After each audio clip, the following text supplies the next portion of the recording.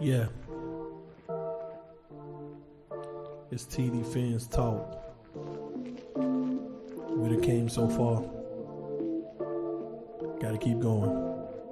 Hey, this is 2022. TD on the mic repping my team. Yeah, that's what I'm gonna do. Over 20,000 subs. Look at how much we done grew. Shout out DDW. He's great and that's my peer review. These haters keep on hating and it's starting to feel like deja vu. Insanity and Chef Jew. I can't forget my day one crew. Emergence in ball game. The recognition's overdue. I share with you my point of view and this is what it's got us to success. My haters say I'm a mess. They say that I'm a pest and I depress. And I'm obsessed with causing stress, but yet the stress they can't suppress. Nonetheless, I just impress because I'm blessed and they oppress. I know the answers, they just guess. When they play checkers, I play chess. When they regress, I make progress. And my attention, they get less. They feel neglected, CPS. If they don't pay, I repossess. Now I digress and decompress and take recess and clear my chest. I must confess, I am the best. Like, hey, this is 2022. TD on the mic repping my team. Yeah, that's what I'm gonna do. Over 20,000 subs. Look at how much we done grew. Shout out DDW. He's great and that's my peer review. These haters keep on hating and it's starting to feel like deja vu. Insanity and Chef Jew. I can't forget my day one crew. Emergence in ball game. The recognition's overdue. I share with you my point of view and this is what it's got us to success. On the road to the Super Bowl, no matter the cost, man, we willing to pay the toll. 50 plus years and they all ended in tears. Now it's time to pop bottles, celebrate, scream cheers. Hey, this is 2022. TD on the mic repping my team. Yeah, that's what I'm gonna do. Over 20,000 subs. Look at how much we done grew. Shout out to my day one crew. We only here because of you. What's up, everybody? How y'all doing tonight? I hope you are all blessed. I know that I am blessed. I am blessed every day that I get to wake up and breathe this fresh air in this world, man. Even if it was polluted air, I'm thankful for it. I hope y'all doing great out here, man. What's going on? We got to talk about the 3 quarterbacks that the Miami Dolphins kept. Why did they keep them? And have some honest, transparent conversation. We're going to break it down, give you my take on it, my thoughts on it, what I believe. I'm tripping. I don't need this right now. We'll go from there. But before we do, shout out to the Mod Squad. Shout out to all the members of the channel. If you didn't check us out, make sure you go check out the AFC East Roundtable. We just had an amazing first episode. If you were at the AFC East Roundtable, say yes or no in the comment section. I just want to see how many of y'all were over there hanging out with us. That was pretty dope, man.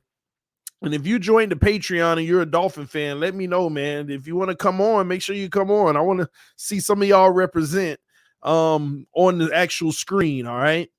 But yes, so yes, no, yes. So a lot of y'all were over there. Roundtable was awesome. Cool, man. No, unfortunately, the episode is there, so you can go check it out. On my homepage of this channel, you'll see the link to our AFC East Roundtable as well. So that's something that you could also do. All right, so don't forget that as well. But again, no, what channel was it on? No, it's on the AFC East Roundtable channel now. We have our own channel. Let me do this. Let me just do this, make it easy for y'all. Let me share my screen. Let me go. Let me do this. This will be easier. So let me go to my channel. All right. This is my channel. Y'all see right here on my homepage is the AFC East Roundtable. Here it is right here. This is the AFC East Roundtable. This is our new channel. All right. Our first episode is right there. All right. Coming up on 1,000 views. We had about 460 people watching. This is our new AFC East Roundtable channel. So we have a dedicated channel. You can join the Patreon if you want, but all the individual channels of us 4 are below. Right now, we're at 1,530 subscribers. We started at 1,300, so we added another 200 subscribers tonight alone. That art looked nothing like you, TD. It does, because that's actually a picture of me. They just cartoon moded it. I showed the picture a long time ago. Yeah, I think it looks like me. You know, I don't know. I'll let y'all decide that. I actually like it. So, little dolphin, little hat thingy, majigger, whatever. But yeah, like I said, go check it out. AFC East Roundtable channel. So there you go. All right, maybe I need to zoom in a little. So that's what it looks like. Yeah, I think it does look like me. I don't know. I'm not sure what you're talking about. Yeah, I think they do. I heard the Waddle news. TD heard the Waddle news. What Waddle news? What Waddle news? Don't play with me, man. You know, y'all trying to get me back for me getting y'all earlier. Nah, don't get mad. I got y'all. Y'all trying to get me back. It's you, bro. Cheekbones and all. Oh, Lord. What's up, Cap? Oh, man. Anyway, but like I said, this is the AFC East Roundtable channel. So go subscribe to it and check it out, all right? Let me come back to this so I can see the chat. All right, let me remove it. All right, stop screen share. All right, so we should be good. TD does look like Deshaun Watson 4 in the picture. Oh, man. Anywho, punch that like button, guys. We got 132 people, 34 people in here, only 60 likes. Make sure you punch the like button. Waddle with no leg sleeve was the best news all day. Yeah, I agree. I saw that. Yes, he had no leg sleeve. We got it. I was excited about that. That was all good stuff. Thank the Lord. Hopefully, he gets back to moving at 100%, and we'll just keep an eye on it. But this is a good sign. This is a good sign at the end of the day. TD, I thought you weren't streaming anymore. LOL. Listen, I wasn't. I'm not. I'm not streaming the AFC East Roundtable anymore. It's on another channel, so it's not on this channel. All right. I got nothing against the Dolphins. Oh Lord, TD goes in on the AFC East Roundtable. Absolutely, man. See, Bill Murray. I'm glad you said that. See, Dolphin fans, it's like we are a family. I need y'all to realize something. We are a family. I don't embarrass our family in public. Okay, you know when you grow up, one of the rules, don't embarrass the family in public. I don't embarrass our family in public. Tua's the GOAT in public. Tua's gonna win MVP in public. The Dolphins winning the Super Bowl in public. I don't embarrass us in public. I keep it 100, but I've added a little on. But when we get into our house, which is TDPHINSTALK, home of the real Dolphin fans, I got to keep it 1,000 with y'all. It's what I do. I got to keep it 1,000. But when we get out in public, listen, the Dolphins, baby, we ready for it. Hey, that's what you're supposed to do. People try to run these agendas. TD don't like his own team. He a hater and all of that. Shut up. I love my team. I've been loving my team for a long time now. My first and only love. Okay? When it comes to a team in any sport, honestly. My first and only love. I just want to see us do right by us. And when you want to win a Super Bowl, you learn about your team. And what we do on this channel, we try to identify where we go right and where we're going wrong ahead of time. We're not perfect. We don't know it all. We're not the general managers. We don't make the big bucks, but we can learn our team and talk about them as if we are. What's wrong with that? It's just like fantasy football. We love playing it.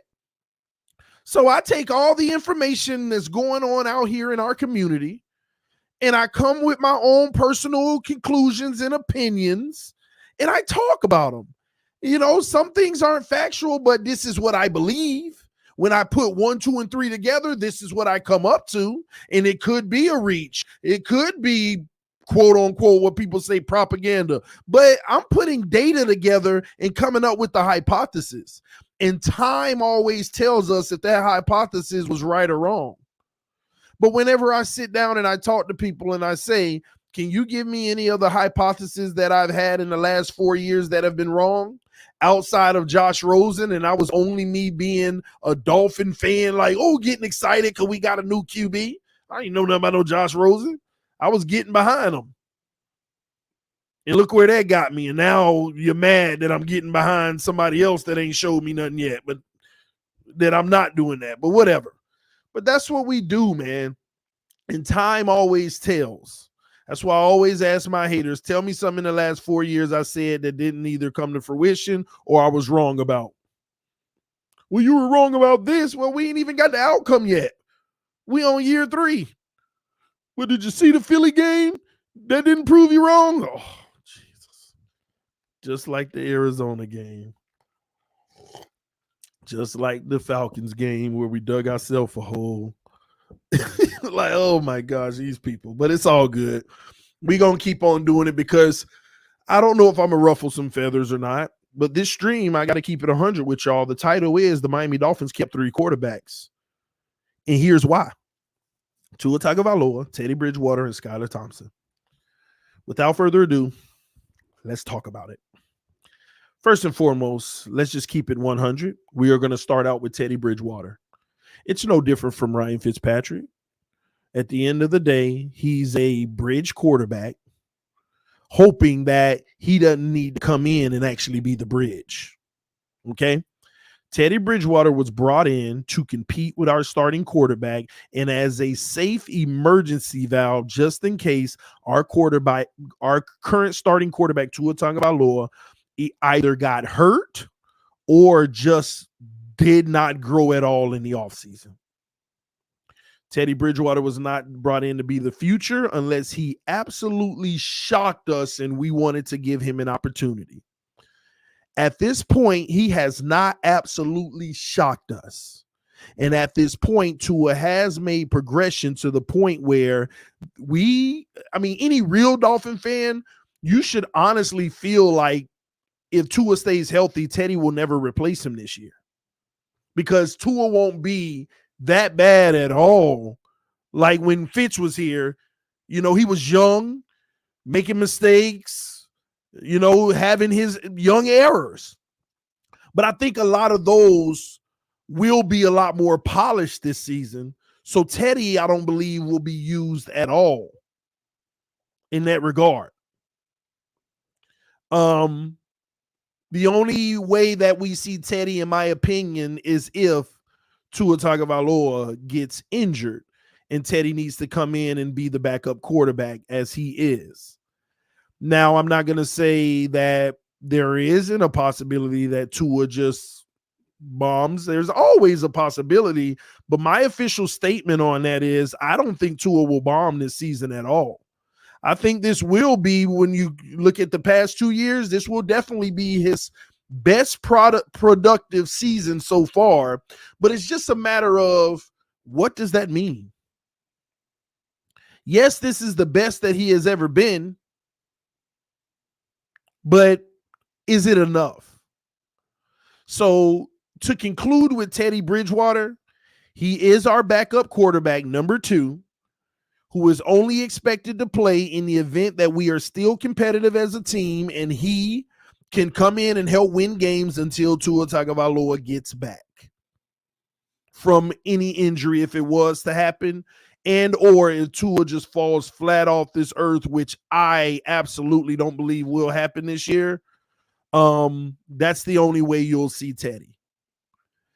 Honestly, in this situation with the emergence of Skylar Thompson, it would be very beneficial for the Miami Dolphins to trade Teddy Bridgewater or to have cut him, but it was never in the cards to cut a guy that you guaranteed $6.5 million to.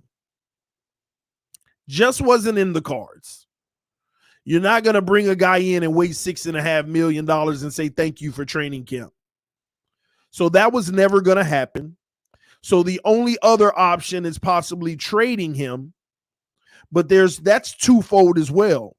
Number 1, trading him puts Skylar Thompson in number 2, and although Skylar Thompson has absolutely balled out and been just the player of the offseason, there's still so much that is desired to be seen by the young fella before you were actually comfortable of moving on and making that type of move. That's number 1. Number two is, if you can trade Teddy Bridgewater, if you truly believe in Skylar Thompson, that's something that will continue to be on the board for the next few months until the trade deadline. And that will be determined in in practices, what they're seeing. And if they feel like they can go ahead and get off of some of that contract and trade Teddy Bridgewater to a team that may need him due to a quarterback going down due to injury within the regular season, there are all kind of things that take place. So the basic conclusion of it all with Teddy Bridgewater, he is our number 2 this season, but you could also always have the possibility of a shocking trade taking place with him in it, okay? So with that being said, we are done with Teddy Bridgewater. Now it's time to move over to Tua Tagovailoa and Skylar Thompson. I have to talk about them together because this is where the conversation may be difficult for some to hear, but it's the reality and it's the truth, at least my truth, okay? Let's start out with Tua Tagovailoa, who came in as a rookie and just didn't look good in his first season. Didn't really, they say it was the hip. And y'all know I know the timeline. No matter who wants to lie about it and fabricate things, when Tua came to the Miami Dolphins as a rookie, and when training camp started his rookie year, his trainer and himself, there were reports, and Tua said it in a press conference, that he was 100% healthy. Whether we believe that or not is neither here nor there, but I needed to express to y'all what was said at the time so that you can understand the narrative as we continue to move forward. Not my narrative, but what was actually said. He is 100% healthy. There ensued a debate whether what does 100% healthy means. We came to a conclusion where both, people who made excuses and people who didn't came to a common ground that, okay, he's 100% healthy as in he's healed from the hip injury, but he still needs to rehab and get back to his original form. But it did cause him to not have a great rookie season at all, where you had a veteran in Ryan Fitzpatrick that basically literally was just better than him. That's no big deal. I think a lot of people trolled the situation, including myself, admittedly, because there was a group of people who pushed Tua Tagovailoa on the fan base and said that when he comes into this league, regardless of the hip, they are going to see in training camp that he is leaps and bounds the best guy on the roster, and he will start day one, 4,000 yards, 30 touchdowns, we rolling. And that was a debate and it was an argument. And the only reason it got so blown out of proportion is because, a lot of people like to play, including myself sometimes, the told you so game, told you so, told you so, told you so. And when he didn't do that, it was just an opportunity to poke at those who said that he would. See, where's your guy? Where's your guy? Where's your guy? He ain't showing up like you said he would. That's all the theatrics. That's all of the poking the bear, the two in the ears, the people going back and forth, not liking each other because one group believes the other doesn't. And some people, it's not that they don't believe, they just don't like the people that do because they're annoying. But when you get down to football, the truth and the reality for Tua Tagovailoa was the fact that this is a guy who had immense talent coming out of college, but when he got to the NFL, coming off of a hip surgery, he sat dormant for too long, not working on his craft because of the injury. He got a playbook in the offseason. We determined that he was a kinesthetic learner. So since you're not able to go out in public, go out to the park and actually work on your craft because of COVID, you're kinesthetic, so you're not going to pick up the playbook that easy. He didn't pick up the playbook that easy. He didn't know it well enough to make the proper adjustments for his team, and that's self-admittedly not something that I'm just making up here. That's something that he said. And at the end of the day, these things did work negatively against him, but it is a formidable reason / excuse, whatever one you want to use. But it is valid. You can't expect a guy who learns best by actually doing it to just learn best by being forced to stay indoors and click a remote and look at sheets. That's not how he learns. He will learn some, but that isn't the most efficient way to learn. And with the quarterback who has to know everything that's going on the field, that's a good reason. And on top of that, having a body that isn't 100%. So my real true assessment of Tua Tagovailoa in his rookie season was non-consequential. But it should not stop you from evaluating his game and pointing out his flaws, which we should always do, because we want to identify those flaws so that the next season and season 2, we can identify if he's improved in those areas. Not because you want to pick at him and point the finger. Oh, look at all his flaws. Look at all his flaws. No, we just want to document them and keep a ledger so that we can identify in year 2 what he actually improved in. Now, year 1, non-consequential. If you want to hold year 1 against Tua, the truth of the matter is you're being a little too critical of Tua Tagovailoa. Now, if you want to hold year 1 against Tua because of the Tua nears, then you have a good reason of why you're doing it. So I get it. But make sure when we have these debates, we differentiate between the two so that people could better understand where you're coming from. But my true assessment is his year 1 should be non-consequential given the circumstance.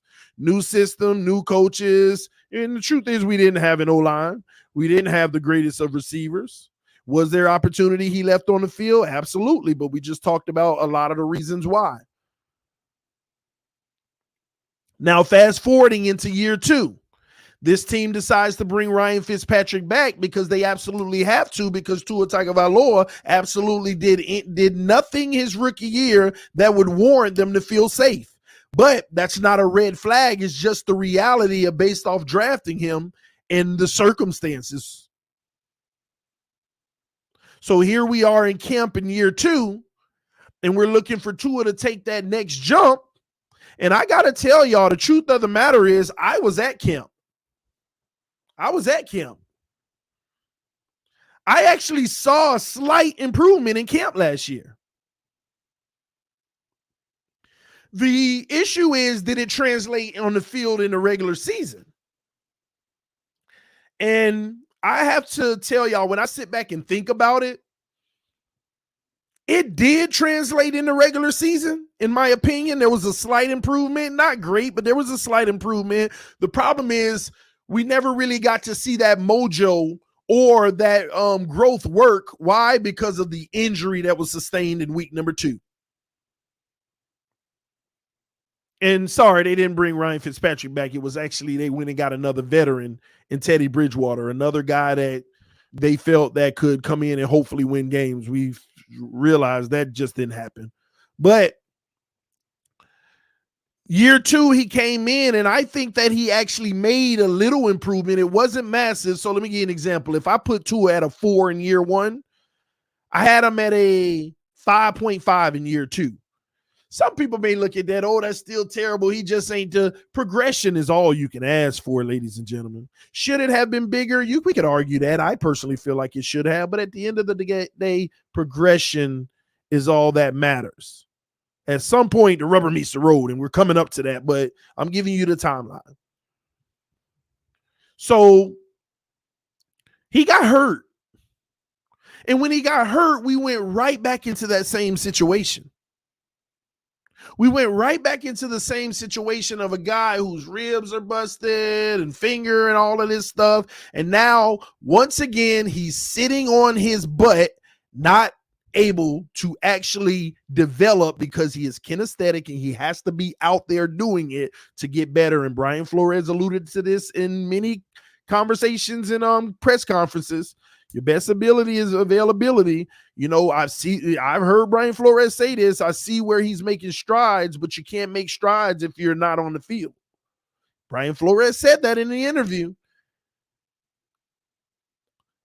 So, and again, him getting hurt is no blame of his. Jesse Davis is just pure, His right tackle got him hurt. But we also have to recognize that not being able to sustain that hit as well goes in the concern category. In college, you had 11 injuries reported. Many of them didn't keep you out of games, which is a good thing, but you still had several injuries in college. You come to the NFL, now you're out because a guy fell on you in your ribs and X, Y, and Z. It goes into that category. But you don't put the blame on him, but at the same token, it's a concern of durability. But when Tua came back, the first few games, we had a little rough spurt. He didn't play horrible, but he definitely didn't help the team wheel them along, i.e., like the Jacksonville game, right? But positive, the Baltimore game. And then we go on a run against the weakest competition in the NFL, but it's still NFL teams, and these are wins. Our defense got back to playing great football. Tua was not the reason we were losing games. We are rocking and rolling. And now you get to see who he is as a player during that win streak, and you identify all the things he does well. I like it. I like it. I like it. But then you run into the rare teams that puts him in a situation to force him to do the things that he can't do well, and it shows greatly, like the Jets game, like the Saints game, like the Titans game. Those 3 games happened 3 in a row. Although we won 2 of them, those were his toughest games of the season. We went on a win streak, everybody playing zone, and we just picking them apart, these weak teams. And all of a sudden, there was a 3-game period where Tua technically struggled as a quarterback. He had the first game was below average against the Jets. The second game was average against the Saints. And the third game was poor against the Tennessee Titans. And they all similarly deployed the same type of scheme against him, bracketing everything underneath, not fearing the deep threat, X, Y, and Z, basically calling him out, saying, you're going to have to beat us with straight up talent. It's possible, but we never took those shots. And it ain't just because of Tua, the offensive system, because of the O-line, because of the lack of the run game. But then when you really looked at the film, some of those games we actually ran the ball. Some of those games we actually protected better than we ever had. But the system was still the same system in place. So it was truly hard to truly evaluate him. Although you had seen some strides and a little bit of momentum, it still wasn't at the level that you need him to be, which is a 7 quarterback. That is, in my opinion, by the way, that is the baseline at the quarterback position to be truly invested in after year 3. But here we are in year 2 and we're at 5.5. And some could argue it's not bad. Honestly, in year 1, you want to be at a minimum 5. He was a 4.5 to me. Year 2, you want to be at a minimum 6. He was a 5.5. Year 3, you want to be a minimum of 7, and we got to see this year. So I believe Tua has to make up some ground this year and not have 1-point jumps, but instead a whole 1.5 or maybe even 2 points this year, and technically where everybody's actually going to see the leap and bounds and the difference in his play. But that's what basically went down during all of that time. I'm not subscribing to all of the external factors that everyone wants to bring up, because I don't believe in those external factors. Because once I start believing in those external factors, that's when I get a little unhappy and don't feel Tua's our quarterback. What are these external factors that you're talking about, TD? Let me give you the examples.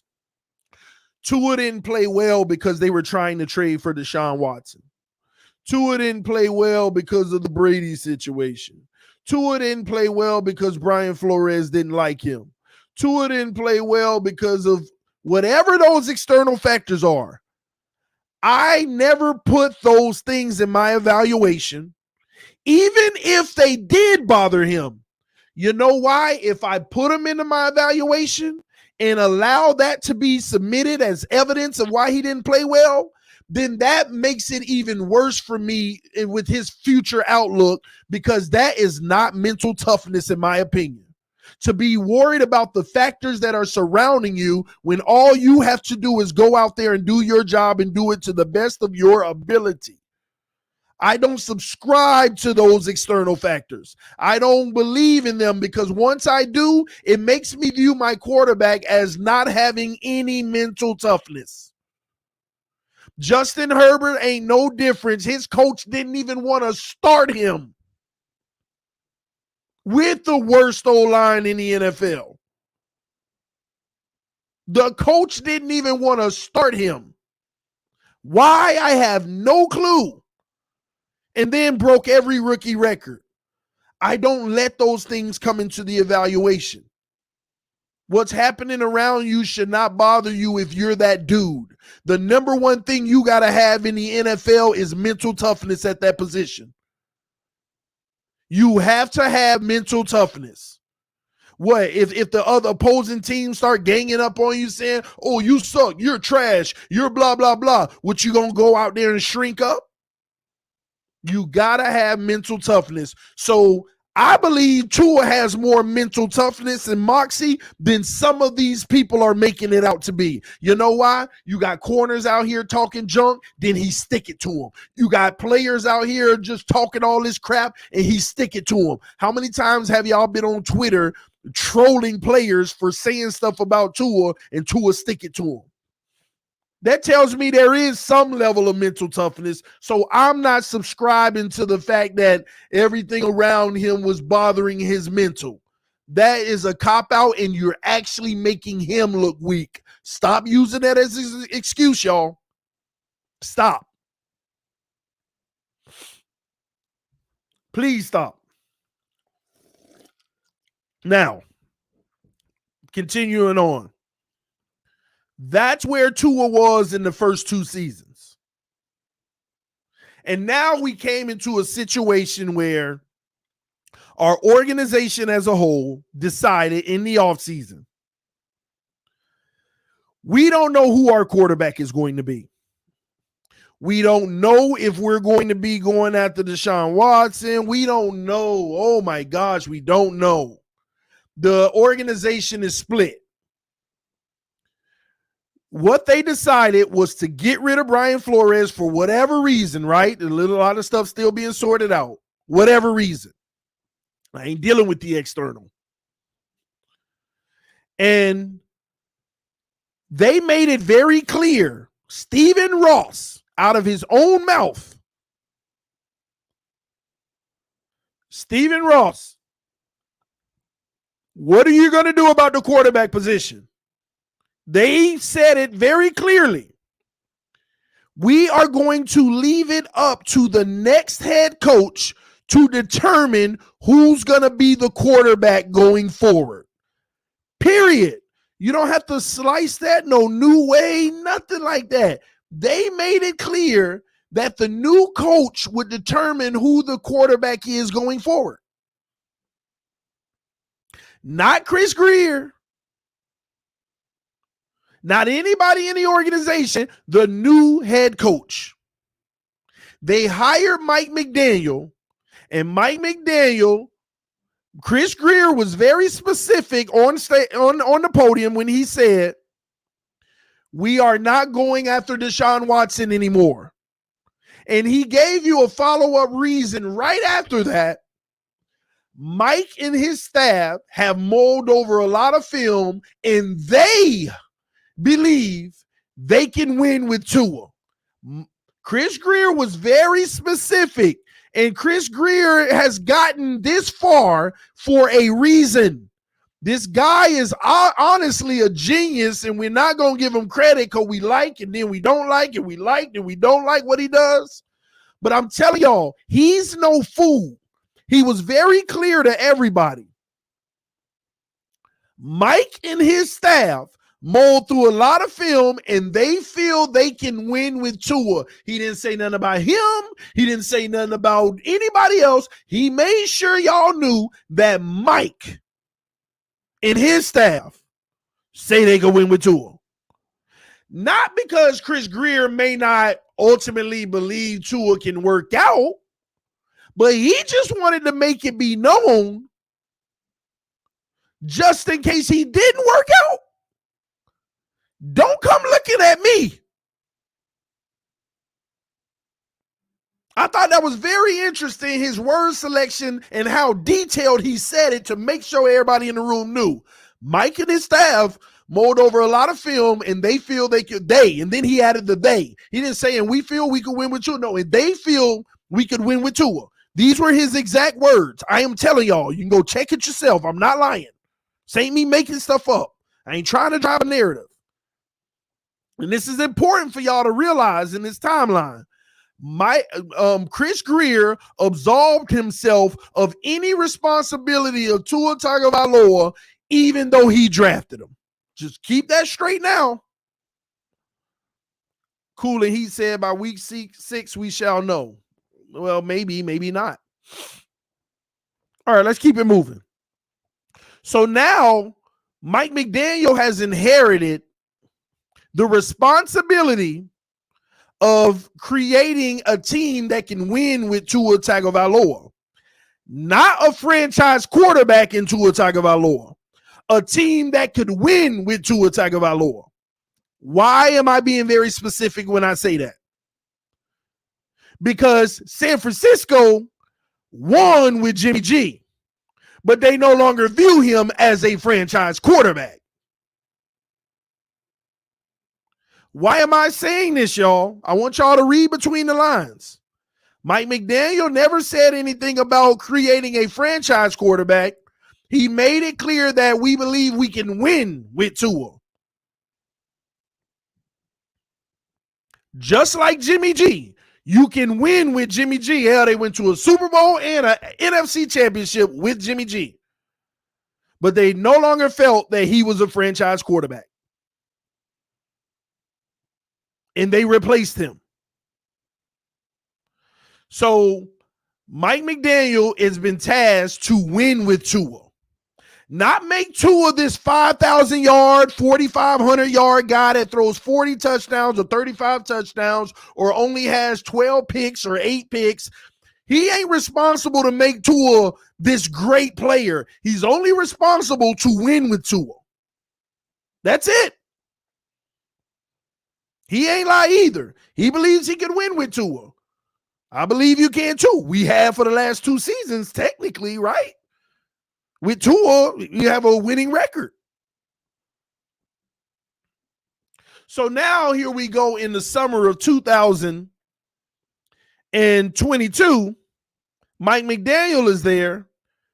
He say that we can win with Tua. We moving on with Tua. Everybody says, oh, told you so. Put it to rest. We got our guy now. And before Mike McDaniel had seen Tua at all, only film, ain't had him in the room and talked to him and watch him in person, Mike McDaniel said, what I love about Tua Tagovailoa, he's the most accurate quarterback in the NFL. He said that before the man threw a pass in front of his own eyes. Remember that. He said that before the man threw a pass in front of his own eyes. And we're not here to debate whether he is or not. Just giving you a timeline here.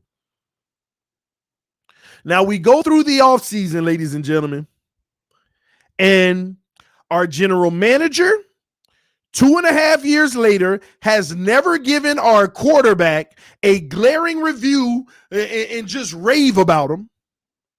Flores, for 2 years, never gave a glaring review and raved about him.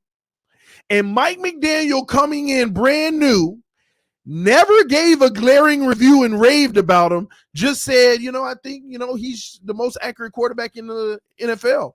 I mean, that I've seen. Let me not say the NFL, that I've seen.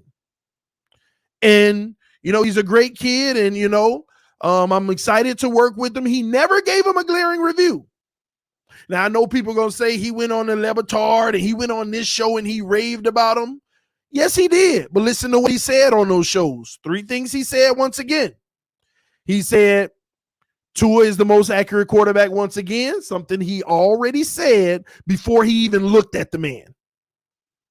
He said he has good command and control of the offense. The same thing Flores, the only thing Flores, by the way, said in 2 years, Tua has great command and control of the offense and in the huddle. Flores has been saying that for 2 years. And the last thing McDaniel said, and he's very deliberate, I don't even know what that means, so I'll just leave that there. And everything else is about how good of a guy he is. I'm sorry, ladies and gentlemen, this is what bothers me about this organization. It bothers me with Chris Grier. It bothers me with Brian Flores. It bothers me with Mike McDaniel. God dog, don't sit behind and say these 3 words every time and make that a substitute of praising your quarterback. You know what a real praise sounds like? He absolutely balling. He is killing it. He hitting everybody. I mean, he's absolutely ripping it up. This guy is on a whole nother level. I think that he's going to have a breakout year, blah, blah, blah. None of them have ever even got behind him and committed that type of love. That's what I don't like about this organization. Even if you're going to lie, because you're not lying with what you're saying about he's the most accurate and, he has command of the offense. Technically, you're not lying. You're just throwing something out there to be able to answer the question. Where is the true love that a coach or owner, somebody says about a quarterback? Man, he's on a whole nother level. I think he's going to have a breakout year. Watch out. None of them have gone that far. None of them have really truly put their foot in their mouth like that. None of them. Tell me I'm wrong. And it's sickening. Why are y'all being so cautious in the words you use and stuff when it comes to Tua? If you're going to have this campaign of supporting him, lie, if anything, and just go all out, man. I think he's going to break out this year. His accuracy, his ball placement, his blah, blah, blah, how he does this, how he does that. Man, he's just ripping it up and on a whole nother level. I mean, his ability to read the 3 levels of the field, his anticipatory skills, his reading the defense, pre-snap, post-snap audibles. I mean, it's so many things you can name, and none of those things come out of your freaking mouth. And think that we're just, now don't get me wrong, this is why they feel they can get by with it. Because we got a group of the fans that hear things like, he's the most accurate quarterback that I've seen.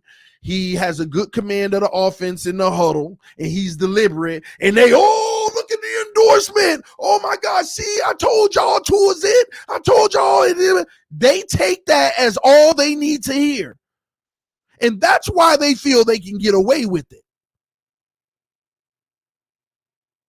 That's why the Mike McDaniel and them with their words. And why is it every time you ask about Tua, it's the same story, same words every time.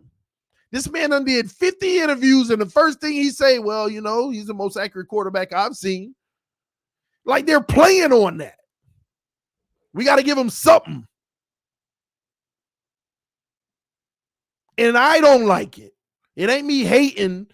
I don't like them when they do that. Because now you're getting exposed. Because this is where Skylar enters the conversation. And I was almost sick to my stomach yesterday when I heard that freaking press conference. And they asked about Skylar Thompson, and Chris Grier and Mike McDaniel looked at each other like they were teenagers in high school looking at a baddie walk by.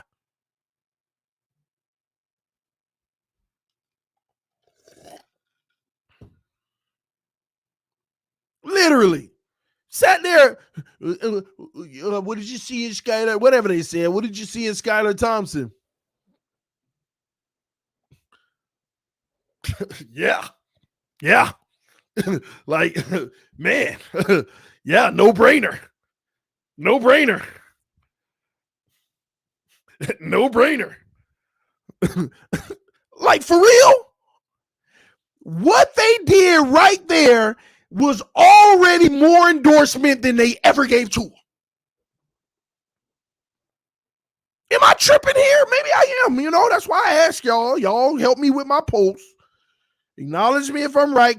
Correct me if I'm wrong. Acknowledge me if I'm right. Am I off here? Yes or no in the comment section? Am I off? Yes or no in the comment section?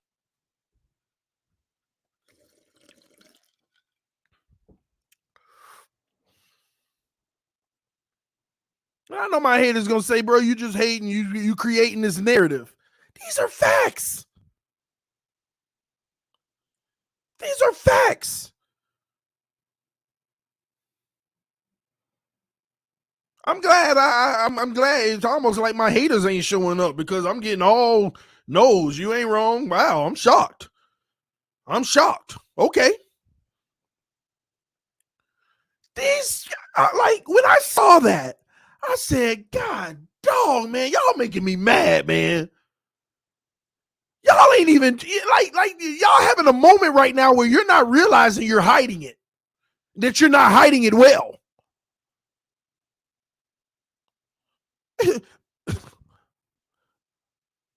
Was it Skylar? No brainer. No brainer. Smiling from cheek to cheek. Like something appealing walking through. I mean, oh my gosh. And listen to the words they used. Balling. When you got a guy like that straight balling, like you ain't never even heard them say that about Tua. Balling, like, oh my God, balling? You'd be crazy. We're not in the business of being idiots or whatever they said. In one interview, this kid got more endorsement than they ever gave the guy who they sitting around here trying to sell us on. Without even saying much, by the way. Their body language and their behavior and how they straight switched up. And then the coup de grace, what really drove me over the top is when they had a huge opportunity to redeem themselves. And I'm going to tell y'all, I'm going to watch this. Mike McDaniel tried to redeem himself, but I'm going to show y'all what happened. They had a huge opportunity to redeem themselves. They said, Chris Greer, we ain't speak to you in a while, basically. You know, what's your thoughts of what you've seen in Tua and his growth? What's your thoughts about the growth you've seen in Tua? Because we ain't speak to you about it since the last time we seen you, which was a long time. They asked him about the growth he's seen in him. This man went on for 10 seconds to stutter. Well, it's interesting because, you know, we were just talking and, you know, just to see him around the building, you know, he came in on his day off and he's in there with the trainers for an hour just talking, you know, his personality. That ain't what they asked you. They asked you to look at Mike and go, yeah, he balling now. Like, but you don't. And then on top of it, if you really read through what he said, he didn't say Tua came in on his day off and you see him putting the work in. He say, you know, we were just talking, you know, and, you know, Tua was in here the other day on his day off and he was, you know, talking with the trainers for an hour. And then he gave a time frame for like an hour talking to trainers. And then didn't go into, you know, he watching film. He didn't say none of that. He just said, so, you know, his personality, you know, people love him, you know, his teammates are behind it. And, you know, the coaches are behind it. And it's been, you know, fun watching his growth. fun watching his growth. Like, what in the heck is the growth? Don't just tell me fun watching this growth. Fun watching him go out there and ball out now or do something. Give me some freaking definitive words. You could be a 2 out of 10 and you go to a 2.5 out of 10. That's growth. Say some better words than that. Go ham about the quarterback, man. You know, watching his growth, and he likes the playbook. I think, he's, and it's just good to see him enjoying football. It's good to see him enjoying football. Chris Grier, oh my gosh, are you kidding me? That was your opportunity to at least make it even. And guess what happened? Right when he finished, they asked another question, and Mike McDaniel right there went like this. Like, what about me? Because he know Chris Grier dropped the ball. He knew right then and there. Mike McDaniel, go back and watch the interview and tell me I'm wrong. Soon as Chris Grier answered the question, they asked another question quick, and Mike was like, oh, he's still in the show. What about me? He wasn't saying it for the next question. He was saying it because, well, I need to answer that because he just dropped the ball. I need to say something good about Tua because he just dropped the ball. He just freaking dropped the ball. Go back and watch it. Tell me I'm wrong.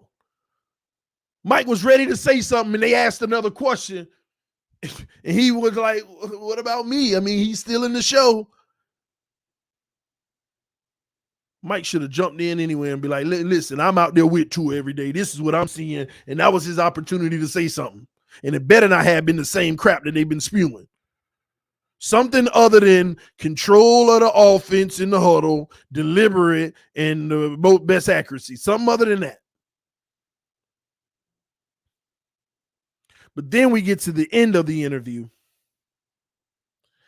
And Mike McDaniel asked about Skylar, and he's just all this stuff about if you hold your breath, you pass out. You ain't going to find a guy like this, basically, man. This is rare. This is what he basically saying. This is rare. If you expect to find a guy this good, then you'll pass out. And if you hold your breath, and man, I mean, people say we be stupid and all of this stuff, and whatever else he said. Cheesing about him. In the 7th round.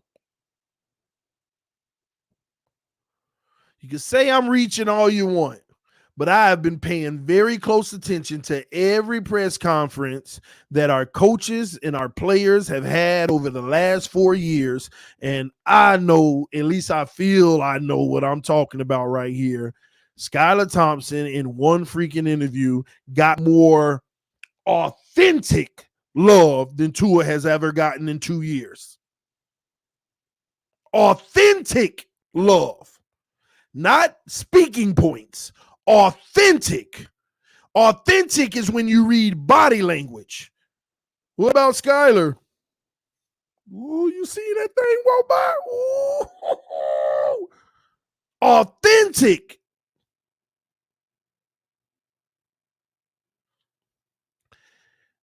Let's keep going. I digress on that point. That's what frustrates me about this team. They not thinking. They running this PR campaign of boosting the guy up, but they not thinking. Darrell Bevell has even raved about Skylar. I know it. Let me tell y'all another thing you better think about.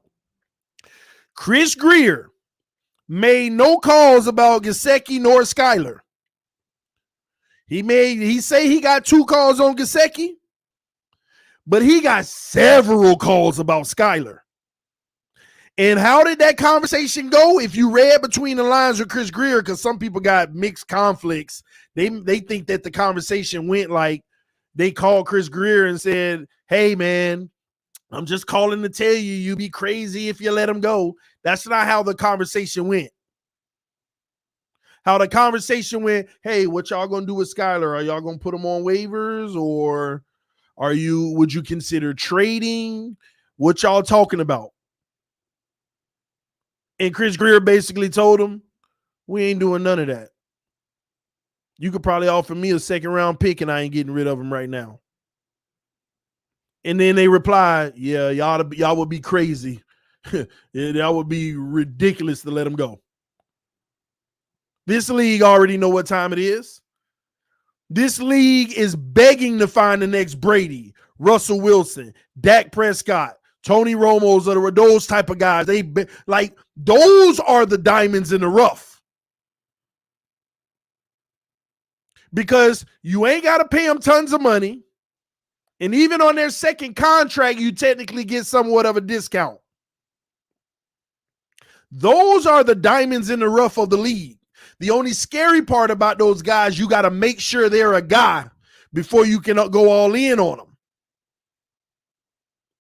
And that's the moral of what's going on right now.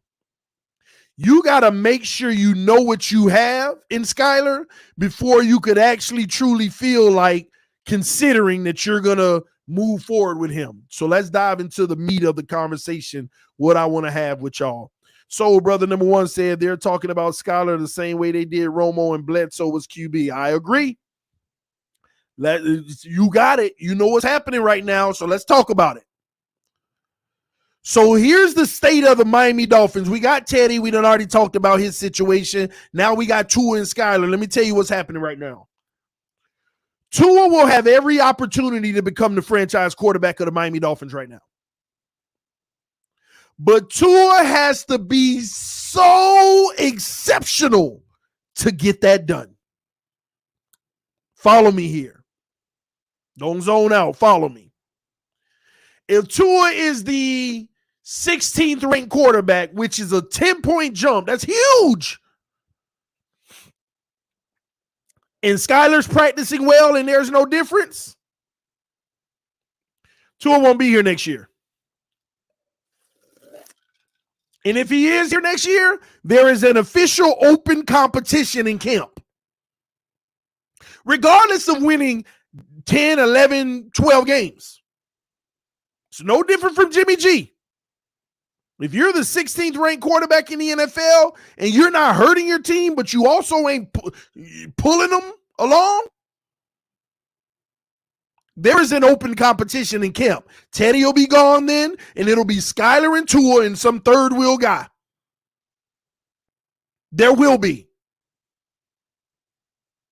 If Tua's a top 12 quarterback in the league next year, there will be an undertone. Tua will get a year 4. If he's like the 12th ranked quarterback, he playing at that level where he may not just be pulling his team, but he's playing so well, not great in the league, but he playing well to where he's doing his part. Then he will be considered the starter in year 4 with a little hint competition behind him as a final, because they won't pick up the 50. They won't pick up the 5th year option, by the way. They won't pick it up in that situation. And then there will be a competition in camp, but Tua will be named the starter at the beginning of camp. But all eyes going to be on that competition. If Tua's a top 8 ranked quarterback this year, Tua has earned a starting job. If he's separated himself from Skylar. And I think top 8 will separate himself because we wouldn't get to see Skylar enough, not even in practice and stuff. If Tua's a top 8 quarterback, he's moving forward. They picking up the 5th year option. Skylar's the backup, and they're going to keep developing them. They ain't giving a long-term deal to Tua yet, but they picking up the 5th year option. I believe that's what's going to happen. Tua's 8th or better, year 4, 5th year option. We believe in you. Year 12th, year 4, no 5th year option. And we going to see how this play out in camp, but you're our starter right now. 16, you're either gone or it's an open competition in camp, period. And they're going to let it be known. That's what it's going to be. Now, don't forget, in all of this, Skylar can completely fall on his face. Skylar can completely fall on his face. Trash. Oh, my gosh. Now he playing more ones and he throwing picks everywhere. He just trash. Oh, my gosh. Get him out of here. And y'all know me. I'm like, Tua time. Oh, please. That's a possibility. But the kid is going to own his own fate with that. That's going to be on him. And he ain't blinking. He don't look like the type that's going to blink. He going to be there and he going to be steady. He going to be there and he going to be steady. This kid, I believe, is going to play well enough continuously to basically tell Tua, you better be on your stuff at all times. But we don't know. Skylar can just fall on his face, and that works in Tua's favor. Because you see how I say Tua got to be 8 or 12 or 16, and these things will happen. Depending on if Skylar start doing stuff that is unfavorable and looking bad in X, Y, and Z, it's going to lessen the burden and the requirement of Tua. But now Tua has a guy who has created a pendulum on his expectations. Y'all thought Fitch was something? Skylar is officially the guy that has created a pendulum, a balance beam on Tua's expectations. The worse Skylar look, the less we're going to expect from Tua. The better Skylar look, the more we're going to expect from Tua.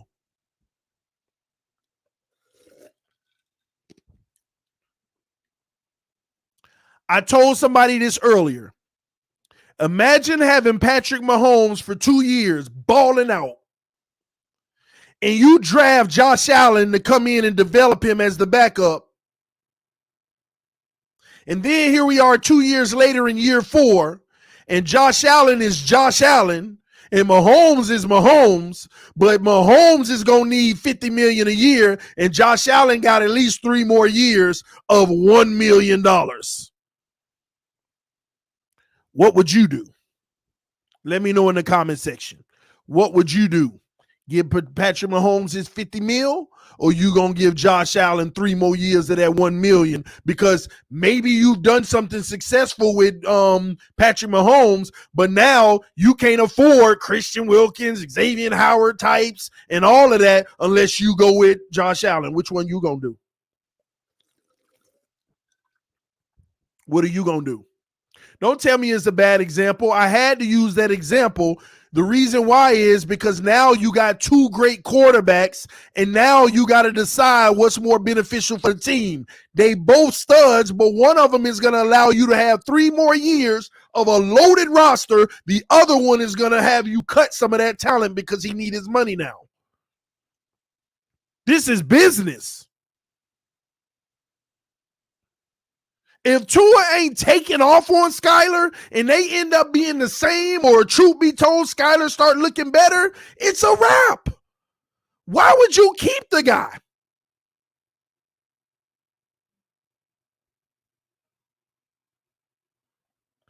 If you think about it, Skylar has started more games at QB than Tua. I ain't counting his college games, but he has a lot because he was a six-year guy. He's definitely been around football more and ran a system like this more. That's all I'm saying to you. You don't know what you're going to get, especially next offseason. Do you realize next offseason there's a chance that Skylar's going to come to camp and he may actually look sharper? Let me tell y'all something. First of all, let's get one fact straight. And y'all going to get mad. Some of y'all going to get mad at me about this, but it's a fact. Every professional and everybody, every beat writer is even saying this. Tua can't make all the throws. Some of his teammates even came out and said it. He can't make all the throws. Some throws require an ultimate strong arm. There are throws Patrick Mahomes and Herbert and guys like that can make that most of the league can't make. Tua can't make all the throws. He can make a lot of the throws, but he can't make them all. Skylar can make all the throws. Skylar can make all the throws. TD is right. Economics is the same reason 49ers were prepared to cut Jimmy G till he decided to restructure. Facts. Tua can't make all the throws. Skylar can. Skylar's more athletic, whether y'all want to believe it or not. At this point, he actually has a higher upside. These are just facts. We talk about accuracy. What tells us Skylar isn't just as accurate? Yeah, but against third and fourth stringers, TD, time gonna tell. Time is gonna tell. But I know one thing, it looked like almost every single one of his throws are straight up on the money. Forget what string he playing, he getting it right to the guy. Forget what unit he playing, that ball getting right there.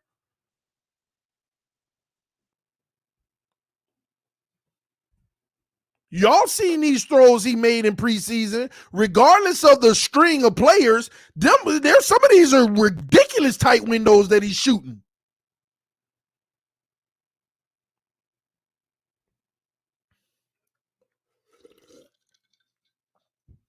Reads the field well, not an expert, still got work on that, but he reads it well. Also reads all three levels, something that Tua has always struggled with. Also has a sense of manipulation as well in his game. And we don't know. Like I said, Skylar can come out and bomb the whole situation. But at some point, the Dolphins are going to schematically figure out a way to find out about this kid. That's what I'm trying to tell y'all here. That's what you need to come to the realization of. Some way, somehow, they are going to schematically figure out a way to find out about this kid. And the only way that doesn't happen, in my opinion, Tua got to play top 8 level football. He got to be literally an MVP candidate, a Pro Bowl player, all of that stuff, so that you earn the cachet to not come into year 4 and it's an open competition or a low-key competition. Because y'all got to understand, the Dolphins right now are viewing this as, we're not in a rush. In their eyes, we got 2 years with Tua before we even have to make a decision. In their eyes, Skylar's going to chill this year. Tua's on Front Street. Go get it done. And in year 4, they're going to battle in camp, and we're not going to call it a battle. We got QB1. You're just the backup in your place. Stay in your place, Skylar. Tua's going to have a second audition in year 4, and they're going to know a little bit more about Skylar. And then in year 5, either they're going to keep Tua because he balled out for 2 years. They're going to make an open competition in camp. Or if he just doesn't, if he's 16th or worse, they're going to move on from Tua if they believe in Skylar and give Skylar a shot and draft another quarterback on top of that. They drafted him, y'all. They saw something in him. They already raving about him. They're not just going to rave about him and just keep him on the back seat his whole career. Right now, what he's done so far, they are drafting out a plan in the next 2 years to at least find out what they truly have. And knowing the Dolphins, they low-key probably like, it's a high probability we'll be able to find out without controversy. Because number one, Tua may get hurt again.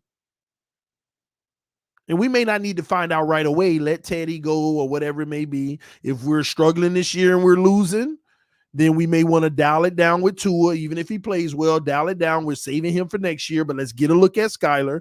They are going to figure out a way, unless we're playoff contenders and we're going deep and nobody gets hurt, they're going to find a way to get a look at this kid against some starting caliber NFL competition. It's inevitable. And it may not happen at all this year, but you got to understand the Dolphins don't need it to happen this year. They only need to find out about Skylar next year. And what they'll do is they'll bet on it by he gets more reps in training camp because he's number 2. And then on time, unless Tua just terrible this year, then it's a different story. But I don't even expect that to happen. So next offseason, they're going to get a better look because he'll be going against the ones even more in training camp. And then he's the official backup. So if Tua gets hurt, they're going to really get some real good playing time to see. They're going to play them political games, y'all. Tua's hurt, but he can go. No, we want you to be 100, like Flores and them did. No, we want you to be 100% healthy. Just take this week off. They gonna start them little low-key politics. That's why they was holding Tua out longer than he needed to. It was a way of benching you without saying we benching you. No, we know you're healthy, but we want to make sure that you're 100%. They're going to get a look at Skylar in the next 2 years. But don't expect it this year, Dolphin fans. Unless we're losing and we're out of playoff contention, then this team may say, hey, Skylar, you're up. Let's see you for a game. And they're going to frame it as we don't have a chance for the playoffs. We don't want to put Tua at risk. We're going to dial him down for next year. They're going to figure out a way to look at this kid against real competition and judge it. And whatever he does on the field, that's on him. He fall on his face. Thank God we know. He balls out. It makes it even worse. Makes this whole situation even worse. In a good way for Dolphin fans, though. Everybody should be excited about this situation. These people that are sitting out here talking about Skylar needs to, he's just the backup and he's going to be a career backup. Y'all need to just accept that. Who are you? What kind of Dolphin fan are you? I want every backup we have to eventually be good enough to become a starter if we can, because it's probably going to save us a lot of money. This is a win-win. Tua still got a shot. We got another guy who might have a shot. At least we have potential options versus putting all our eggs in one basket and be like, oh, if he don't work out, we screwed. And we lost that first-round pick.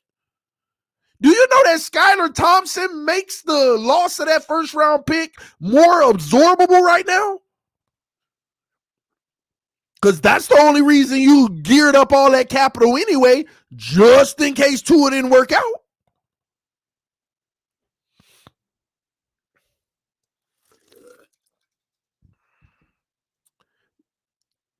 My last honest truth about this before I read all these super chats, and I appreciate y'all love who donated. I'm going to read them out soon.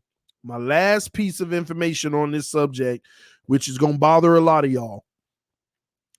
If you're a true Dolphin fan, you always want to look for the best case scenario.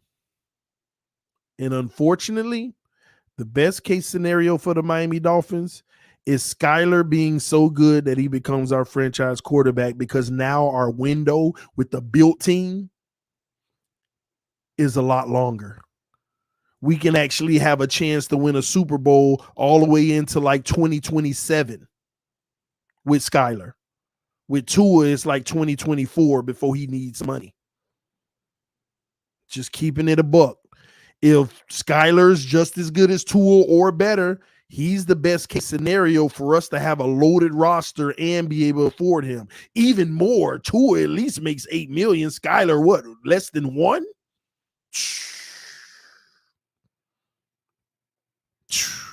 He's actually the best case scenario. If you're real Dolphin fans should, man, if Tua work out good, but I hope Skylar is just as good or better, because if he is, he's going to help us have a dynasty. You see, if that bothers you, you got to ask yourself, is you a real Dolphin fan or are you a Tua-neer? That's what it comes down to. I know a lot of y'all won't like to hear that, but there ain't no lies told in that. I have always looked at the best case scenario.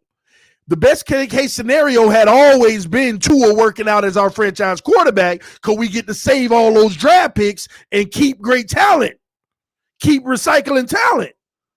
But this situation changes it. Skylar is the best case scenario if we can get him to be the guy. He is the best case scenario. If he can turn out to be better than Tua, there ain't no bigger profit. Still got all our draft picks. We're cheaper than we will ever be at the position. And let them identify. See, let me tell you this is how you get over. Let them identify within the next 2 years that Skylar is the guy. Imagine 2 years from now, Skylar's our guy. He's our franchise quarterback. We've seen enough. He's done played on the field. He done ripped great teams apart. Whatever. We don't know, but say that happens. Now you got 2 years left, paying a guy $1.5 million a year at that point for two more years of $3 million. Now you get to shred his contract and give him a 6-year deal of $120. You give him $20 million every year for 6 years. And he'll be making 40% of all the great quarterbacks, but he happy because he moving, because you still had 2 years of $3 million worth $3 million. But if you give him a deal earlier, you can give the biggest discount ever. 5-year, $100 million. $20 million a year. Now you just got 5 more years where you got ahead of that $50 million contract potentially. Because you still had 2 years left of $1.5 million each. And you think Skylar gonna say, nah, I'm gonna bet on myself and play it out for 2 years. I'm gonna bet on myself. And you know why Skylar won't have leverage if he want to sit out? Because he only making $1.5 million. You can hold them hostage on the roster. You want to sit out? Okay, we'll go get somebody to fill in for now, and you're gonna sit on this roster for 2 years, and we're gonna pay you $3 million. He ain't got no leverage. He has zero leverage. And and he ain't gonna bet on himself like that. He gonna take that 5-year, $200 million. 5-year, $100 million, excuse me. A 7th round pick. And now you got a guy that's convinced to be just like Brady. Listen, man, we winning Super Bowls. We want to keep this going. This is what it's gonna take. This is what's going on in Miami right now. Your brain is huge. No, I think it might be the same size as most. This is what's going on in Miami right now. So Tua still got a shot. Skylar got a shot. Teddy's gone after this year. And the only thing that could change all of this is Skylar Thompson falling off of a cliff. And it sucks because now people have a vested interest of hoping Skylar falls off a cliff. And then that's terrible. It's trash. Hoping Skylar falls off a cliff.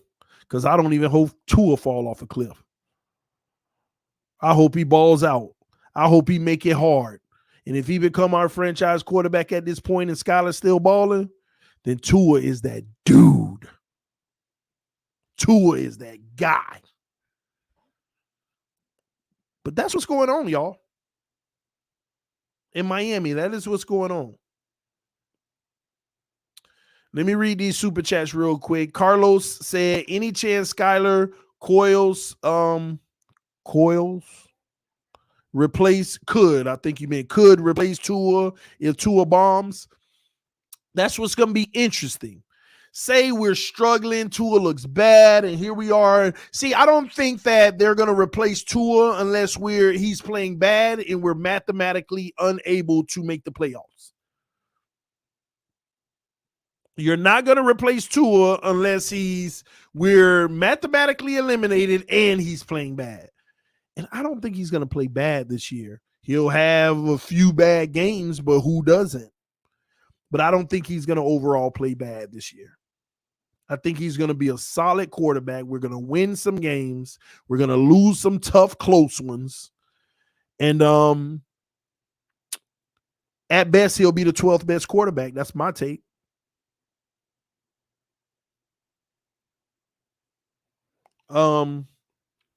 G Firm said, Omar Kelly says Skynet, has the same arm as Tua. You seen them both in person. Do you concur? I don't know what Omar Kelly's looking at. Skylar Thompson clearly has a better arm. I have no clue what Omar Kelly's looking at. And I've never heard Omar Kelly say that. That's shocking because I've actually thought I saw Omar Kelly rave about Skylar's arm. Maybe I'm thinking about somebody else. But Skylar has the best arm in camp. That's period. I think a lot of people have already come to that conclusion, beat writers and all. I know a lot of people have gone back and forth. I can see the arm strength improvement by Tua. Oh, well, I don't see no difference. Oh, I could see a little bit improvement. I don't see no difference. I've seen all kind of conflicting stories.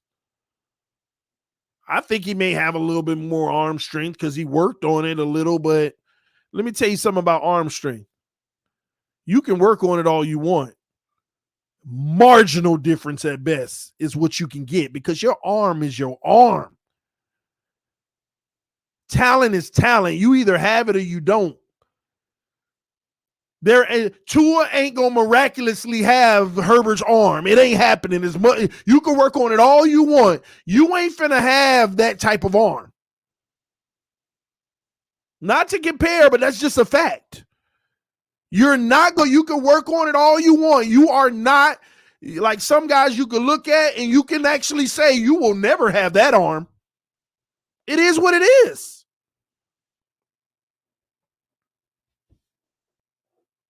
Skylar has an arm. I don't know if it's agendas or something of trying to bring Skylar down or whatever, but, and trust me, I keep telling y'all, Skylar can fall flat on his face eventually, and we be like, oh my gosh, we're all at Skylar talk now. That's what they're going to say. I maintain the same thing. We don't know, but he's earned the opportunity for us to find out. That's all I've ever said about Skylar. He's earned an opportunity for us to find out, and I think he might actually be the best quarterback on this roster because I believe he has the most talent at that position on this roster. Is he more polished than Tua right now? Maybe not, but I'm a little hesitant in that because I think that this kid, if given the opportunity, is going to blow people's minds.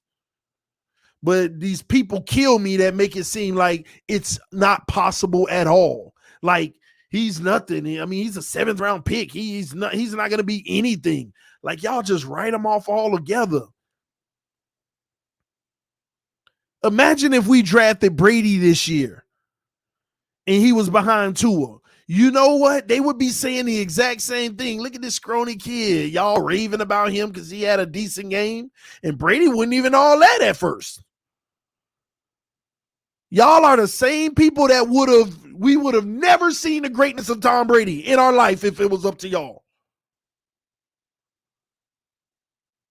We would have never seen the greatness of Brady if it was up to y'all. That's why y'all ridiculous to just automatically, oh, he ain't nothing. If he play first teamers, he gonna look bad. Where do you get off just automatically saying that? And y'all say, I got an agenda? There ain't nothing to support that. Nothing. And Skylar, everybody knows Skylar was a 4th round prospect, but he hurt his shoulder. Let's stop calling him a 7th rounder. He was a straight up 4th round prospect. Some people even had him 3rd, but he hurt his shoulder.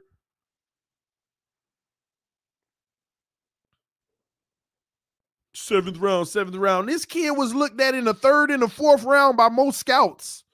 But when that shoulder injury, yeah, I mean, who's going to take that risk?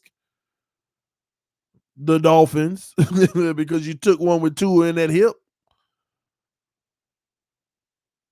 And look at a few general managers came out after the draft and said our eyes was on Skylar.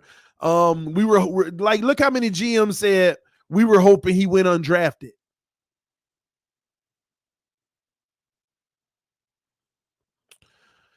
All right, we got I am a Bob 2, or I am a Bob. Forgive me if I'm saying it wrong. As Dolphins, we can't wait to see what happens this season. We have the weapons, but what's the O-line going to look like? We don't know. I already feel like I know what guy would handle pressure better. And I'm talking about just being able to shrug big guys off. Not it's just escape, but when they get their hands on you, being able to get them off of you. But at the end of the day, I know we can't waste a season because we have all the weapons now.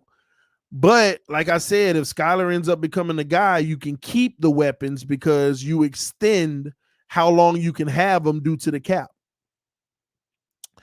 I know what my eyes see, and Skylar has more talent.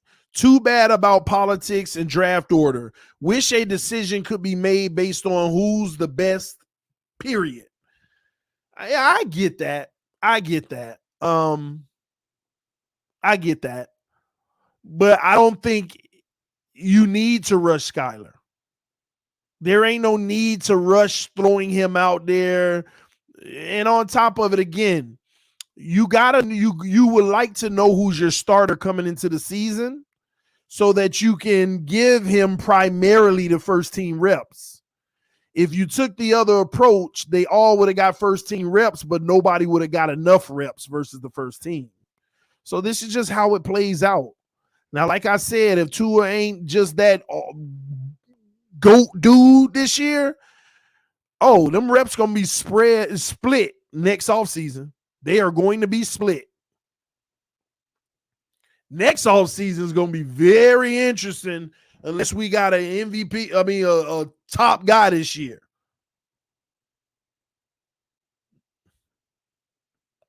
All right, let me make sure I've read all the super chats. All right, good. I think I'm caught up. We got 546 people in the room between YouTube, Twitch, Facebook, Twitter. Salute to you all. But please hit that like button. We only got 248 likes. Let's at least get 300. If you have any questions, post them in the comment section. I wanted to go live tonight and talking about why the Miami Dolphins kept 3 QBs and what the reality is and what they're thinking right now. This is what I believe the Miami Dolphins are thinking. You may have a different of opinion on all of this, but this is what I broke down over the last hour or so is what I believe that they're thinking about this situation. But ladies and gentlemen, we should all be happy about it because we've extended options now. Before this situation, it was Tua or the draft. And then they took away a draft pick and it was like, no! But Skylar has given us that draft pick hope. Matter of fact, I know I told y'all to put questions in the comment section, but let me drop the link. Talk to y'all. I want y'all to tell me what you think about what I presented tonight. Am I just going off the rockers or does it make sense? Does it all come together? I want to hear from y'all. The link is pinned at the top of the chat. Click it, get in here. Let's talk.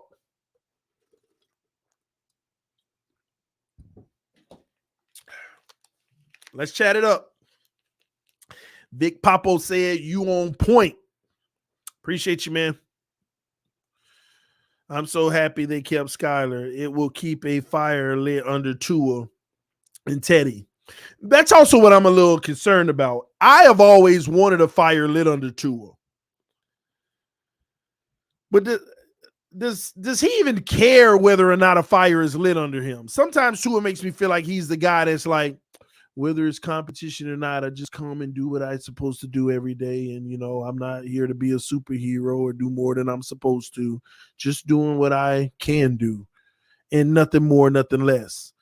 And some people like that. Some people hate it. I'm one of those people that's like, I want you to have that fire. You bring whoever you want. I'm the guy. That's what I want. But people got different personalities. So, and, we're supposed to accept that these days. So it is what it is. What up, EM? Have you been listening? Yeah, man. What's good, bro? I'm good, man. How you feeling? I'm Gucci, baby. I'm Gucci, man. I've been listening. I listened to the majority of the show tonight, and has it been TD foolish talk, or I'm finally making some sense? I don't know. Well, for once, I can say that this was not an episode of TD foolish talk. All right, I'm gonna mute him right here.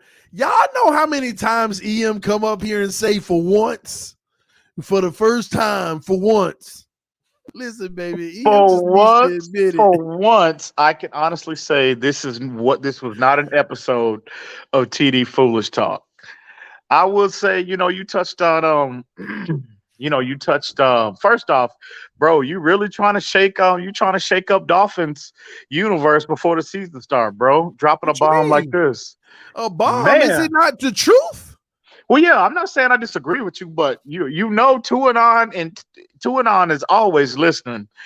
And man, bro, this is a bomb right here. This is a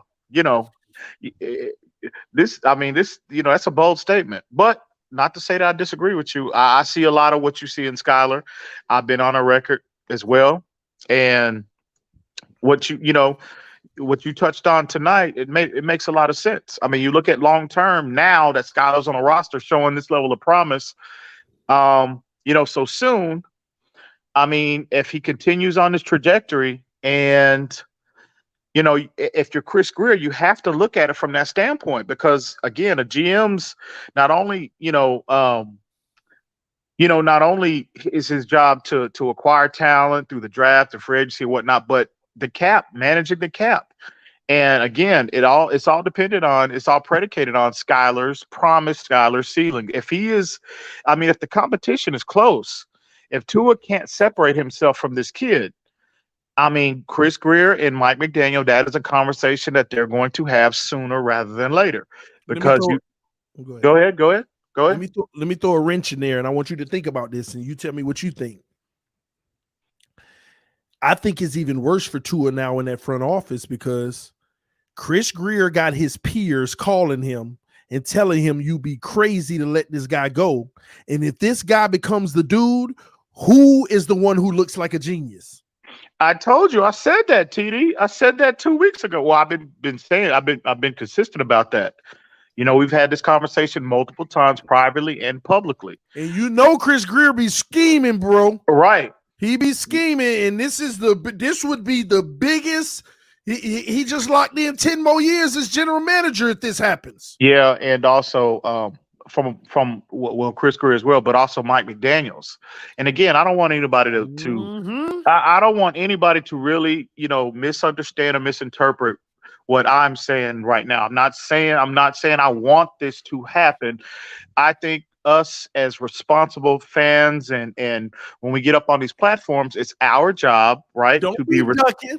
Just kidding. No, because you know how this conversation will be spun. You already know that.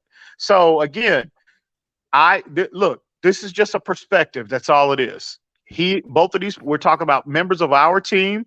Both of them are employed by the Miami Dolphins. This is just another perspective. But with that being said, Mike McDaniel, from his standpoint, and I've been consistent about this as well, what would be the biggest feather in his cap as a first-year head coach, right? Trying to earn his stripes in this league. Maximizing Tua and getting him to reach a ceiling, that would be a huge project. That would be a huge, feather in his cap. But which one is bigger? The Tua narrative or taking a 7th round pick and turning him into your starting quarterback? And what if he can make Skylar into a highly, highly productive starter in this league? To me, that's the story. That guy will ride your career with that guy to literally his career would take a huge leap. Absolutely. So, it's what it is. Hey, listen, we'll see how this unfolds and, we'll see what the regular season brings. We'll see what the product looks like on the field. But, I agree with you 100%. I just, from the first time when I saw Skylar, I said, man, this kid, he looks like he's got something there. I just don't know what that is. And I don't know how high a level that something can get to. But he clearly is showing a lot of promise at this stage, bro. Clearly. Boy. And to hear Chris Greer, to hear both of them talk about how listen to the chatter about how other organizations are viewing him now. You know what I mean? And I know they're like, I'm sure the conversation was like, how the hell did we miss on him? I got to go question my scouting department. How did you let this kid? And I know it's premature, it's early, but I know that conversation. I know they had to let him know, man, bro, we missed on him. You know, if they're telling him you would be foolish and a buffoon to let him go, again, I know they had to add into the conversation. Man, I don't know how we let this kid just, you know, slip through our fingertips. So you remember what I told you. You got these quarterbacks that come from the big schools that have everything around them. And I have more respect from the guys who come from the smaller schools because look, Alabama got 5 stars all across the roster. But you got a kid like Skylar Thompson with all the 3s. You see what I'm saying? And if you can find intangibles and things and guys like that, people don't know how to measure that talent. Yeah. Yeah. Even scouting departments struggle, you know, managing that like actually evaluating that talent because they don't see the numbers translate. But whoever, do you even know who found this guy?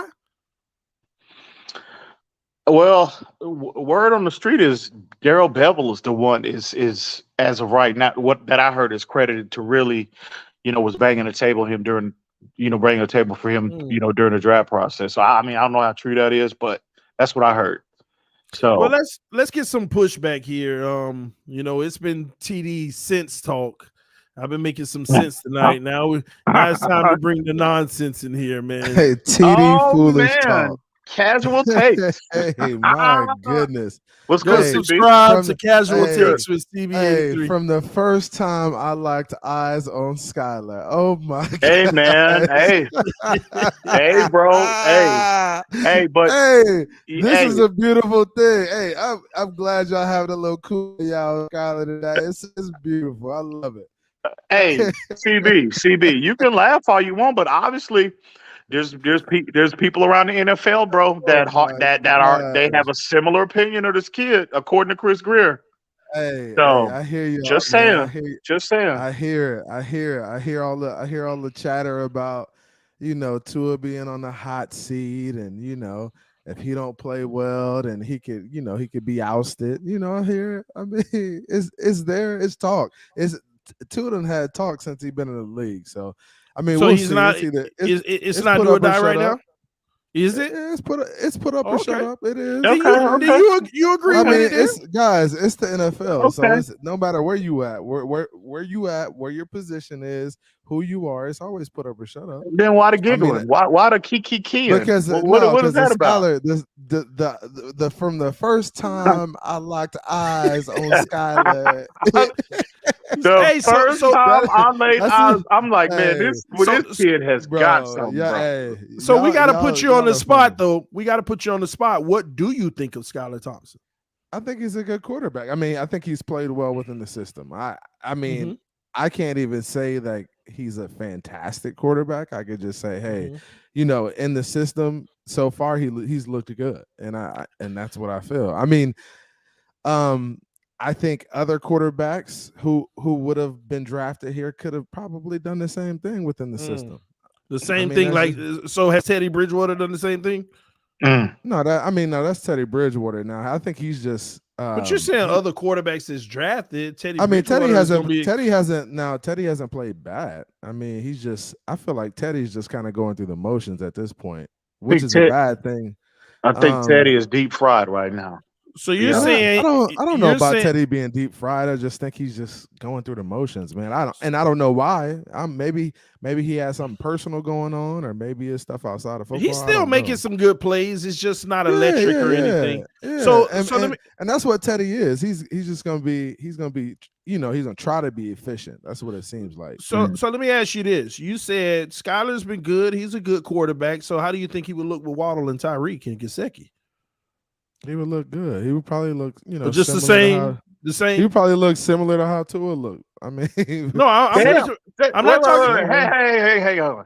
Hang on. Got him. No, I mean, it's the system. It's the system. Hey, bro. mute him for a minute, TD. Mute him for a minute. How you gonna mute me? Got him.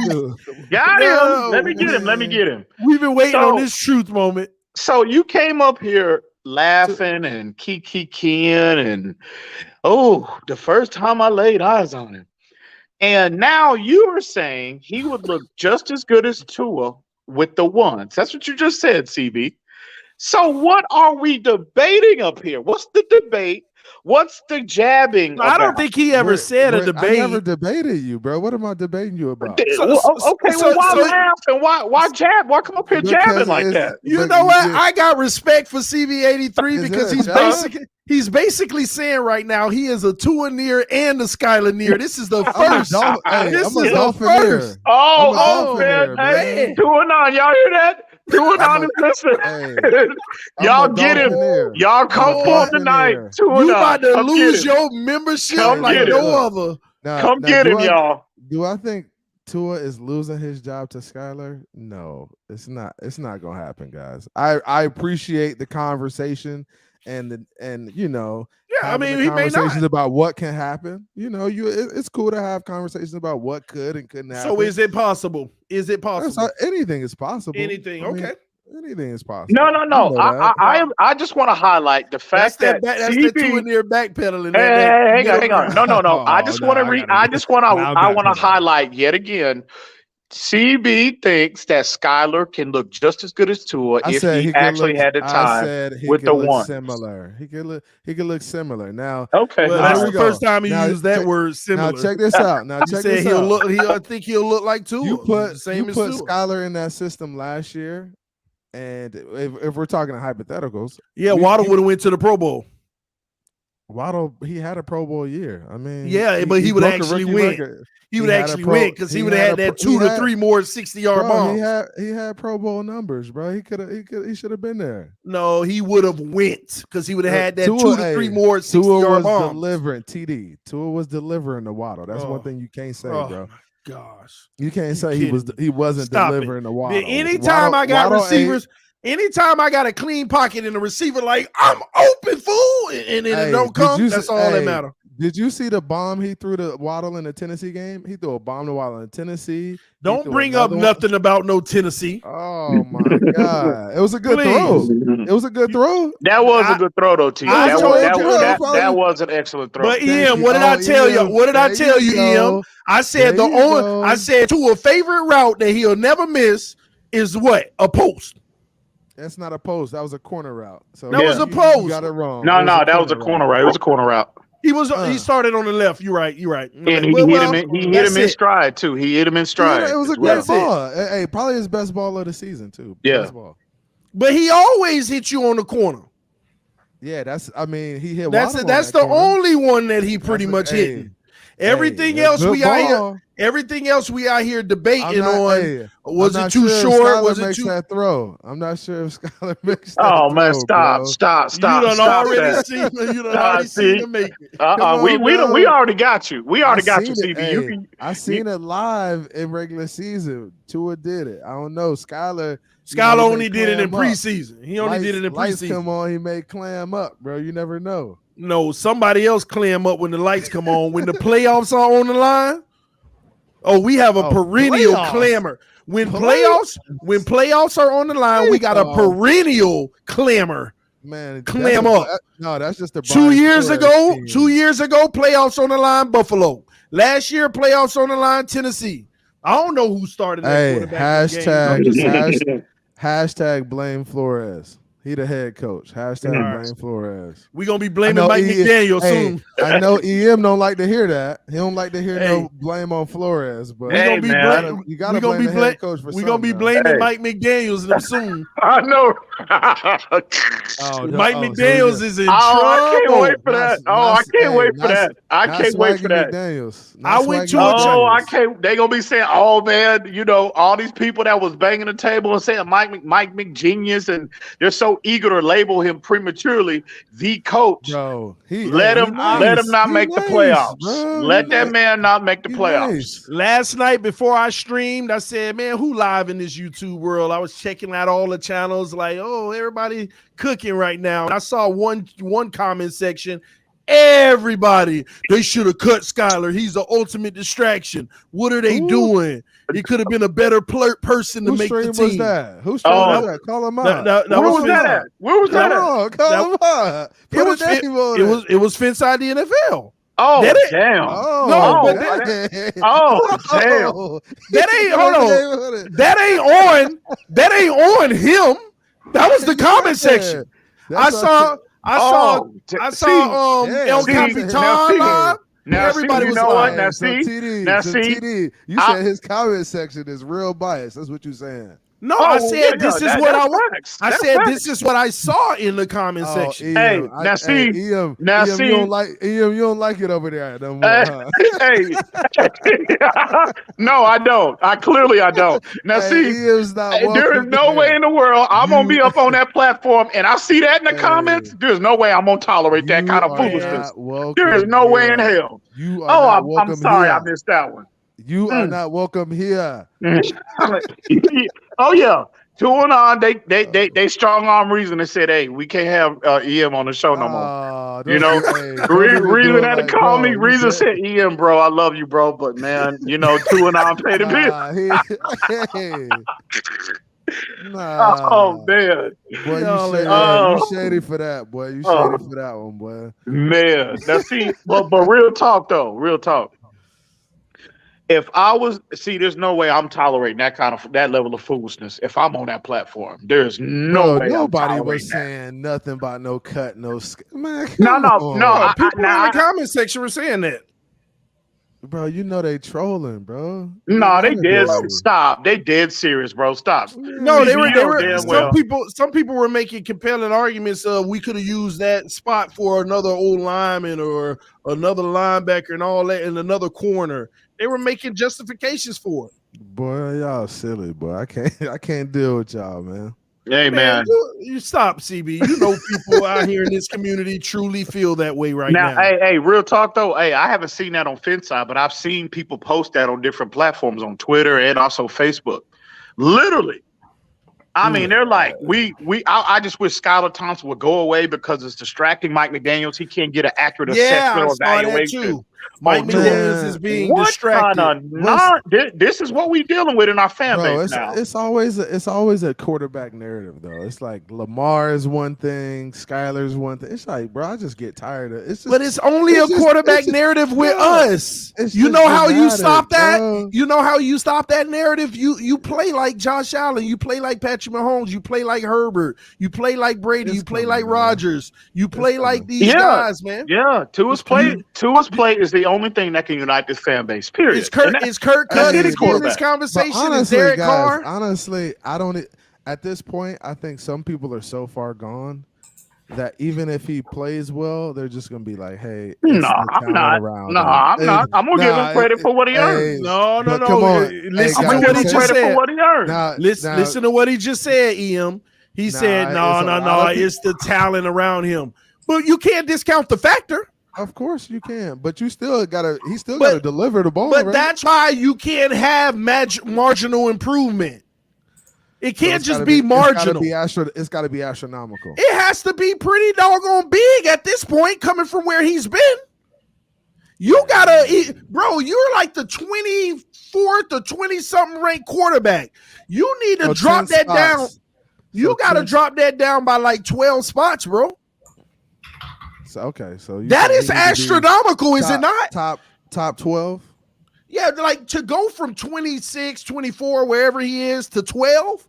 Do you know how big of a leap that is? 12 jumps. That's really not. I mean, in terms of numbers, I don't think it's that big of a leap. Why it ain't that big of a leap whenever you got 12 people between you and a few behind you that's also supposed to make a jump? And also, CB, think about this for a minute. Think about the numbers that he would have to put up to be considered a top 12 guy. You got to hit the 30 touchdown realm. You have to, right? 4,000 plus yards. Doable, bro. That's too. Hang on. 68 plus percentage completion percentage.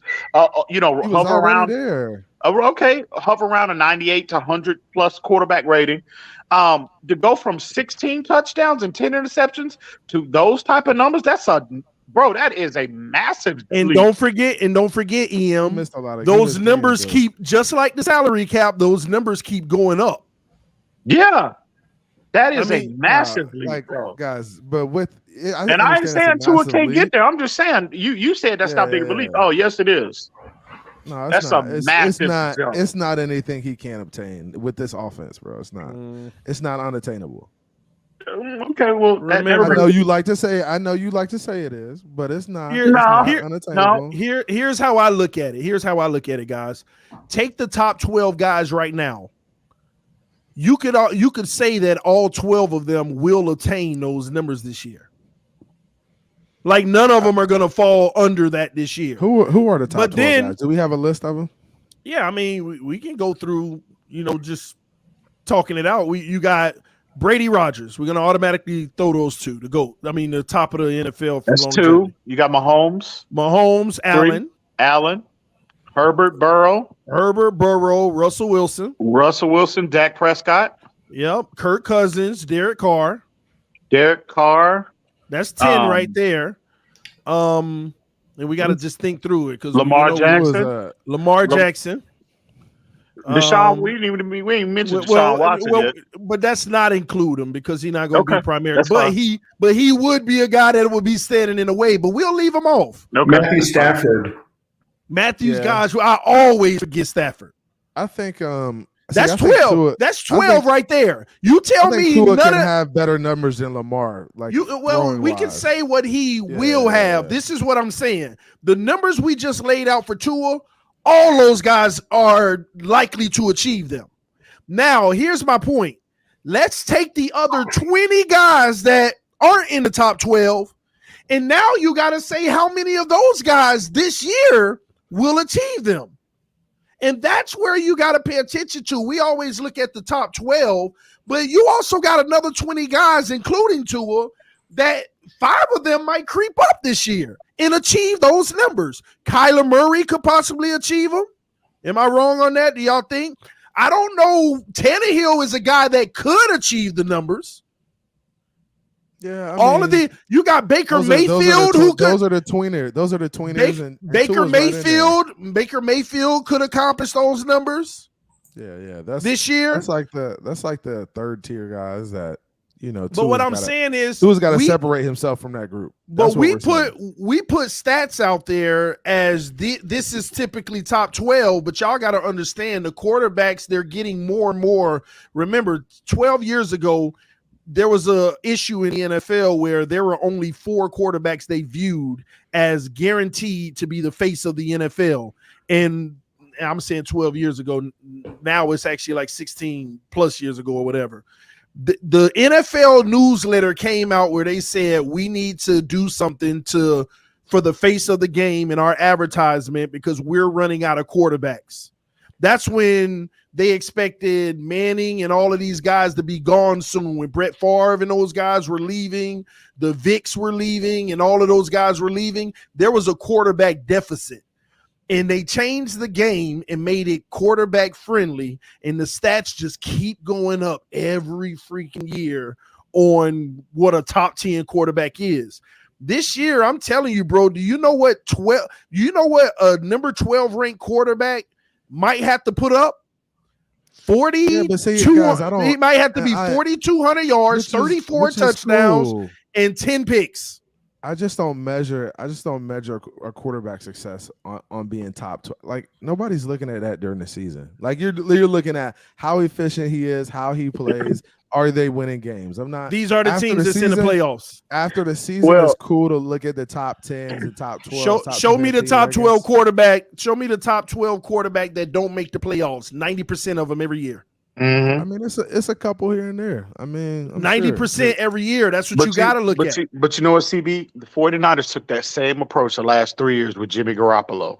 And they looked at him. They won, though. They didn't win it, but okay. Well, they decided at the same time they were winning still, but they decided now did they really decide? They decided to trade an entire draft to move up to 3 to draft a more talented option. That's what they did. Now that's what teams are going to do. Teams are always looking for a cheaper, better option. Guess what? And the Rams did okay. The Rams, I'll give you the LA Rams. They were in the Super Bowl. What?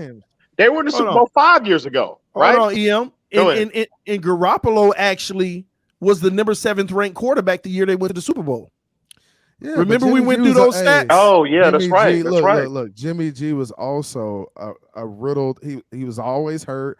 It was always Yeah, we something get with that. him. Of It's course. the injury. What about the LA Rams? What about the Rams with Jared Goff? $25 million a year. Okay, what about Jared Goff? Yeah, you're looking at one-offs, bro. You're looking at situations where the quarterback is replaced because he wasn't good enough to get it done in a big game. That's kind of rare. There's only a couple situations like that we could point out, Ian. So, I mean, you're not telling me anything when you say that. When you tell me about Jared Goff and when you tell me about Jimmy G. Who else is replacing their starting quarterbacks with younger guys? Like, it's just who else has a quarterback like that? They tried to do it. Look, this is what they tried to do with Aaron Rodgers too. They tried to do with Aaron Rodgers. They drafted Jordan Love. Hey, Aaron Rodgers is like, why the hell are you drafting this kid? Because you can retire at any time. Yeah. Right. What are you? This is a different.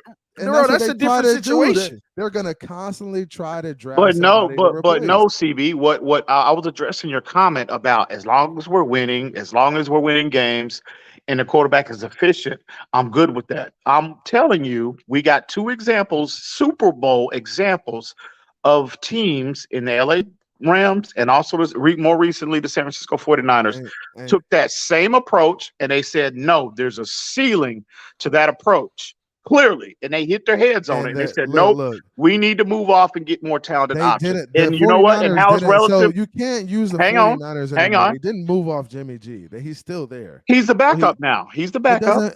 He's the security blanket. They tried to move off of him. They tried. Just in case Trey Lance fall on his face, he's there to catch him. So they replaced him. He's been replaced as the starter.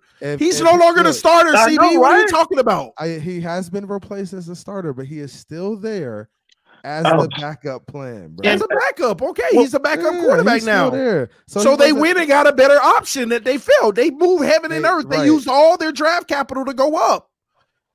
Right. Because they felt that this guy was not talented enough. No, and so it's not about no. Look, and we don't even know if that's is going to work out for them.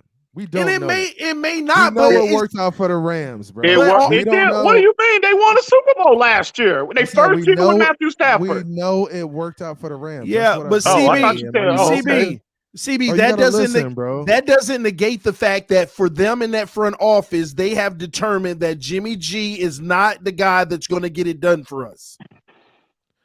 They've determined that.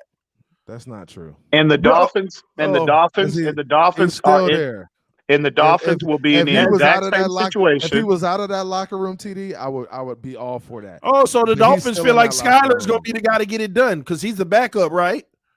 If Tua is not there, they feel like he's the guy, and Teddy B, because Teddy B there too. Don't forget about him, bro. Like it's only Skylar in the locker room, bro. You are tripping. You do not use 3 first-round picks to move up and get a guy, and you're saying that it's not true that they don't believe Jimmy G's the guy. I know, right?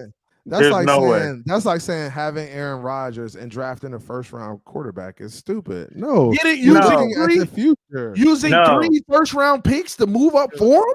You're looking at your future, man. You're trying to figure it out. Jimmy G, like I said, getting paid a lot of money. Also, not $6 million. $6 million. Now he's getting $6 million. He was getting $25 million a year. Exactly. Bro. And another reason they didn't think he was a starting caliber quarterback. He went from $27 million is what his contract would have guaranteed him. Paid big money, 6. bro. Teddy Bridgewater make more than him.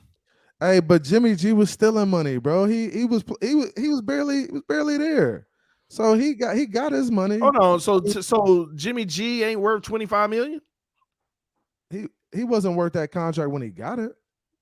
I mean, you go to a Super Bowl? Hey, he wasn't when he got it. He was hurt for a full year. I'm trying to figure out what CB's point is. What's your point? Yeah, I don't got no point. You just all over the place, bro. I'm just telling y'all how it is. You arguing the argument. I mean, man, you came up here laughing, jabbing, and it turns out that you actually agree with the assessment of Skylar Thompson. You agree. So games, man. I love this, man. I mean, what's the point here? Right? No point, bro. So let's go Skylar. Let's go Skylar, right? Skylar will be around, man. He'll wait in the wings, and if Tua drops the ball, then he'll pick it up and run with it, man. That's how the NFL is, man. Damn, you hear him? He said pick up and run with it, TD. So he not gonna hand it back to Tua? Teddy might pick it off first, though. He might pick it up first. If Skylar winds up being a starter in some way, and we don't know how that might happen, it could come in a variety of ways. So what you're saying, CB, is that if Skylar gets the opportunity and gets elevated to the ones, he's not going to relinquish that starting role back to Tua? I'm not saying that. Is that what you're saying? I don't know that. You just said he was going to pick up and run with it. That's what you said. I don't even know. Look. Do you guys think that he will be the number 2 over Teddy? Oh yeah, I think he is now. He is, but they won't say it. He is now, bro. He's clearly earned that. He's clearly earned it. So if Tua go down week 1, who going in the game? Teddy. Okay. I think Teddy going in. You think so? Okay. I think so Teddy because they're not. Why do they have to rush Skylar? Next year is the year that they're going to want to try to get a look at him somehow. But if he's playing well, TD, why are you going to punish the kid? Why are you going to punish him? Well, you got to look at it. They're going to maintain this Tua starter and Teddy experience narrative. They're going to maintain that because if you jump doing that Skylar, to the detriment of the team, fellas. If you jump Skylar to number 2 and put that man in the game, and he actually just imagine something happened in week 2, and Skylar comes in. That's the case. No, I'm just saying. Say something happens. Put it like this: last year, Tua goes down versus Buffalo. And Skylar is the guy that just like what's his name last year? Brissett. Instead of losing those 7 games, Skylar won 4 of them. Oh, bro. You getting chopped up in the comments, CB. That ain't nothing new to you. It's a you wrap. getting chopped up in the comments. Go ahead. They chopping your behind up right now. I'm not like emotional. I don't listen to the comments, man. I hear you. That's what's up. Don't worry about they chopping your behind up warriors. right now. I don't care about them keyboard warriors. Tell them to get up on the panel if they want to holler at me, man. I hear you. That's what's up. Von Joe is the most cowardice dude of all time. What? When you get up and talk, VJ, you hear him? You hear him, VJ? Damn. Hey, VJ, put down the bottle and get up VJ, on the panel, he calling you out, man, VJ. He calling you out. I ain't scared. I ain't never scared of that, man. Talking about clanging and banging. Nigga. That's my initials, boy. CB, clanging and banging. Yeah. Let's go, Von Joe. Yeah. Clanging and banging for Skylar Thompson, baby. That's CB. I know, right? Takes, y'all. So I'm just glad. I'm just glad now. I'm just glad in all seriousness. I'm just glad, CB, you're starting to admit what your eyes are telling you when it comes to Skylar. Because obviously you see. Obviously, you put down your Tua fandom. You put down your Tua fandom, right? And you said, you just keeping it real about what you're seeing with this kid. Y'all revoking my 2-9 card. Y'all. Yeah, it's been revoked now, man. I'm chopping you up, bro. Y'all boys ain't right, man. Hey, I was gonna ask you, CB83, how do you feel that now Tua has made the squad? How do you feel now that Tua made the team, given his performance in the last 2 years? Bro, you must be on cloud 9 right about now. Where's the Westbrook meme? What, bro? What are you talking about? Make the team? Come on, I'm just saying. man. You got to be on cloud 9 right about now. He actually made the 53-man roster, man. Tua about to leave us to the promised land. Watch next week. Y'all watch next week, boy. Tua Near's gonna be out in full force when they name Tua captain, boy. Man, got the captain. Hey, I remember when he didn't get named captain. TD, there was somebody out in full force saying, "I can't believe he ain't no captain. I can't believe." Hey, you know what? I really would like to see. They ain't gonna make that mistake again, bro. I would like to see. I would like to see who our captains were. Hey, he better, EM, he better be a captain this year. Yeah, he's got to this year. He better be a captain. Yo, but I want my quarterback a captain. I'm sorry, that's just me. What would happen if Skylar was the captain? Bro, come on, bro. Stop trolling, bro. Hey, TD They cannot. said he won his teammates' respect. Man.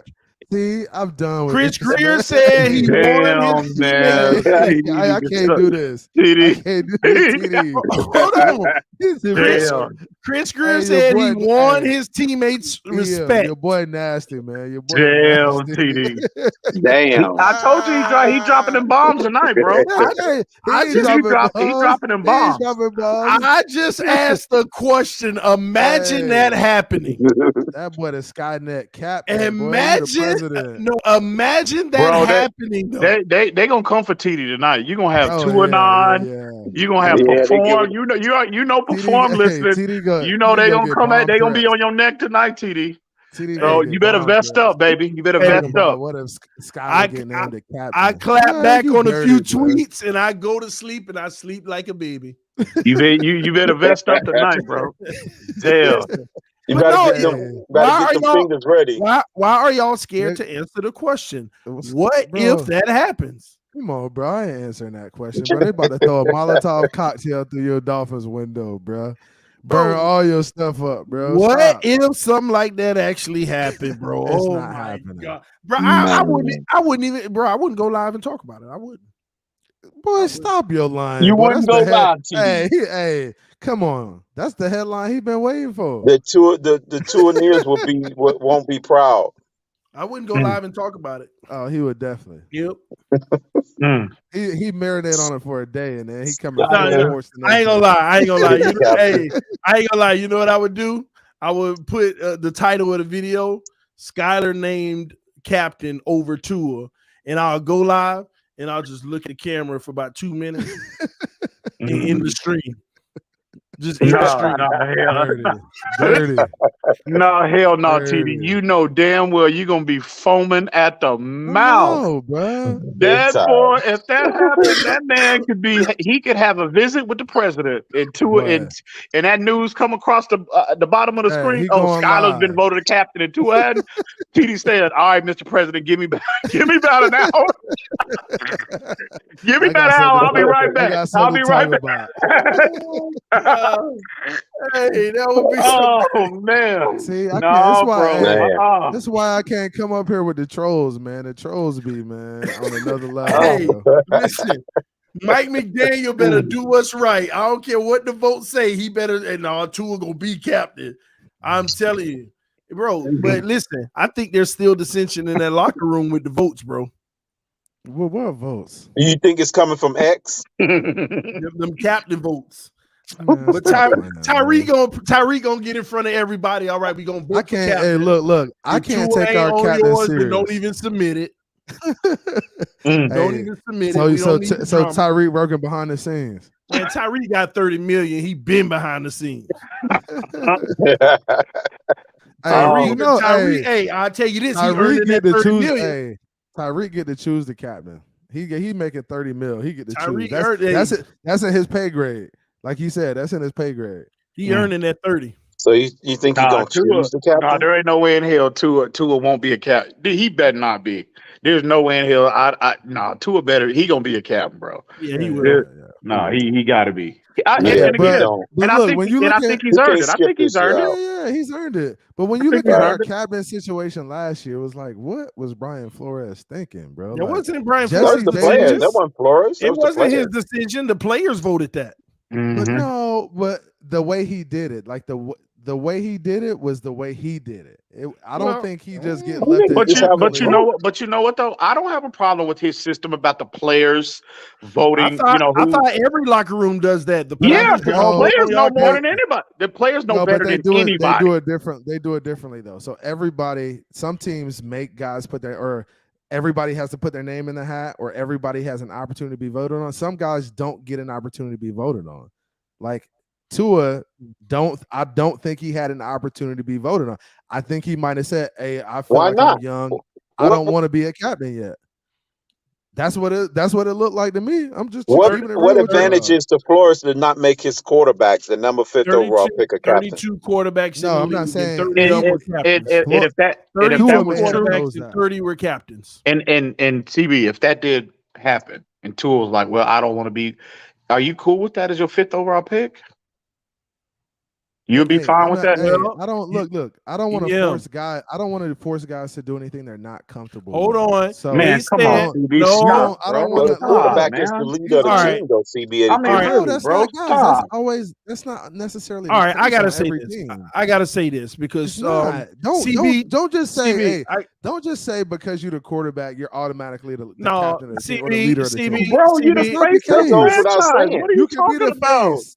Hold on. 32 quarterbacks and 30 of them was captains last year. Let me say this because CB is not representing Tua well tonight. So I'll say it for Tua.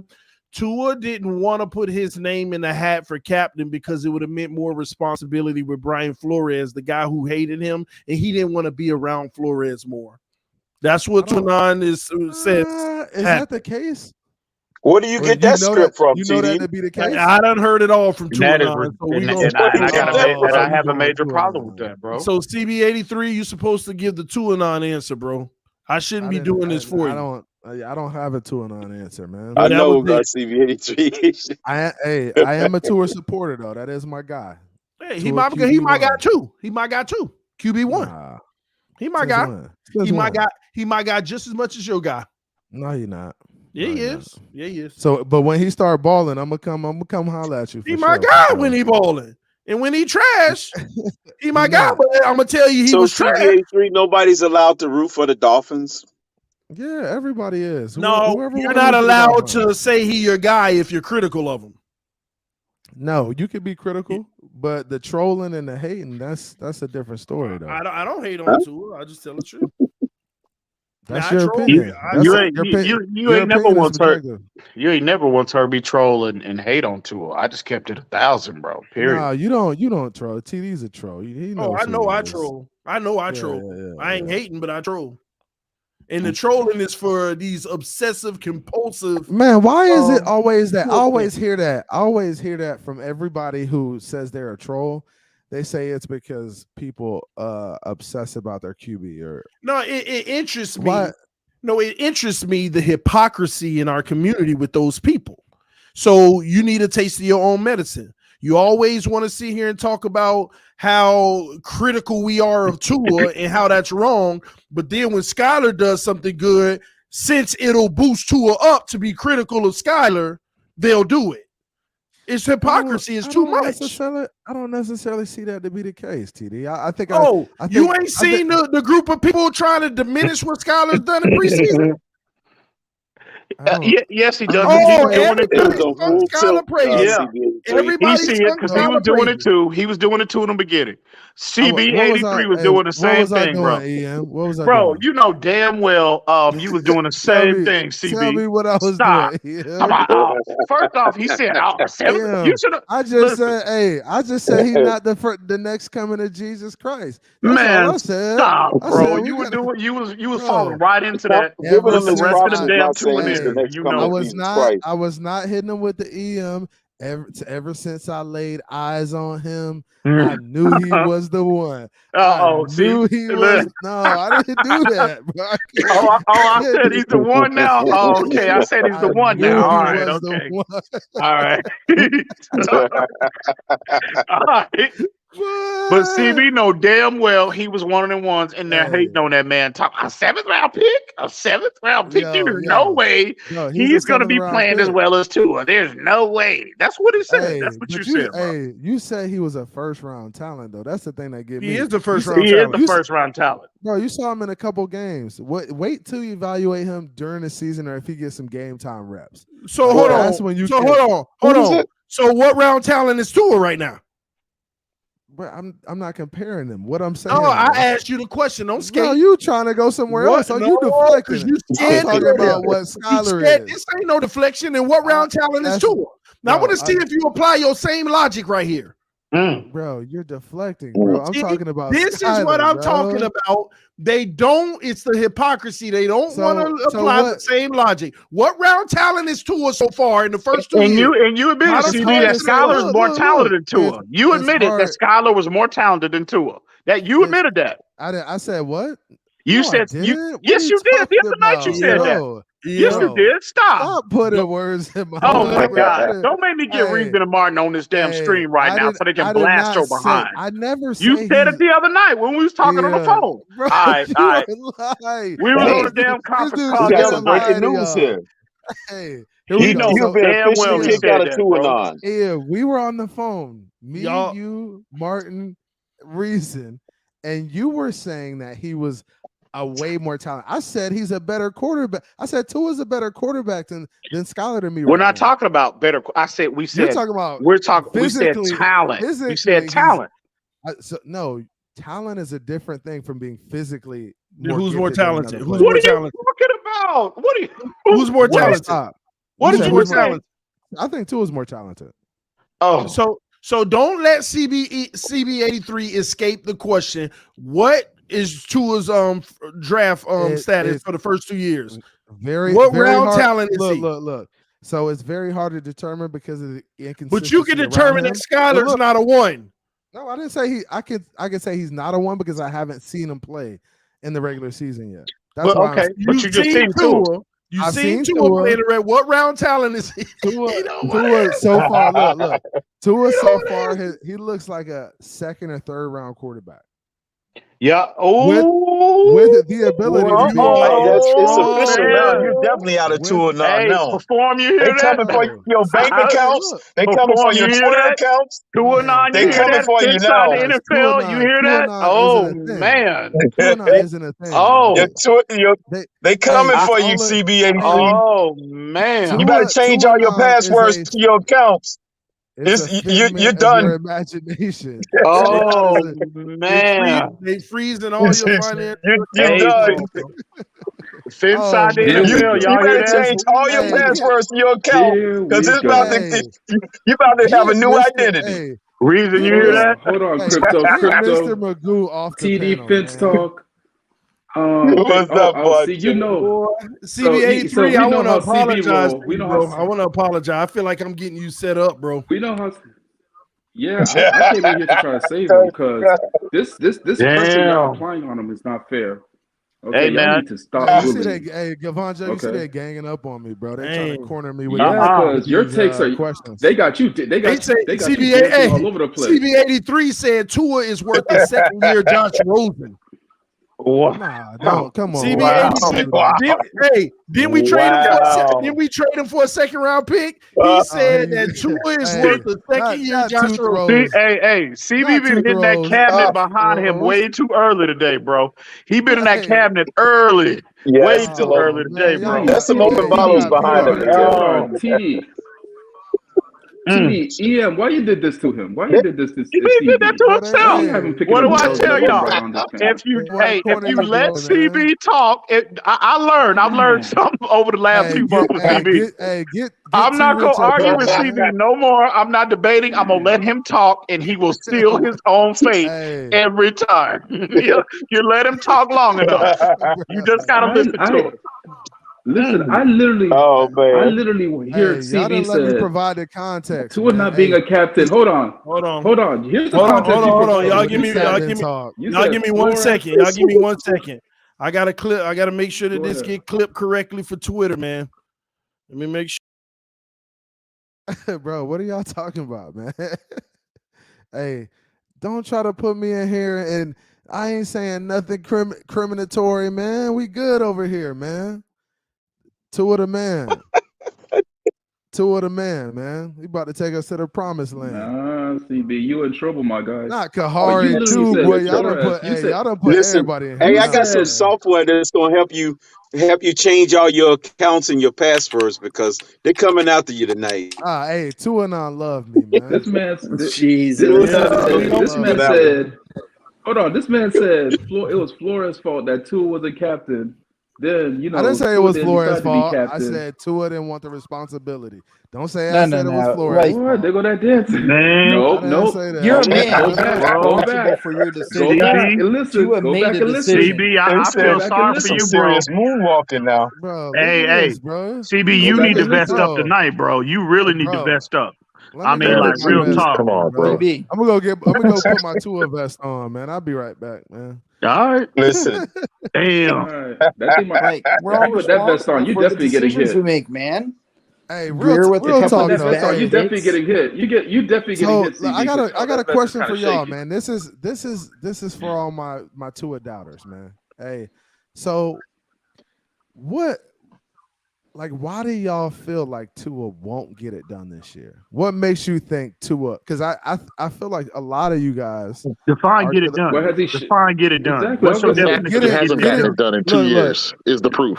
Is the reason. Getting it done consists of leading us to a double-digit win season and into the playoffs. So well, he did that. Playing, You can say that he did that 2 years ago. No. I'm saying getting us 10 into years. the We playoffs. had double-digit wins. But he never got us into the EM, Yeah.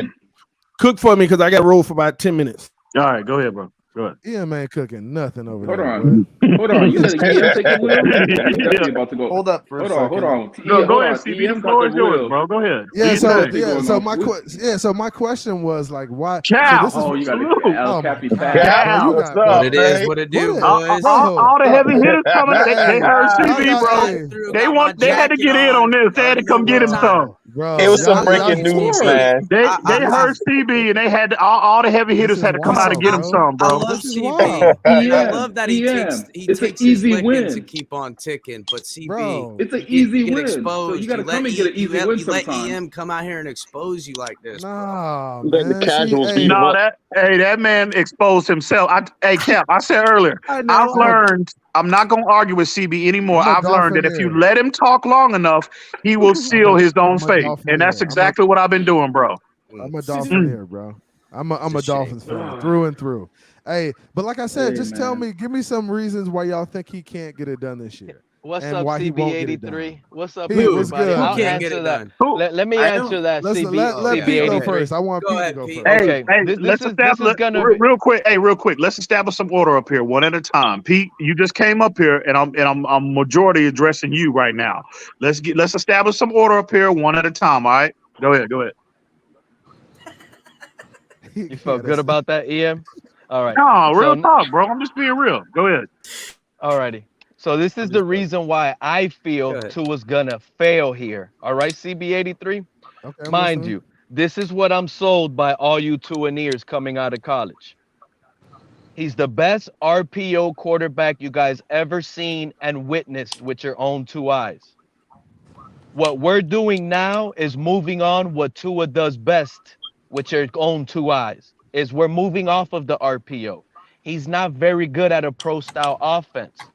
So to move to that type of offense and expect him to succeed where he didn't even succeed in an RPO, you're just asking for too much. When you got a 7th rounder that has already been playing NFL pro style college, and this guy is looking better than Tua. The best quarterback on the roster right now, whether anybody wants to tell me anything, it is Skylar Thompson.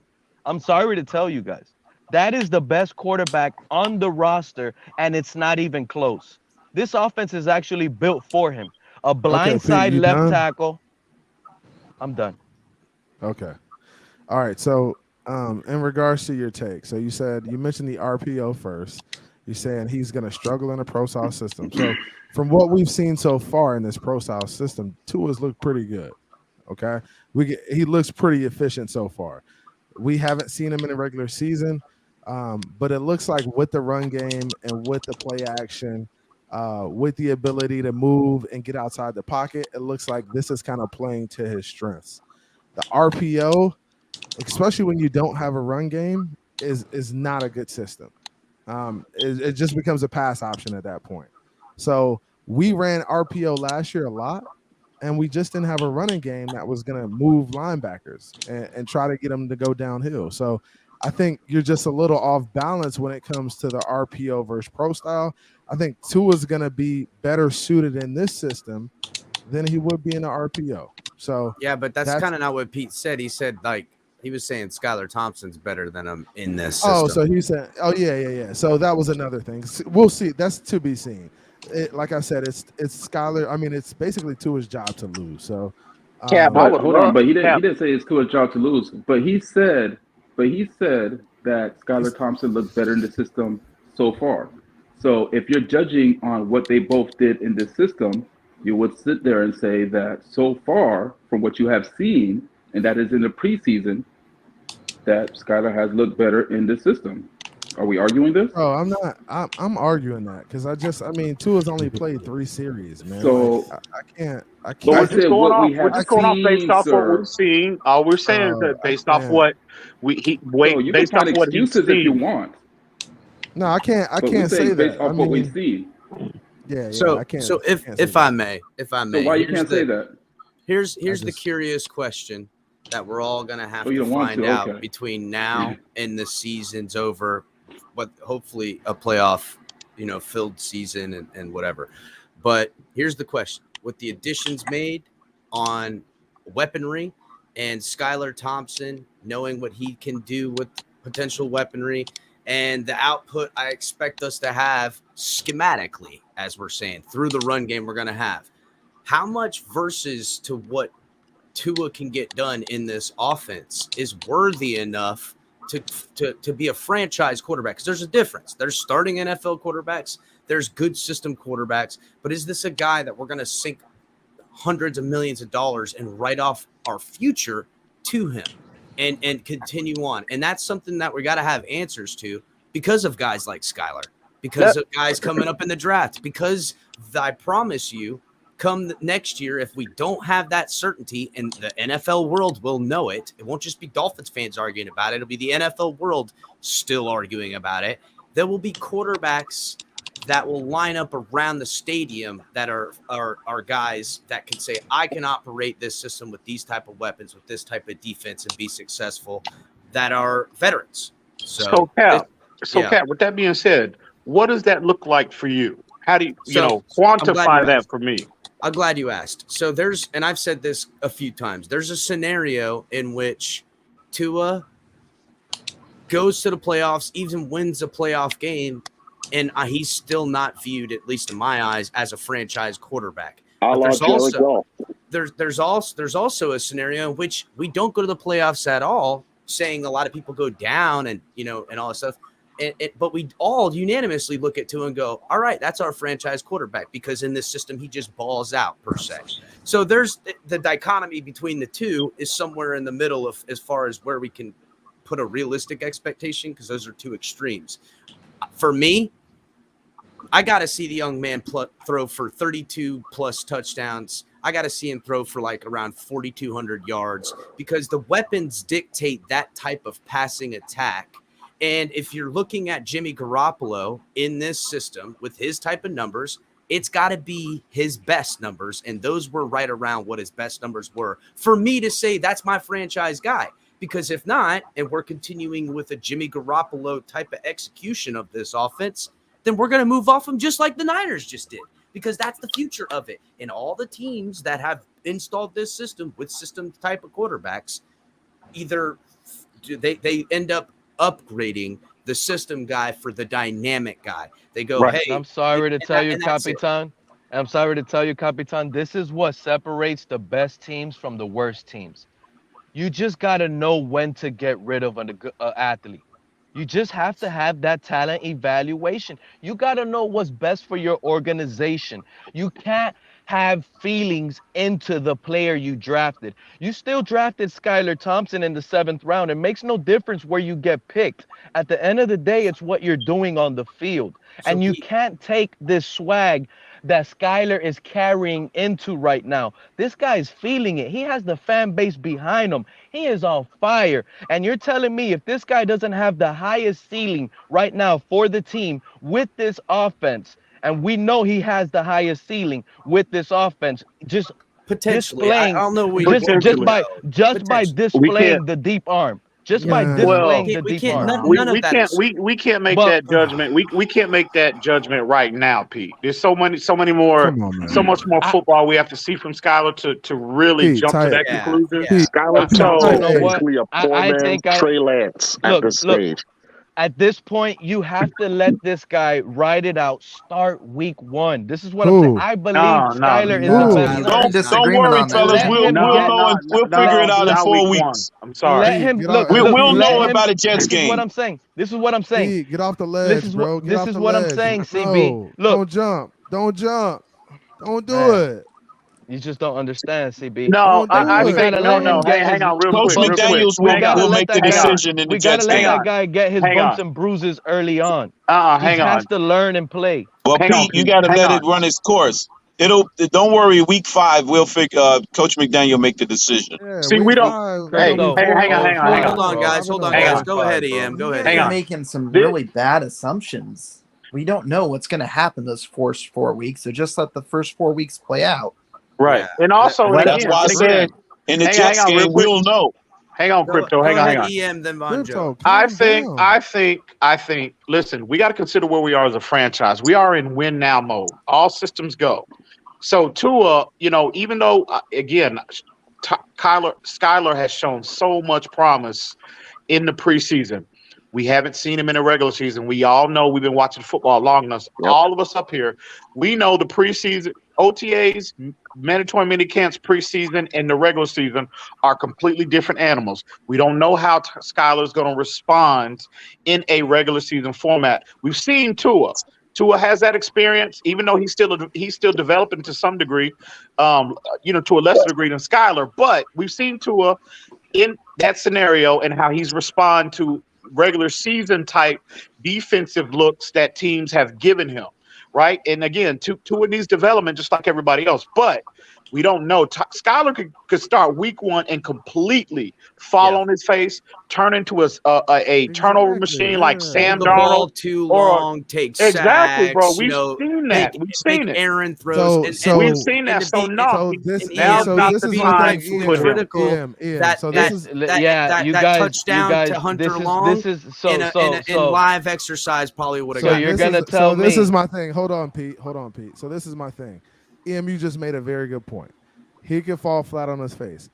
I don't understand why everybody can't fathom that on this panel. Like, they can't fathom that Skylar could get in there and play bad. CB, what I think everyone's saying is that the likelihood for Skylar and Tua both falling on their face and or rising, it's all things are kind of equal at this point. And to Pete's point, and this is Pete says the right things kind of the wrong way sometimes, and I love Pete. No, he says the wrong things. He says the wrong things. What I'm telling you is this: is that when you evaluate a 5th overall pick being all things equal to a 7th round pick, you almost would defer to the 7th rounder because he's the one outplaying his picking status in that aspect. But here's my issue. Here's my little pushback to this. Here's my little pushback. I truly believe Skylar Thompson can handle a simplified offense and more. So if you're going to give him an easy offense to perform, just like you're giving Tua, since it's going to be easy for him, I think an easy offense, a safe, simplified offense for Skylar to warm him up, getting him started, is something you can open him up to in the season. Which is cool. You have to let this guy learn and play. He's not gonna start, Pete. Just go ahead and can that, bro. That's fine. I know he's not gonna start. I know he's not. The politics dictate he's not starting. Hang on, real quick. Hang on, Vonjo, go ahead, bro. You had your hand up. Go ahead. Vonjo got his big ass hand raised. Take up the whole screen. I know, right? Go ahead, bro. Go ahead. Well, I gotta treat you guys like Twitter. You guys are out of control.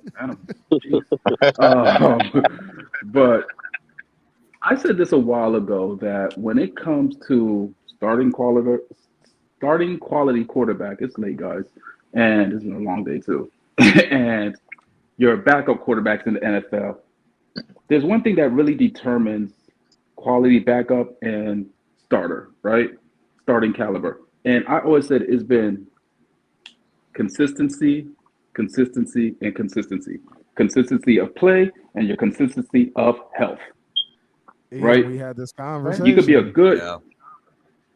And so far, when I take a, you guys had this conversation, and I was in preview to it. Yeah, that's we haven't had it yet.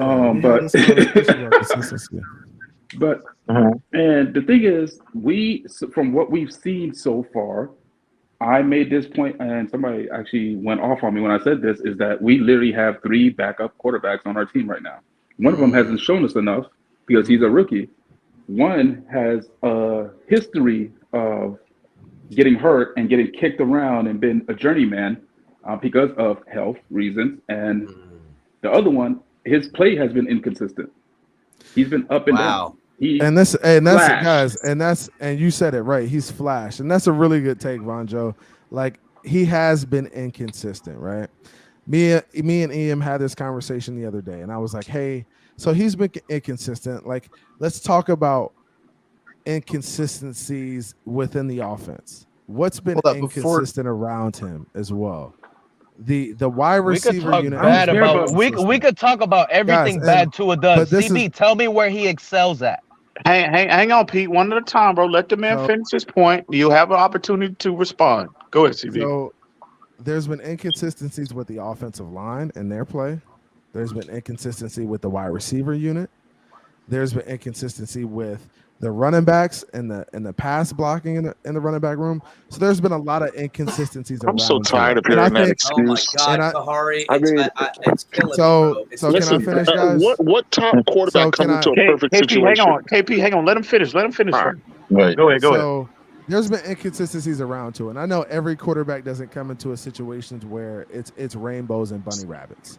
But usually you don't put your first round pick in the game with a 32nd ranked O-line, with a receiver unit who's been dismantled and they can't be on the field.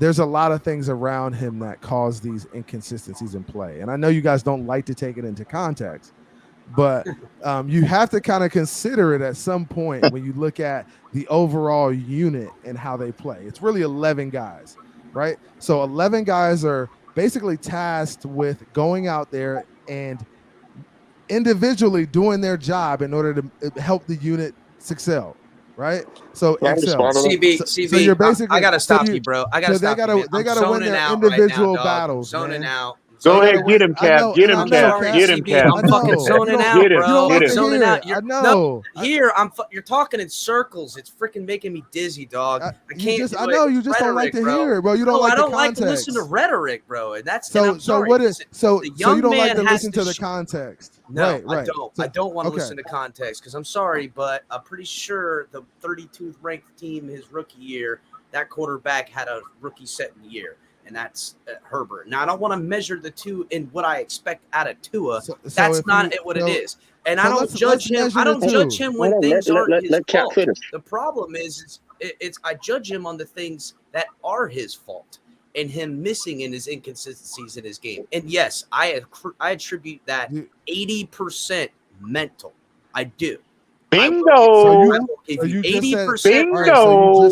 And that's okay. My problem is, and can I get in here? I haven't said anything really tonight. He said mental. He said mental, which is cool. So he said 80% mental. So obviously it's not something physically wrong with Tua. It's not that he can't make the throws. It's not that he can't go out there and get it done. It's that mentally you feel like he's shot or he's gunshot as a result of being in the system he was in last year. No, as a result to injuries, bro. As a result to injuries. So injury. Okay, so injuries. I think injuries is a part of it for sure. Well, I attribute it mostly to just, him being behind the 8 ball in terms of his ability to process at NFL level. That's what we all know. I've been consistent about this since we drafted him, since he became the starter. And it's okay and it's normal. But I think a lot of, the Tuaneers and the Tua extremists, the ones that want to make the consistent excuses, right? What he doesn't have around him, the support. And nobody's saying that's not important, CB. Oh, no. And I understand that, EM. It's rhetoric, bro, and it's excuses. Those are straight up excuses. So my thing, real quick. Hold on, CB. The ideal situation. Let KP talk. The ideal. Listen, the way you're spinning this is just a lame excuse because the ideal scenario is that you.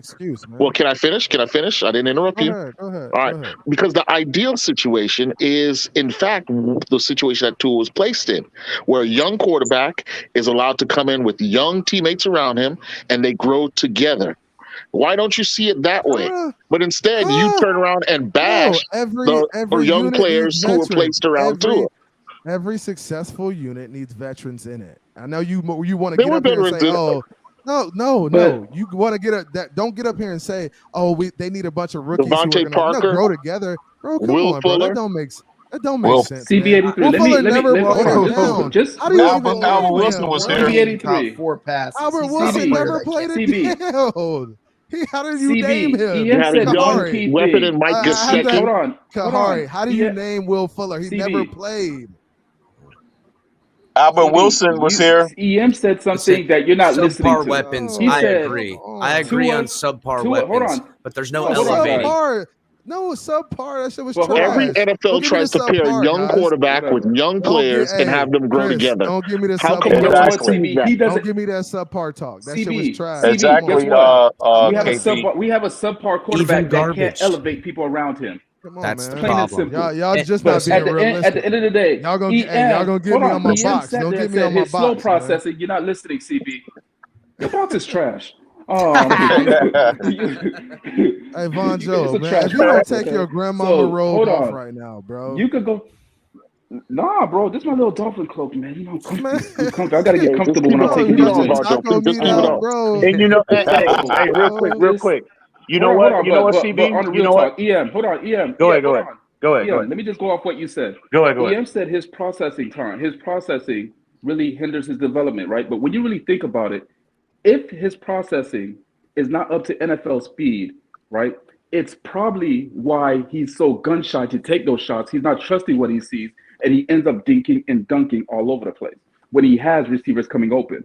Right. It could just be the processor. And that's just what running I just said. Again, that's him. But that's him. That's not the system. That's him. That's the offensive line. No, you're trying to blame everything around him. That's him being gun shy. That's what Chris just said. Chris just said, hey, listen, it's mental. No. Didn't Andrew Luck come in the league with a bad offensive line?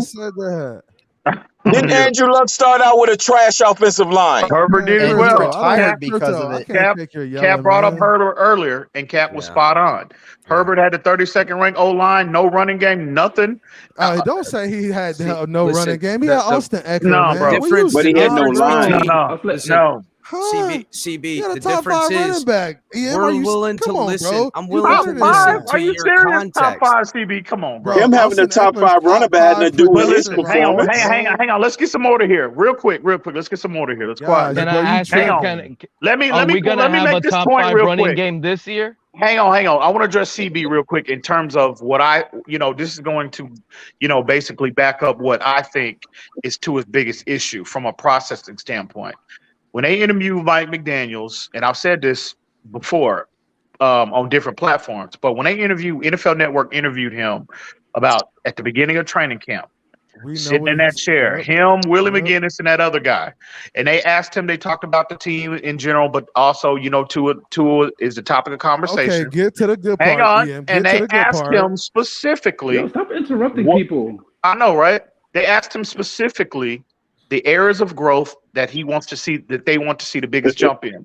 The first thing came out of that man's mouth was Tua needs to, and this is a paraphrase, but he mentioned timing, processing, evaluating all 3 levels of the field. That's what came out of his mouth, not mine.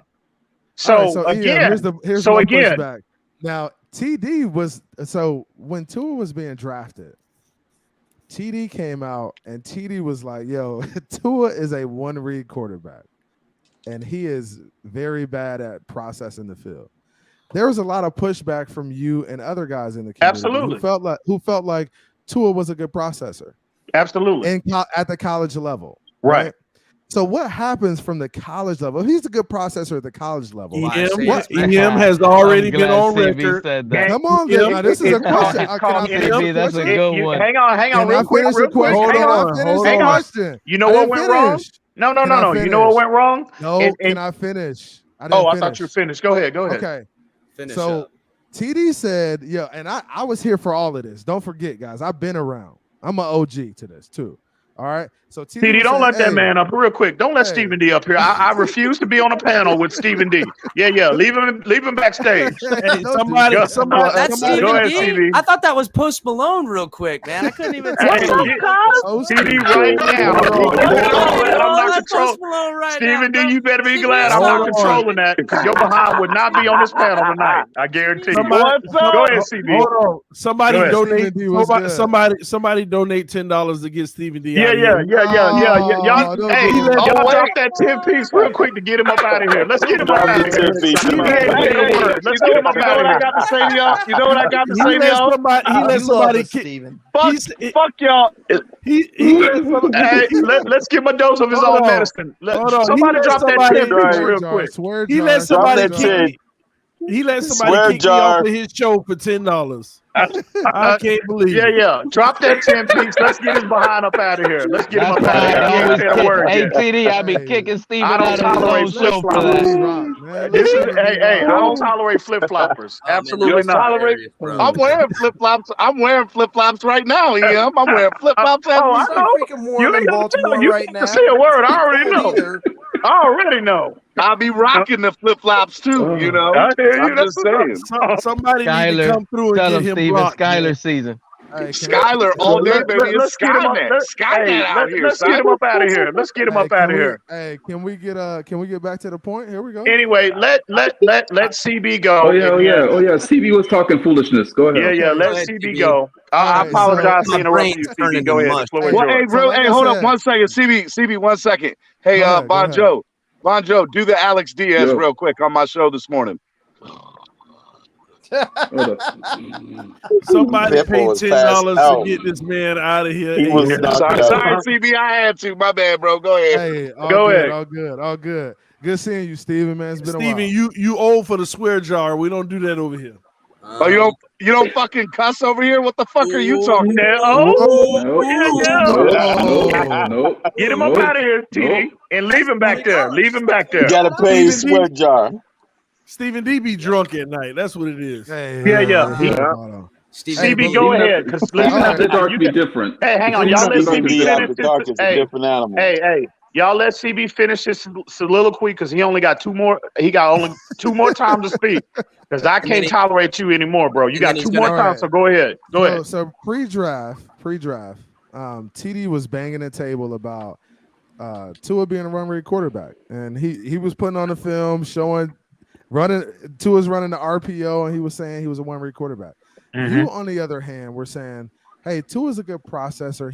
He's cerebral. He has the ability at the college level, right? At the college level to right. to break down defenses. Okay. So I'm trying to figure out what happens from between the leap to the NFL. So you know what it is, before I finish, okay, go ahead. I'm gonna say there's a lot of variables that tie into this, but. And it's a very complex answer. So you don't have to, it doesn't have to be simple, but you were saying that the dude could pick teams apart. He was just right. And he was just right. I was going to say, I'm like, who's been right up to this point? I'm sorry. So go ahead. I just want to. EM, please let me rock after you, EM. Please let me rock after you. All right. So at the collegiate level, Tua put that film out there that he can process at a collegiate level, right? And again, if you understand the nature of pre-draft evaluations, a pre-draft evaluation is to substantiate draft status. Nothing more, nothing less. We all know once you get drafted, there's a massive difference between a collegiate game and an NFL game. We can all acknowledge that, right? It should translate though, right? You should it should if you're a high draft pick, you should play at a high draft pick level, in theory you should, but not if in college you got all 5 stars. Well, listen, in theory you should. Hang on, let me finish. In theory you should, but if you go back in the history of the draft and if you remember, like when top draft picks or any draft pick for that matter, they get interviewed and always they ask them what's the biggest difference between the collegiate level and the NFL level. All of them say the speed of the game is like night and day. So that takes time to get acclimated to that to that level of speed, no matter what conference you come from on a collegiate level, bro. That's just a fact. So again, pre-draft 2020, Tua again. He showed Tua's tape next to Joe Burrow. Tua. What the hell y'all laughing at? Steven. They got Steven the hell out of here, man. Oh, damn. Bro, y'all try. Hey, he owns something, bro. Like real talk. But anyway, let me wrap it up. So now, and again, I think Tua really laughing hard as hell right now. So again, I just think Tua is he just has it's taken him longer than his counterparts, Joe Burrow and Justin Herbert, to get acclimated to the NFL application. Period. And it's not uncommon. Tua ain't the first, and he won't be the last. Bro, that makes sense. I just feel like no, it don't make sense. Maybe TD was just right. No, I'm not willing to go there for sure. No, EM, you have actually been on the record. Twitter him. EM has been on record. Damn well, I'm not willing to go there. EM has been on record saying that. TD, since day one, you've been right, and I already knew it. That's what it is. All joking aside. Hold on. Go ahead, Roger. I was gonna say, this is the, I think, third or fourth time I've heard you bring up this pre-NFL evaluation CB83. And again, there are scouts that get paid no, not here. I'm talking about since our conversations, sir. And you know this is not the first time you brought this up. Again, there are NFL scouts that get paid millions. There's GMs that get paid millions, right? To sit there and do pre-NFL college, and then you still get what? NFL bust. You know why? Because it's up to that player to translate. So if Tua doesn't translate into the NFL, guess what? It's on Tua. It's not on EM's evaluation. No, it's not on his evaluation. Why what changed? It's on the system, man. I'm just saying, that's what I want you guys to realize, man. You always going to the system. Hey. Hold on, y'all. The system failed Josh Rosen. Yeah. Exactly. It did. There you go. Well, would you agree with that, CB? CB, would you agree with that? He just said it did. No, hang on. CB, do you agree with that? You think the system failed Josh Rosen? It failed everybody, man. It failed everybody. Oh man! Hey, wow. When you so somebody get on a phone call and pick up Josh Rosen right now. Let's put Tua in New England. According to CB83, everybody is capable. Can we hypothetically put Tua in New England? The right system. We need to get Josh Rosen on the panel. he get quiet when you bring up Rosen, bro. He get quiet as a church mouth. He don't want to hear that Rosen slander. He don't want to hear that. I love Josh Rosen. I know. We know you love Baker Mayfield and everybody else too. I'm not afraid to say the quarterback version of Trent Richardson. But I will say this though. I will say this about Tua. Y'all are acting like Tua's evaluation is over. Hang on. Y'all are acting like. See, but Ian, did you hear that? What's that? What'd he say? Did you hear that? KP said he said Tua is like the quarterback version of Trent Richardson. Trent Richardson was a great NFL college running back. Came to the NFL, for the love of God, he couldn't find a hole to save his life. Nah, KP, you I got this. I was trolling Steve. He could have processed himself out of a paper bag. He could have processed it. Don't listen to that nonsense. He could have processed. Hey, but guys, let's hypothetically look. Let's hypothetically put Tua on New England. Is Tua as good as Mac Jones in New England under Josh McDaniels? That's a bad comparison. It's Tua was in New England. Why is that a question, guys? If Tua was in New England last year, he wouldn't have made the Pro Bowl. You think so? I know so, because he didn't make the Pro Bowl. Do we really know that? I mean, there was a game where he threw 3 passes and they still won.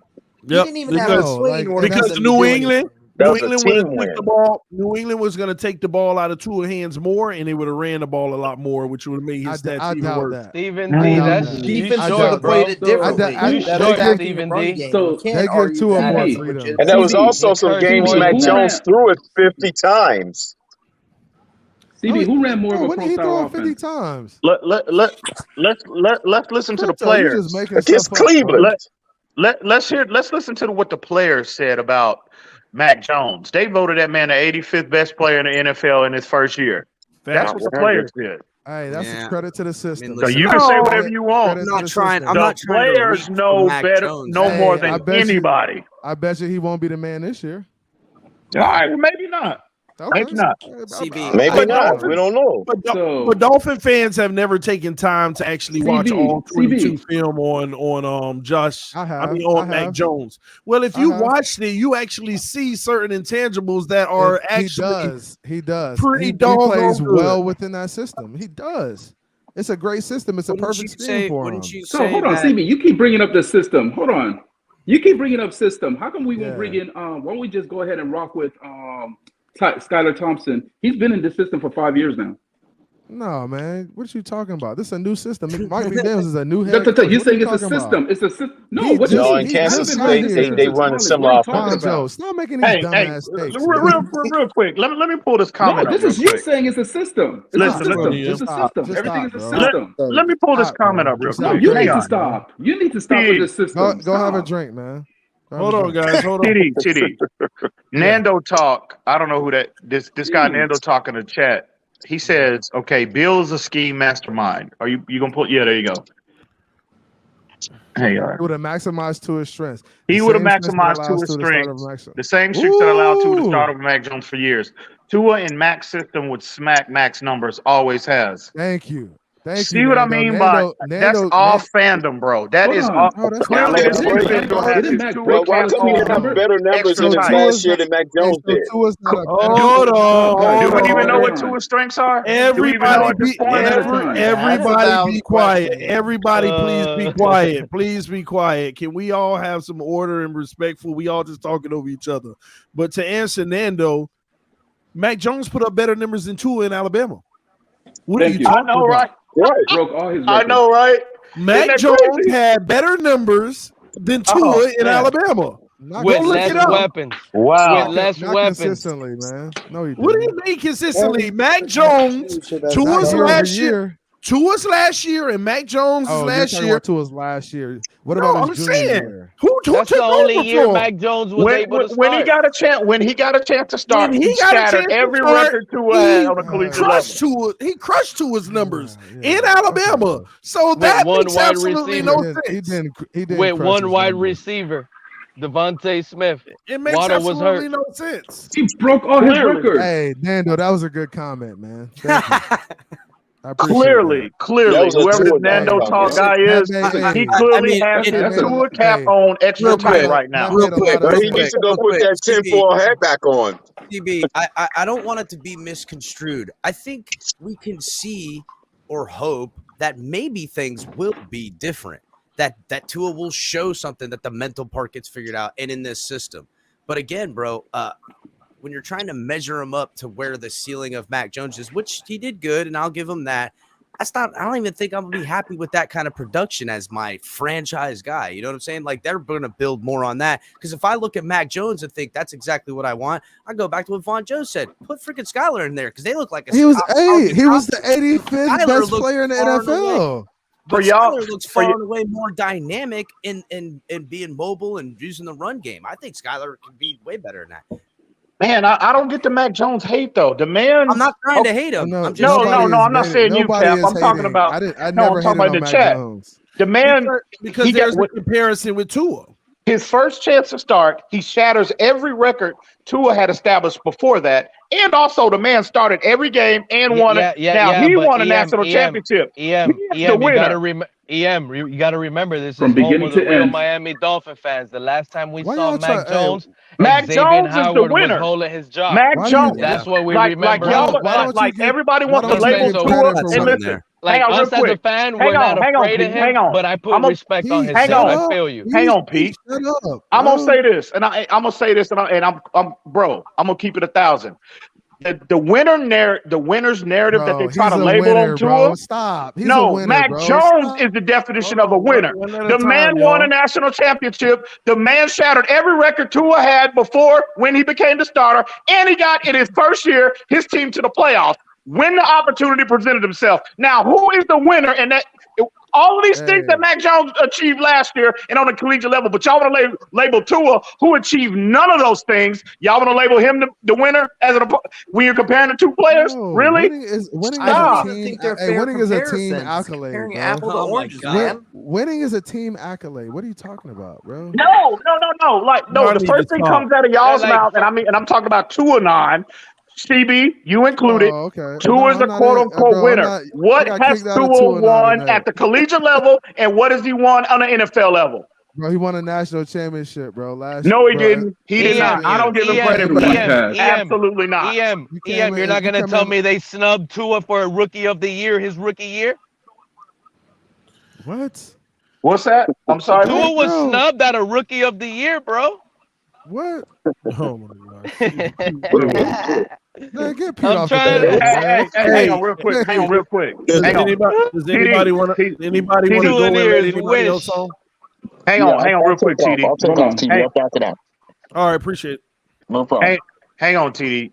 Hey, real quick. Hey, I'm tired of fighting y'all about the same. Because you talking crazy, bro. You tired of them L's. You tired of them L's. You finally got tired. Them L's get heavy, look, hey, Von Joe, remember earlier they were talking about system? Let me tell you, this is not Tua's system. That's it. It's a wrap. Like we got to come to fruition and understand. I know it's hard to breathe in and accept, but this is not Tua's system. It just is what it is. I don't feel like it's gonna. Okay, and this is the thing. You think the run, CB? You think the run game is gonna escape this guy and help him through the season? Yeah. You actually think an 8-year career running back with 1,600 career rushing yards in 8 seasons is gonna produce and help Tua? This season is going to have to come down to a quarterback's arm. It's not gonna be run game. We're gonna have to pass. It was 6 years, not 8. You need to start a block party real quick. Can we get a block party started real quick? You got a hole in the chat. You got a hole in the chat being very disrespectful. And his name is let me see, where's he at? Small, but this Bishop Sycamore's finest, but I call him Bishop Sycamore's worst. He in here being extremely disrespectful. Y'all need to get him up out of here. Hold on. Can you get that hoe up out of here real quick? Get that hoe up out of here. Out the club, huh? You get you need to get that block party started. Get him up out of here. I see what he wrote. what he wrote. Yeah, that's disrespectful. Bro. Get him up out of here. Hey, TD, go ahead and plug my channel, man. Get that hoe up out of here. Hey, listen, hold on. If y'all have to go to those extremes because you're mad about a opinion. Basically, that was very disrespectful of Bishop, whoever that is. So that's the type of stuff that gets you blocked. So mods, you saw what he wrote. Everybody else probably didn't. But that's just dirty. All right. Get them hoes up out of here. I didn't see it. Get them hoes up out of here. Get them up out of here. We're gonna need a swear jar on you soon. Yeah, we don't need to foment it. Don't foment it. Get him up out of here. Get him up out of here. Yeah, we need to work on your It's better communication if you skills, call him bro. an idiot. It's better if you call him an idiot, Ian. But real talk though, I mean, really, I just don't listen. And I'm not trying to make a Mac Jones and Tua debate. But those are the facts. Those are the facts, and they are undisputed. But a good portion of our fan base want to ignore that. You can't get mad at that good portion of the fan base if we're not fearing Mac Jones. As a Dolphin fan, there's no fear. But that's not where it's coming from. I know. That's why I said EM is right. But for that portion of the Dolphin fan base to not respect Mac Jones, they might not care or follow that team, so they don't care about those accolades. They just care as a Dolphin standpoint. We don't fear that quarterback like maybe we fear Josh Allen. And you want to throw in eye test? But here's the thing, Pete. How many people fear our quarterback? I'm just trying to speak for that type of portion of the fan base. Von Joe, you know what I saw last year from Mac Jones? If you want me to add a Mac Jones take. This guy, Jacoby Myers, on a third down, was being covered on the outside by Xavier Howard. And Mac Jones showed no fear and dropped it on a dime to Jacoby Myers on third down. Just hike, snapped it, boom, bye. Hit him for a first down, right over the shoulder near the sideline. You made it sound so good.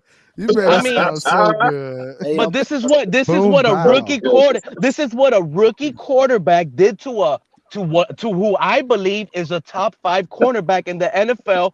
He should have been afraid to throw it to that side on third down. This is what I'm saying. I know. I respect Mac Jones' game. Oh man,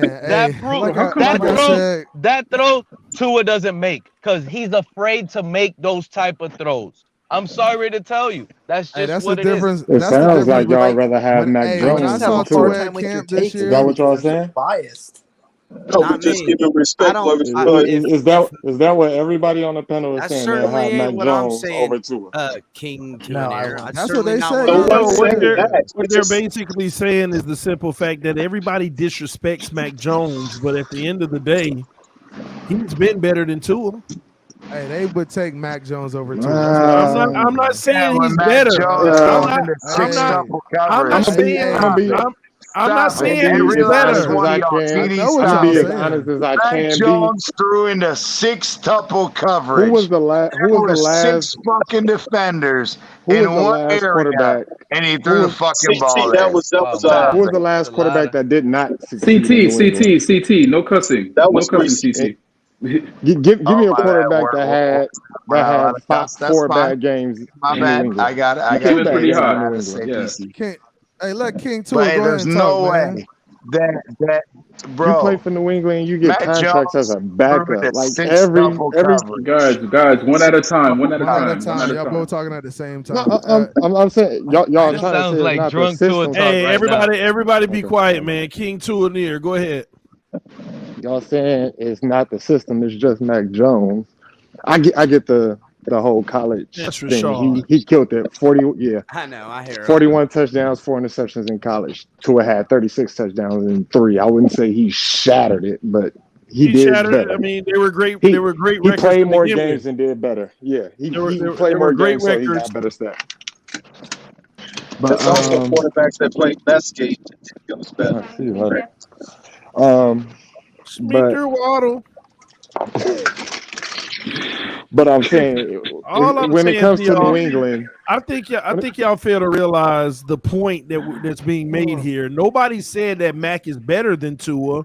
Mac has played better than Tua. I don't care if you want to pick out a throw where he threw in bad coverage. His overall play so far in the NFL has been on a higher level than Tua. I agree with you, TD. As a result of the system. You say this? Hold on a second, TD. Okay. What's the rate? Guys. Hold on for a second. Here come Von Joe. Hold on for a second. Yes, no. Here goes Von Joe, because I'm about to leave. Because if I hear this system one more thing, I'm gonna go listen to a fight. You don't watch film. You're a casual. Dude, be quiet for a second, CB. Just shh. So you could hear. So, TD, I'd like to say thank you for having me on the panel, sir. Once again, always a great show. Our Capitan with the purple jacket, thanks for coming up. Always a pleasure. Joker. Estevan, you're late, my guy. Pete, Robert, Crypto, well, you couldn't even say nothing good about Pete. And CB83, I guess. But listen, salute to the panel. Have a good one, Bon Joe. Don't let the system. Hey, have a good one. And remember, guys, don't let the system hold you down. Bon Joe, I'm with you. Landon Roberts needs to go. Landon Roberts needs to go. Hey, you know what? I might just leave with Bon Joe because I ain't gonna let the system get me down, man. Oh Lord. All right, Pete. Appreciate you, man. Y'all are crazy. All right. What up? Listen, man. So it looked like I might be surrounded by half Tuaneers, half not. So listen, at the end of the day, interesting. Wait, this is right. At the end of the day, listen, man. Tua just got to be the guy this year. He got to ball out because he got Skylar breathing on his neck, and y'all have a lot of faith in what he's gonna do this year. I just know that he should be better this year from talent alone. but he needs to be great this year, and then it won't be just because of the talent. It'll be because of him and the talent, and that's what we're gonna need. That's just how I see it. That's just how I see it at the end of the day. I agree. Can I say this, TD? Can I say this to you? And I've said this in this community in multiple ways. Wait till this young man gets his body healthy. And we have seen this offseason. And I'm telling you, for all that underestimate, when an athlete has gotten back to where they want to be, his only limit, including, which I agree with everyone, yes, we brought in a lot of talent around it. But this is going to be the year that Tua is showing it, all or nothing. Okay. And I truly believe with his body physically healthy, y'all are going to see all of it. And I can't wait for it. I just and everybody should be excited about that potential. That's what we're all waiting on. But bro, it just has to happen. Can I agree, but I'm just saying, injury-wise, a lot of people on here know who I am and what I do. So injury-wise, I'm glad that Tua's passed the injury. So now it's no longer about the physical issue. This year is the do or die. He makes it or breaks it. He's going to show us what it is. He's got 3 years mental. He only may have 1 year physical because of the injury, but he's still got 3 year mental. And so this is where I am so fucking excited to see what this team has this year. Yeah, I think we can all safely say that if injury becomes a problem, it's going to be the last problem we'll deal with, because that'll be the end of all that nonsense. I don't care what kind of injury we're talking about. Yeah, exactly. Y'all are talking about physical. I personally don't feel like Tua's issue has ever been the physical, like everybody makes it seem. It has been, and it's not even mental as far as him believing in himself and stuff like that. I think it's just straight up his ability to process, retain information and everything. I mean, think about it. For 6 hours before the game, you're on the field with a play sheet trying to remember the plays. This ain't a case of, hey, but you know what? No, this ain't. Hold on. Let me finish. Let me finish. This ain't a case of watching film to identify a defense, working on a certain pass. You're just literally, all right, that got there. Okay, that got there. There are a lot of QBs doing. There are a lot of QBs doing that before. Hold up. If it works, he's trying to remember. He's trying to make sure he remembers. This narrative. He's trying to make sure he remembers the reads. Listen, if it works, that's my first bro. Hold on. Before you comment, and I'm gonna let you comment. Y'all need to stop. What Tua be doing on the field pregame is simply him trying to remember his freaking reads. It's playing the game before you actually play the game. You're not practicing a throw. You're not seeing a defense in front of you. You don't even know what you're gonna look. He is strictly looking at a play and making sure he remembers his progressions. That's what he's doing. TD. I like to comment. Hey, guys do that. Quarterbacks do that. I got a serious question, TD. All I'm saying is that's what he's doing. You can say that guys do that all around the NFL. That's what he's doing. All the quarterbacks are doing that, bro. They all. But every quarterback doing that that's got mastery of the play. And Tua started that trend too. TD. Tua started that trend. Now everybody's doing it. Bro, it's simple. The man is just making sure that he remembers his reads, and that's not a bad thing if he requires that. But pay attention to that. His retention has always been something in question. Chan Gailey said it best. I know Tua will get it. It's just a matter of how long it's going to take. You know what though? Those are the words I fear when I heard that. Hey, you know why? You know why? Like when you're talking about what's the issues that are plaguing Tua now, right? You know what obliterates that support narrative in terms of the O-line is from a practice perspective. Because you remember Brian Flores was always adamant about, well, we don't need to, a player doesn't need to be playing on Sundays for us to get a firm assessment on him, right? You cannot hit the quarterback in practice. You cannot blow on him. So if Tua on the practice field is missing reads, not consistently reading all three levels, his timing is off, inconsistent in his mechanical base. If he's doing that in practice, which he was, right? Well, if it's all about support, well, that obliterates that narrative right there, bro. And we saw all of those issues I just highlight. He put that on film consistently last year. Now, I've asked like 5 times if I can comment. So, have you seen that in practice? Hold on, let hold on real quick. Hold on. I've been trying to hop in here since I don't know. I guess y'all can't hear me. Hold on, Esteban. Hold on. The man been asking for a while though, so just let him go. I'm about to roll out, man. I appreciate you having me, bro. All right, bro. Y'all make sure y'all go check out Finn's Take with CB83. No. Casual Takes with CB83. Yeah, get it right. Out, get it right. Casual. That's what the C stands for. Hey, whenever EM there, it's casual. Whenever I'm there, it's Finn's Take, man. Y'all come check me out, man. All right, go ahead. Go ahead, bro. All right, CB. See you, man. Shit. It's on you, bro. CT. Oh, okay. My bad. Again, I wasn't trying to interrupt anybody. I just want to say, so I agree with all you guys. Hey, everybody has valid points, but everybody who knows me and my take and EM knows me. He knows how I feel about the situation. I've told everybody for 2 years now, wait till Tua is physically healthy. Mm-hmm. I'm the one that brought up that his injury occurs more often in a car accident than in the NFL. I'm the one that brought all of this to everyone's attention in this community. You cannot discount the fact that, yes, everybody heals at a different rate. Sometimes, whether it's physically and mentally, and this is where we all have the debate. I agree with you guys. There are times where you see things mentally where you ask, is Tua going to get to that next level? And that's a fair argument. I don't have that argument with people. What I do have the argument with people is the saying the physical attributes and things that he's had to deal with injury-wise. Once his body's healthy, then we can make a true evaluation. And I think that that's where this year is. Tua either balls the fuck out or he doesn't.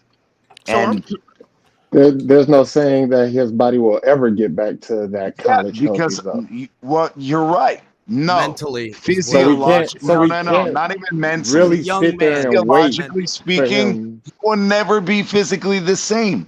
That is a fact. That is not up for dispute. He will never be physically the same. But the issue is whether he can adjust his body, mentally adjust to dealing with what he needs to do. His body could get better. And that goes back to what you were saying. That's an afterthought. But that's an afterthought. That's mental too. It's mostly mental. But you're right. That's an afterthought. I'm specifically come back a whole different person. I'm specifically speaking physical. You can get to that same level, but that's where I'm saying if we want to have an argument about the psychological effect, then that is a logical argument. That's all we've heard. The organization, the coaching hire, the everything has confirmed that. There's no argument about it. It has been confirmed. Everything has been done to psychologically help him in his game. Whether his body and stuff like that can bring it to a level that's respectable and he can then push beyond the talent that they've surrounded him around, that's going to be the question that we as fans need to find out and that answer to. Listen, what has Tua's injury stopped him from doing? So I will tell you this. I've given this example over and over. So it's the same thing as, say, you like riding your bike, okay? All of us as kids rode a bike, right? So what happens when you break your leg? You go on that bike, you try to ride that bike, but you're not swinging that bike back and forth, side to side, pumping it while you're standing up when you first start riding that bike again. No, you're sitting on the seat, you're staying in control, you're pumping the pedals as fast as you can, but in control. but you're not being reckless. Okay. I think it's a little bit more closely to like getting hit by a car on that bike and then riding a bike again, because that's where he sustained the injury. I agree. Yes, his injury was to that extent, but I'm not arguing that. I'm arguing the premise of it takes time to get used to doing the same thing over and over repetitiously for 15 years, or what was he, 19 when he 20 when he had the hip injury. So say he spent 15 years playing football, okay? Mm-hmm. Say he spent 15 years and he has a significant injury that changes the mechanics of his body, and his body and his mind have to adjust to said differences. Mm-hmm. So do you think that magically, just because he can come off his ass and start running physically, his knees can support him to run, versus him being in tip-top shape like he was when he was playing at Alabama? So let me respond to what you're saying, because actually everything you're saying is 1,000% correct, right? And that could be an issue from a physical standpoint, but here's my thing. I'm not even looking at Tua from a physical standpoint, and here's why. Let's use your bike analogy. He breaks a leg. He can't pedal with one leg, but now he's starting to pedal with both legs because it's somewhat healed, but it takes time to get that same pedaling motion back to where you feel comfortable. I understand all of that. Yeah, but the problem with Tua is not – my concern with Tua has nothing to do with him pedaling at full strength like he used to.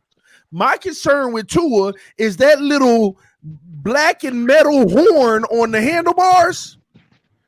When a guy tries to cut you off in the road, whether you're hurt or not, you should be able to use that horn. It has nothing to do with your legs. Wide open guy, hit that horn. This and that, hit that horn. I don't like that they put training wheels on that bike too, though. TD, you know what I'm saying? Well, but that's going a little further. But what I'm saying is that horn ain't impacted. Squeezing that little horn ain't impacted by your broken leg. That horn, you ain't got to move the bike. You can just sit on it because you can't pedal. That horn's still there, and you not hitting that horn every time. And I agree. I agree with you. I'm not disputing that, and I want to give deference to TD. I get your point of view, and I agree with you. And him and I have been down this road, this road so many times, and I love him to death. And it comes down to, again, I agree. Tua has to show this year that he can get the mental processes down. And it's no longer, see, this is where, again, as a professional and doing what I do, the physical aspect, as a professional, the physical aspect is no longer a fucking excuse. Yes. And I used it as reasons because, yes, as a physical professional, yes, you want to call it an excuse. Yes, it is an excuse, but it's also a reason. But at this point, his body is fully healthy. That's no longer an excuse. And he needs to show me that he's going to bring it, and we need to get what we need out of him at his draft position and for this team. So what I'm saying is, for all the Tua-non or whatever, hey, I agree. From a professional standpoint, he needed to heal physically. So I want to ask no longer an excuse. It's no longer an excuse. CT, I want to ask a question to the entire panel. Can I say something real quick? I got to go. Go ahead, Esteban. Yeah, first of all, y'all take too damn long. Second of all, I'm ready for the season. Third, I'm actually hyped up about the trenches. I know that they weren't going against ones, but I think our offensive line looks different. They do. They look like they're going to progressively get better, in my opinion. That's why you have offensive linemen like Robert Hunt saying that he would like to play in this scheme for the rest of his career. I even see improvement from Austin Jackson. I know Austin took some criticism for the sack this past week, And that wasn't his fault. That was Tua's fault. Tua did look good, but he stepped outside his protection. He should have climbed the pocket. It wasn't Austin's fault, in my opinion. I'm just hyped up for the season, y'all. To be honest, it's right around the corner. I know everybody wants to talk about Tua. I think he looks different physically. I think he looks better. He's making stuff look easy. I think you guys are right talking about the mental aspect, because I think that's all he lacks. That's all we need to see from him. We could potentially see that probably game 1, but I don't know. I kind of got this speculation that some of the stuff he wasn't hitting in preseason might have been them just wanting him to play possum. You know what I mean? So I could be wrong, but yeah, I'm just excited for the season. That's all I want to say. Thanks for having me on, TD. I'm out, man. Appreciate it. So I got a question. Hold on, I got a question. TD. Go ahead, Robert. So when you get a traumatic injury too, the mental aspect can definitely take longer to heal than the physical. Like mental is significantly harder to figure out, and some people never recover. Unless you have mental tough. Unless you're right. But in the reality of things, though, as far as the professional field goes, that's what separates the young men who or young women who heal I'm from not it, gonna or say the ones that but I'm allow gonna it be to affect them PC. the rest of their life. No, Man, what I'm we ain't saying got is, time to wait, man. Stop with the excuses. if they are able to overcome injuries, whatever the situation may be, it is a mental thing, but the mental much part. more. It didn't seem like that any part in his career. We knew there was an injury. We don't have time for really the mental to take catch it up. And that's what I'm getting into at. account. Petey, what was your question you were going to say? Hey, man, We listen, got man. Skylar in the weights. Listen, at the end of the day, the man said Tua's injuries is no excuse now. His mental toughness has always been in question. We'll see how he do on that this year. But let me ask this question to everybody, and we'll go around the table. We all agree Tua needs the ball this year. Okay. Right. What wasn't he doing in the past that he needs to do this year? I need everybody to give me something specific. Well, y'all, you already know how I feel about it, TD. Give me one thing, just one thing. So I want to see if we can go around the table and everybody can name one thing without doubling up. If Tua, one different thing? If Tua takes a significant leap in terms of him reading the field and processing the field, Tua will be the player that we all envision him to be. Period. Reading and processing the field. El Capitan, what hasn't he done that he needs to do? You know what? I want to see something in this aspect where I think franchise quarterback type of guy that I can put my trust and money and future of what my fandom's going to go in. I got to look at it like this. And reading and stuff obviously is where I believe this grows. But like late in the season, I want to see a play where he's mastered this offense, because I think there's limitations in his game that I can live with. But I want to see the guy I thought I seen from Alabama as an NFL version of that, executing in that way. So what I want to see him be at the line, know this offense, and check out of a play or something like that, and dart and take advantage of the defense. Really just operating at a high level in that way. That comes later in the year. I don't want to see it early. I'm saying where he ends up, and that's how I'll feel good. Because honestly, TD, success in this scheme with these types of weapons, I'm going to need to see enough to know that that's a franchise guy. Pre-snap, so that's basically pre-snap identification in audible. And what about you, Crypto? I want to be able to be able to take the bull by the horns, spot out an opponent's weakness, and gnaw at it every time. No hesitation, no nothing. That's the same thing. Pre-snap, but I can take your no hesitation if you want to talk about anticipation. Yeah, because there's time and time again where we don't take advantage of the opponent's weakness, and we always trying to attack our opponent's strength and not their weakness. That's what Tua needs to identify immediately and take advantage of it. Rashard? I would say that ball placement. I want to see him hit that receiver in stride. It doesn't have to be 30 yards downfield. You give it to me 15 yards downfield. Do that consistently. And I will also say terrorizing the defense. Like, you see that weak corner can't get with Jalen, or whatever mismatch he sees, he goes at it. He attacks it, makes the defensive coordinator adjust to what we're doing. All right, awesome. So, CT, I think that in reality, the one thing that I need to see better, and I think it comes along with him, physically being better, is where he's gonna take his windows. And there are times where in the deep game he may have that opportunity, but I don't think that he necessarily trusts himself to always throw it out there. But I think that now that he's physically better, I want to start seeing him push the envelope, because we brought it up on multiple people's things.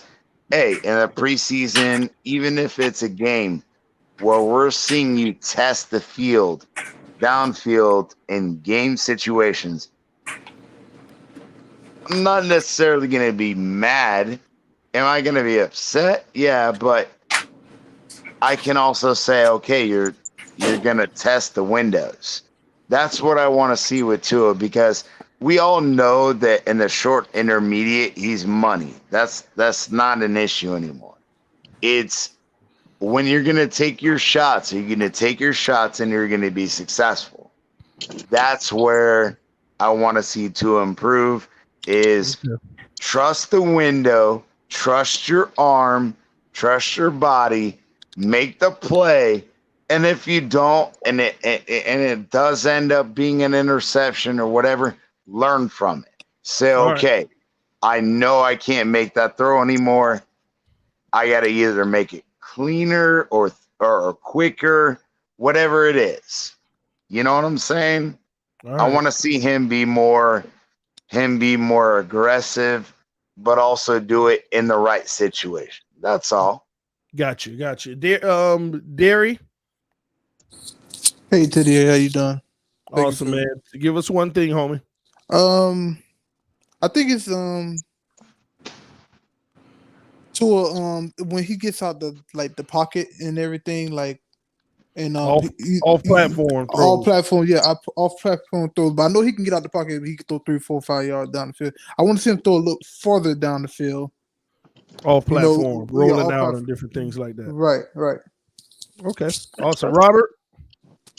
I want the throws over the linebacker and before the cornerback, in between those two. Awesome.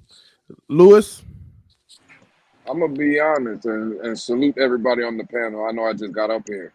But I said it the other day, and I think CT said it just now. If this kid is supposed to be 100% healthy, I don't want him. I mean, we all know he's not Lamar Jackson or Josh Allen. But I want you to use your legs. If it's a 3rd and 4, and whatever the play call is, if you see green grass in front of you, go get me 5 or 6 yards. I think that extra element to his game, again, I'm not saying he's Lamar Jackson, but if you have some green grass, some pasture in front of you, I need to see you start making plays that you're not getting carried. You're not depending on anybody. It's for yourself. If you see that 3rd and 3, you see a 4-yard opening, I don't give a damn what it is you have to do. You got to run someone over, do a little shimmy, juke move, whatever it is. Go get me those tough yards like that. Implement another aspect to the game. Just don't be a pocket passer. Use your legs if you have to. Dynamics. I'm actually shocked because 10 of y'all responded. And we got 10 different answers on what he hasn't done that he can do, that you want him to do. 10 things that you would like to see him improve. 10 different things. All of them were different. I was making sure they didn't double up. And I'm going to give you number 11. But number 11 is conditioned on if he could do all 10 of those things. If Tua can do all 10 of those things, then he needs to become the ultimate leader. Tua needs to rally the troops in tough times or great times, get the whole offense, even on the sideline, get up in them and talk to them. The one thing that I know that is missing from Tua, this whole notion where people lead different ways. No, if this is your team, take it.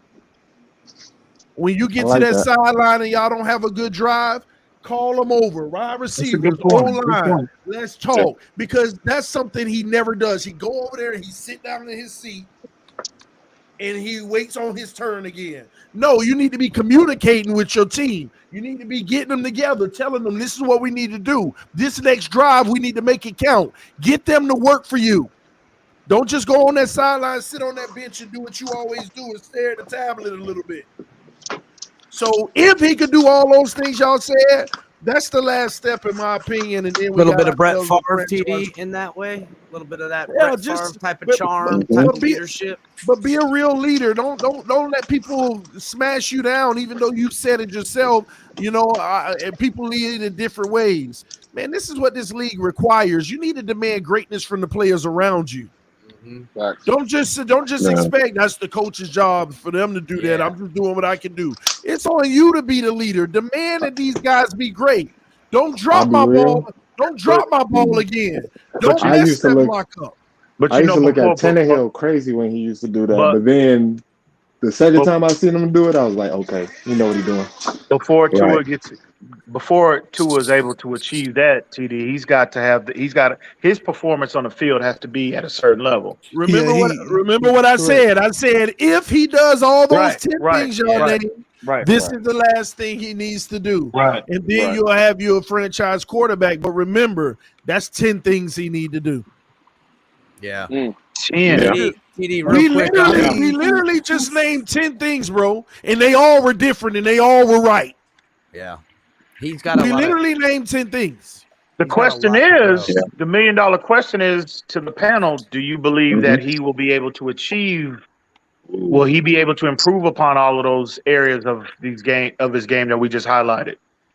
No, it's not going to happen in my opinion. Not all of them. Not in 1 year. Not all of them.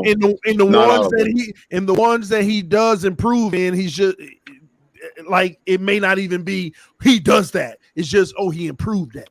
You see what I mean? He doesn't meet all those I don't think he'll check a single box. He'll just improve at a few of them. If he can get 7 out of the 10, then he's on the right trajectory. No, at the end of this year, I need to know. Like, I'm all for giving them this year, but I need to know by the end of this year, or I need to be done with it. Well, yeah, for sure. It's the hardest point too. I'm gonna be. I'm sorry. No, I'm sorry. I kept it jam, but someone brought up the numbers earlier of like 24 touchdowns, like 6 interceptions, like 3,600 yards. That was me, Lewis. Remember we were talking about you're out of here. I said that. Oh, that's that what was me. It was you. I'm telling you right now. I don't care in that scenario right there. If we make the playoffs, I don't care if we win a playoff game. To your point, Cap, I think he's gone anyway. There's no way in hell 5,000 you put up those numbers with this team. Bro, there's no way in hell with this roster that we constructed, especially offensively with the weapons we got. There's no way in hell you're going to give me 24 touchdowns and tell me you'll never get to what TD was saying about how people aren't going to follow that, bro. People don't follow that. There ain't no way, bro. I'm going to tell you right now. I don't care if you could take me to the AFC Championship game, throw 24 touchdowns in the regular season, your ass is up out of here. Hey, Carson Wentz had better numbers of those last year, right? And he had a very good year statistically.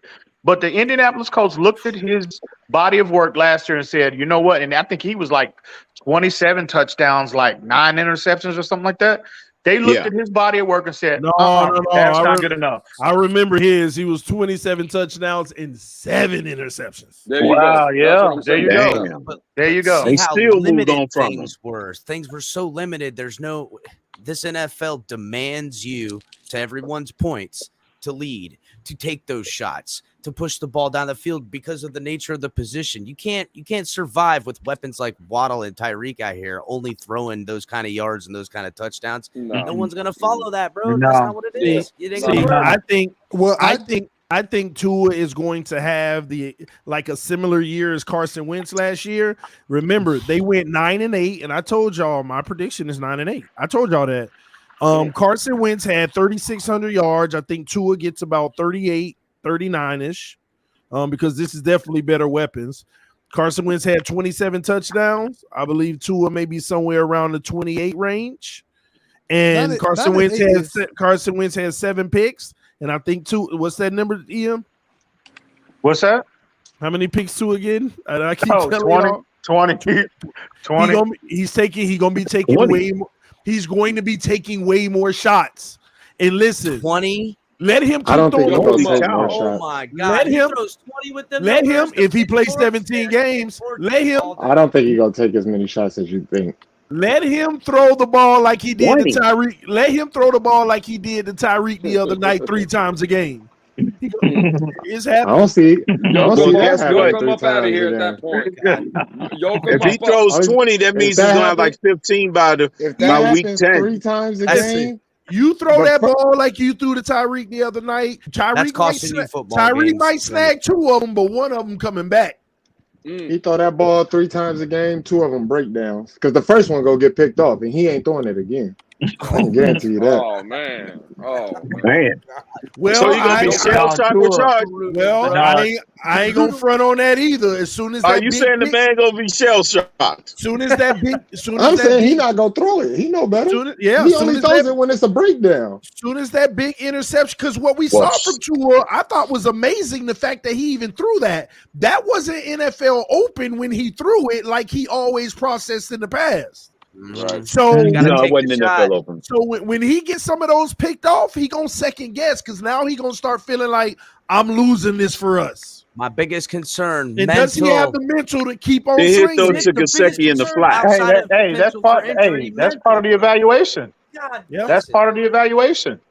So TD, I'm gonna slide up out of here, that man. means he's I gotta Gesicki's get gonna up get more early in the passes in morning. the I'll see you flat. later, guys. Love Later, you, bro. Ian. Later, Have a good everybody. one. Take care. All right, man. All right, Y'all make sure y'all go check out the Fins Tailgate with El Capitan and the crew, Appreciate guys. it, TD. Later, brother. Appreciate it, guys. All right, man. All right, Cap. Hit the like button, everybody. TR said to a hater panel. Get up here. 12-5 or 11-6. To a hater panel. What? We don't hate to. This Get is a up here, evaluation panel. Hey, my prediction was 12-5. A lot of people think I'm a 2-and-ear. Who said My that? name was King 2-and-ear. Who said? Well, actually, I was. I thought that the defense was good enough to get us to 12-5. Yeah, I think that we're 9-18 with the ceiling of 11-6. Not this TD defense. 9-8 is Not with Josh Boyer. realistic right now. I think that our floor Well, you is might be right, 9-8 Rashad. with a Josh ceiling Boyer of might 11. not get us there. I don't TD trust 9-8 Josh is Boyer. not a good one. No, Yeah, there Josh is Boyer. no way in Hades that 9 wins is going to be acceptable considering and I'm addressing Mike McDaniels right now. Yeah, I considering your predecessor got 9 wins and 10 wins a year before that with complete ineptitude on offense, and you Even make with the these injured upgrades DBs to start the and you're just season? matching his win total. No, bro, that's unacceptable. Yeah, With the unacceptable. defense how it is right now, it's unacceptable. Unacceptable. Absolutely. Yeah, absolutely. Okay. Absolutely. All right. What do you mean? Okay. Wait. What do you mean Okay. with the defense the way it is now? What do you mean? What do you talking mean? about Byron Jones out? All our corners hurt? No, I'm talking about Not all of them. Well, you know what? Well, you know what? That's why. Xavier at 50%. That's why you bring Vito in at 75. Hold on. The last 2 years, this has been the same situation.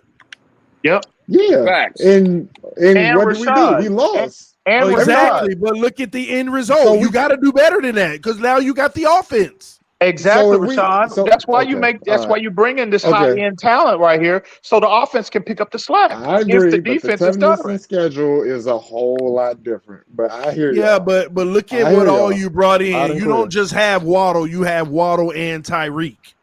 And Cedric Wilson. Right. They And could be to make up the difference. And the better line. Look, they already made. Look, listen. Let me pull. Let me pull this comment up real quick. Jose M doesn't take into account strength of schedule. Strength of schedule, man, bro. Our talent level, talent level, this roster on both sides, offense and defense, we can match anybody in the league, bro. Yeah, anybody in the league. Have a third place schedule. That's what I'm saying. So please let me with the strength of schedule. If you're the New York Jets, you consider strength of schedule. Exactly. If you're one of the, if you're one of the top 10 teams in rosters in the league, you don't consider strength of schedule because you should be able to stand with everybody. Facts. And basically fight it out. So if you're the Jacksonville Jaguars, you consider strength of schedule. Yes. Right. No, Right. this is a championship roster. I don't care what anybody says. If the quarterback plays well. Exactly. If I Tua believe again, in Tua. I'll be real. I believe in Tua.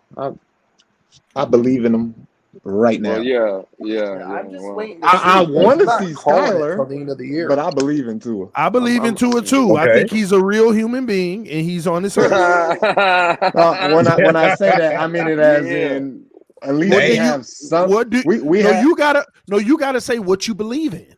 Yeah, I believe in we have above average. We have great talent on this team right now. And Waddle, you ain't telling us what you believe. What do you believe in Tua? Listen to what I'm saying.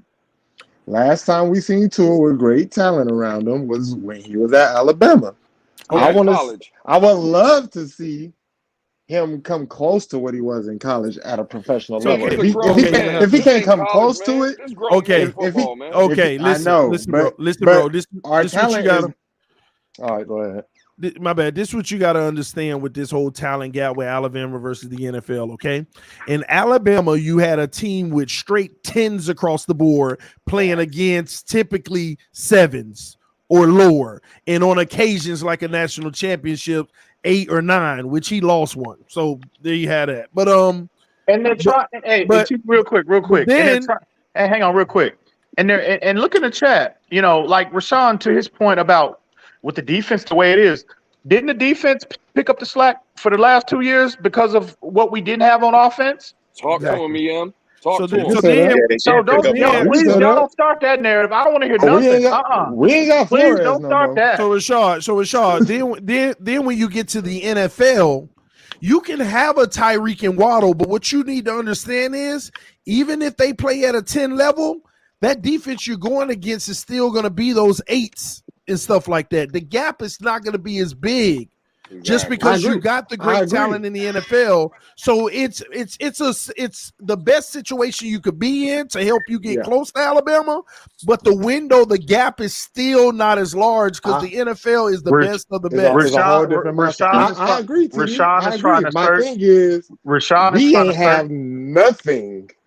If Waddle was a 10 at Alabama, he was a 7.5 in the pros. He was a 10 in Miami if Tua would have hit him on most of those times. Listen. He was a 7.5 in the pros. I think Rashawn and a lot of people, a lot of folks in the chat, they're scrambling for potential excuses.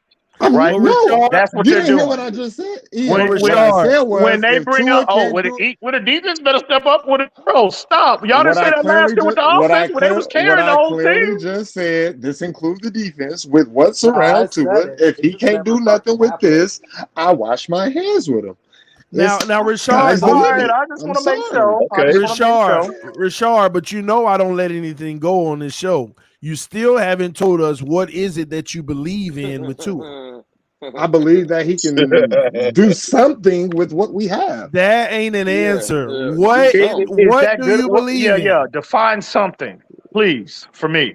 Win some games, believe in, become a Pro Bowler. No, that's not good enough. Listen, I believe he can become a Pro Bowler in this offense. I believe he can get us to the playoffs. What is he going to do? What is he going to do to become one? Like, you got to give us, what do you believe in with Tua? Do you want stats? I want 35. No. I believe he can get 35 plus touchdowns. No, let me help you out. This is what the answer would sound like. I believe he can walk on water. I don't. I believe in Tua's skill set with his arm strength that can really get the ball to Tyreek down the field. I believe in his ability to be able.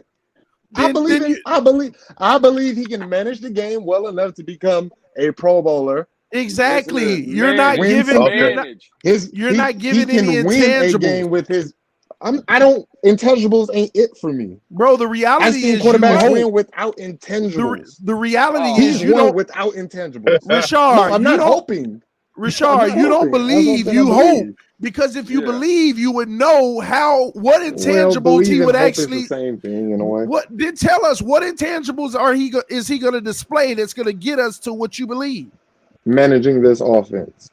What does that you want to be a mean? game manager? What, dominating this offense? Is it different? What does that mean? Perfecting this offense? What do you want to do? Bro, what intent? Man, never mind. Never mind. This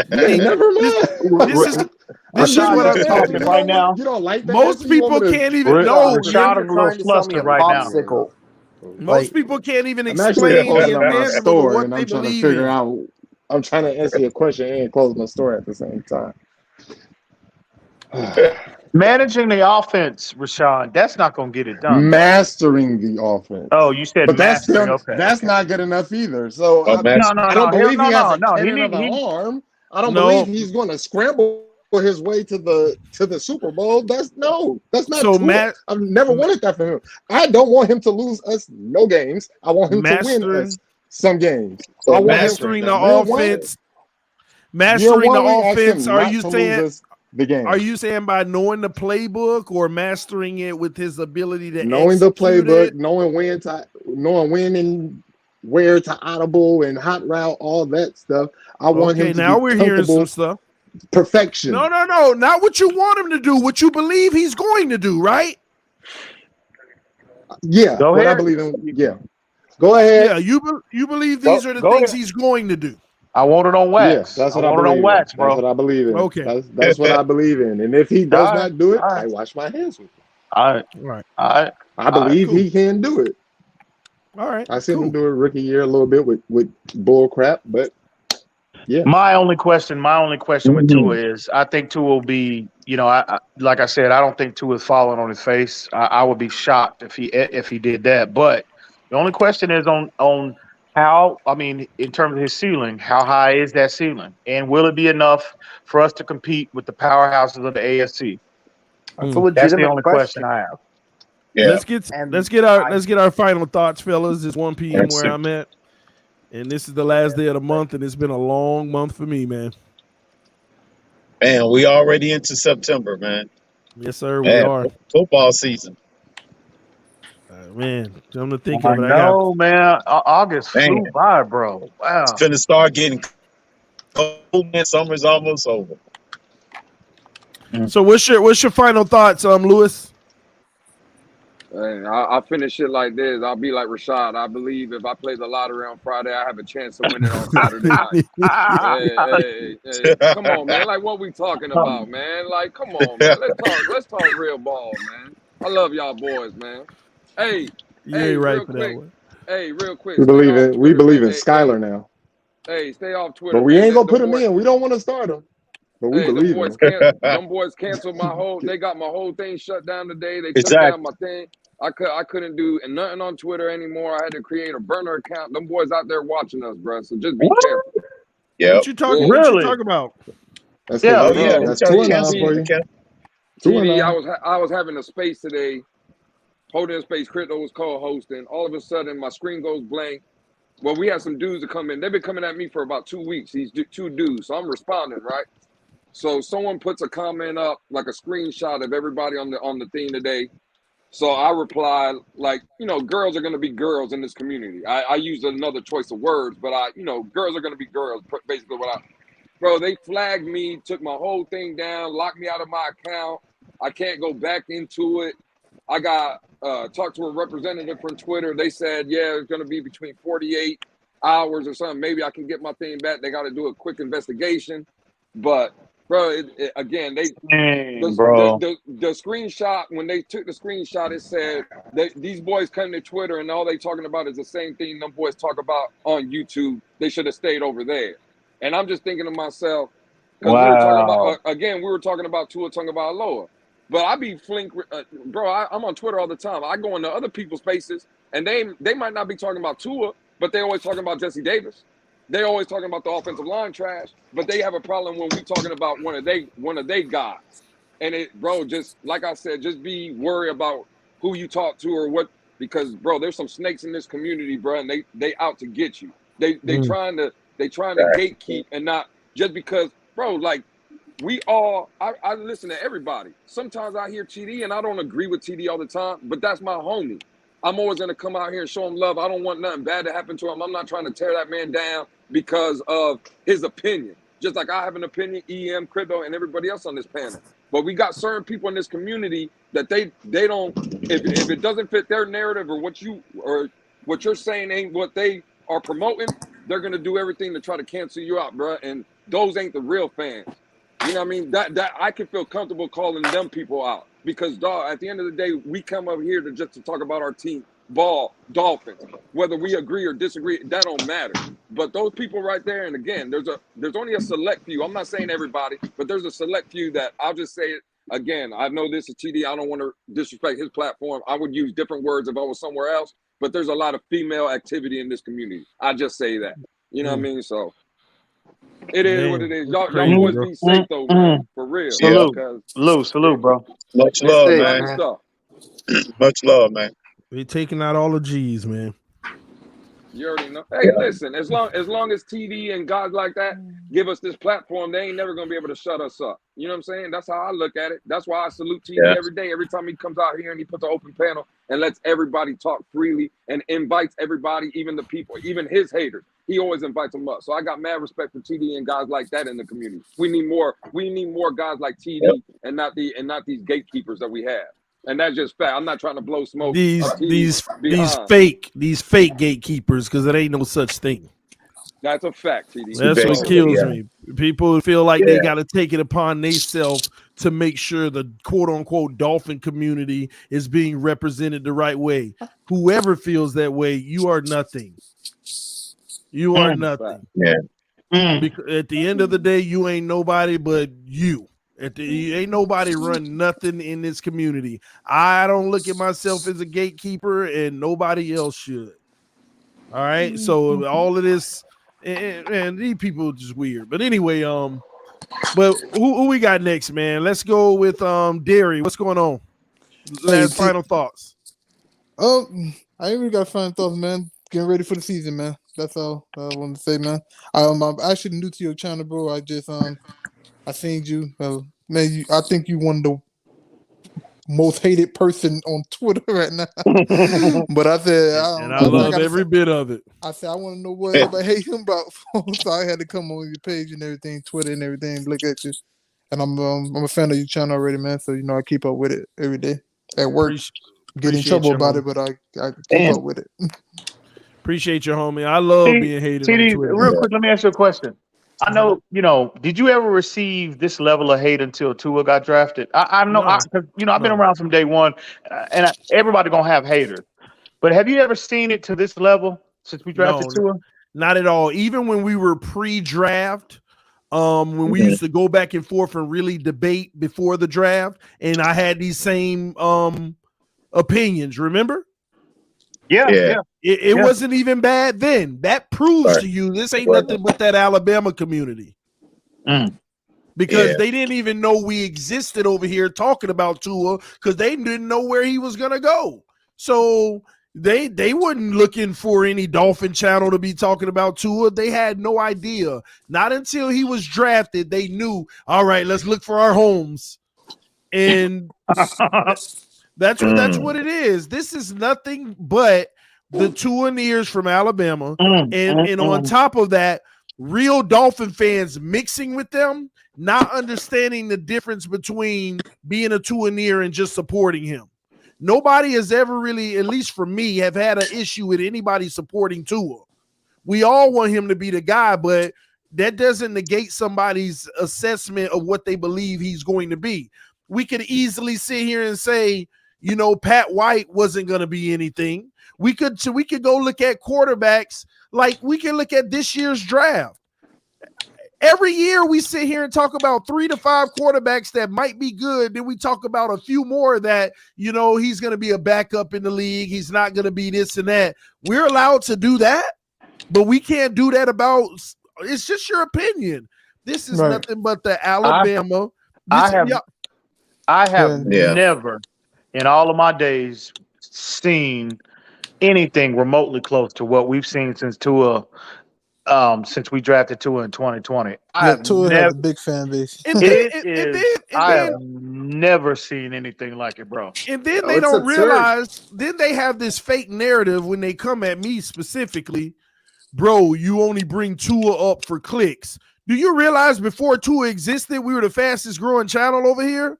We were actually moving numbers. We actually got more likes. We got a whole bunch of views. It was going crazy. Do you know how many people I actually lose with Tua telling the truth? This ain't been beneficial. I'm still growing, but trust me, I truly 1000% believe this channel would have 50K subs right now if I was a Tua lover. If I just was, if matter you of probably have fact, 100K. if from day one I endorsed Tua and I was like making every excuse for him and everything, they would call me the Tua leader. They would come this. I would be the leader in the Tua non community. It is absolutely ridiculous. Absolutely, it is, man. Again, that's why I go so hard at him every chance I get. You know what I mean? Maybe I need to create me a platform so I can be the way that, come at people the way I want to, because, I got to respect different platforms and panels that I go on, you know what I mean? TD, Reason, whoever. But, sometimes, man, I can't really express myself the way that I want to with a lot of these idiots in this community, bro. Because, again, we got to decide, are we Dolphin fans or are we Tua fans? You know what I mean? At the end of the day, and we should be Dolphin fans. We should never have this level of loyalty to one player, especially one that's proven nothing on this level. I get if he's Dan Marino, if he's Jason Taylor. Okay, I understand it. I'm not going to do that, but I get the infatuation and the love affair because their play on the field warrants that, right? But Tua's done nothing to this point, but he's been average. That's what Tua has been to this point, and these people are willing to get out here, pull up. They threatening gunplay. They talking about people's wives and kids and all of that, all over an average player. Please make that make sense for me. I've never seen anything like this in my life, bro. Like I said, it's the Alabama people, and then you got people like Tua's trainer who ain't even a Dolphin fan. But proclaimed to support the Dolphins because of Tua. So at the end of the day, man, this is a cult-like environment that is being created. But this is where I caution people. They ain't doing nothing wrong. They're doing exactly what they're supposed to do. They are Tua fans, and they want to see him succeed, and they are going to ride with him. They want him in the best situation possible. They want that Alabama takeover for Jalen Hurts magic that they once experienced. They want to see that in the NFL because they became big fans. See, look at that guy. Look at that comment. Look at this guy rude awakening in the comments, bro. Tua wasn't averaging in college. Tua wasn't average when we drafted him. Bro, this is the NFL. See, that's the issue. People are still living off that Alabama evaluation. They're still stuck in 2018, 2019. This is 2022, and Tua, since we drafted him in 2020, he's been average. And they still have the mindset that he's that same guy. In Alabama, they are just waiting on that Alabama Tua to emerge because they've seen it before in college, and they are gung-ho on it's there. Trust me. Just make sure you give him 5 seconds to throw. Make sure every receiver got 6 foot separation on every play. Make sure the defense good just in case it does get a little tough. Make sure the run game is on point so that just in case it is tough, it's a little attention off of him. Just make it perfect. And he'll give you the rest. We've seen some of it. I think we got to be consistent with it. But we've seen it, but it's not consistent enough to be like, hey, so. Yeah, how many times have I said to EM, he ain't a scrub. He ain't a bum. He does have some level of talent. Tua is not this. He ain't Pat White. I know I've said it in the past to troll because he like certain games where he lost it for us. But he's not like this bum. But yeah, again, what do you expect of us, real Dolphin fans that have no loyalty to him? We only have loyalty to the organization. We need to see him be great before we give him the crown. Exactly, bro. And I've been preaching that since day one. Let him, and that's to any player. It could be Waddle, it could be Raekwon Davis, it could be Xavier Howard. Let him earn it before we give him anything. And to this point, unfortunately, Tua just hasn't lived up to the pre-draft hype. He just hasn't. It's a fact. Maybe he does this year. Maybe he does this year, but Hopefully he does this year. Hopefully this year he does. Remember, this is the third year that y'all all up in my DM saying he gonna prove you wrong. We're going on the third year of he's gonna prove you wrong. We gotta stop this. He just needs to do it. Instead of coming at me saying he gonna prove you wrong, go message his Twitter account and say, Tua, please prove him wrong. I know. Go message his whole camp, and like they come at people for and I'm talking about the objective people. I'm not talking about the extremists. Either you're a Tua hater or you're a Tua lover. I'm not talking about extreme. I'm talking about people that keep it 1,000 and keep it down the middle, like I try to be. I'm talking about those individuals who a lot of these idiots attack consistently on Twitter and on these other platforms. I'm addressing them fools. So, it's absolutely ridiculous. It is ridiculous, bro. It makes drafting Tua. It takes so much away from drafting Tua. It takes so much away from us just wanting to root for him and become a highly productive player for this team. And we got to worry about these distractions. You know what I mean? We can't get up and express ourselves objectively about what we're seeing on film without these idiots coming at him and attacking them and doing God knows what. And I love this comment. The Tua talks are getting stale because he putting stale products on the field. We're tired of having this conversation. Can we change the narrative and talk about something new, like he's balling? Yep. He's actually doing it all. He's amazing. Oh my God, only he's he can great. change the conversation. Only Tua can change the conversation. Man, bro, that's totally into it. It is so mentally exhausting to see all of this nonsense. And on every platform. Facebook, Twitter, YouTube, et cetera, the constant back and forth, the constant division. It is mind-numbing, bro. The argument won't be settled until the end of the season, regardless of what we say. Yeah. And like that's the bottom line. At the end of the season, we will know the answer, and it is done, one way or the other. It is really, y'all know how excited I was when we drafted Tua. Oh, absolutely. Y'all remember that, right? When I went ballistic on Chitty's platform. But I'm gonna be honest with you. That was all based on pregame, Ian. We knew that. But dealing with, but observing and been having to deal with all of these idiots that came with it, and that's not Tua's fault. It's these idiots that came with him that's creating and starting and created all this drama within the fan base. Man, it just makes you. It literally makes me sick sometimes when I sit back and I'm just like, fuck, man. A part of me, I'm like, man, I wish we would have drafted Herbert or it really makes you. It really gets you to that point. Because of all of this nonsense that came with him, and again, it's not Tua's fault. It's these idiots. To be fair, you and Reason caught a ton of crap, like a ton of vicious crap from people too when you first started going off on it, and then to get it from both ends of it, it's just absurd. Like I don't always agree with your takes, but you know a lot more about football than I do. Same with TD. Same with a lot of people on here. But the left and right limits are insane. It is, man.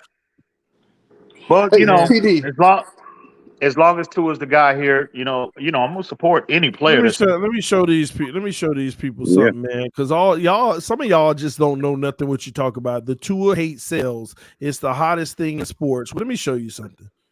Let me help you understand something. The Tua hate sells. Watch this.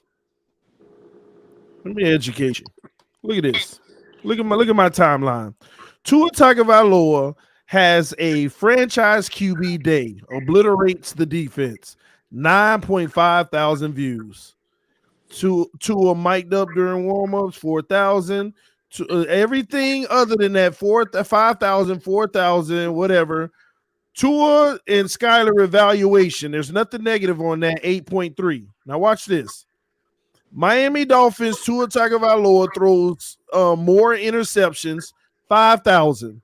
Now moving forward, Tua Tagovailoa is officially ready to lead the Miami Dolphins to war. 9.3 thousand. Why is it every time you say something positive about him, it's up in the 9, and every time you say something negative, it's down in the 4s and 5s. So y'all sounds don't know like what you're adoration talking about. sales. It's more beneficial for me to talk good about Tua Tagovailoa. If you're looking for life and everything. So. If I'm looking to sell and be the hottest thing and get clicks, I am going to make every title praising him. Same thing in training camp when he lit it up on that Tuesday. I got over 12,000 views. The next day he didn't do so well, 6,000. They don't want to hear it, bro. I don't get what They don't want to hear it. And you show them, and this is the crazy thing to me. You show them on film now. You could be showing them all 22 footage about what he's not doing, and they will still argue and tell you, "Oh, well, that's not." They will argue with the tape that you have planned for them, bro. I mean, really, they don't want to hear nothing. I've never seen anything like this in my life. I mean, really, it is, bro. It is just like mind blowing. I don't know what it is. This spell a lot of this fan base is under right now, bro. I mean, man, it's crazy. Absolutely crazy. It's absolutely ridiculous, and it actually is sad, bro. It's actually very toxic, to be honest with you. These people have no clue. That's an understatement. And somebody just said, TD, don't sell your soul. Exactly. Some people are getting the clicks by lying to you, telling you how great everything he does is.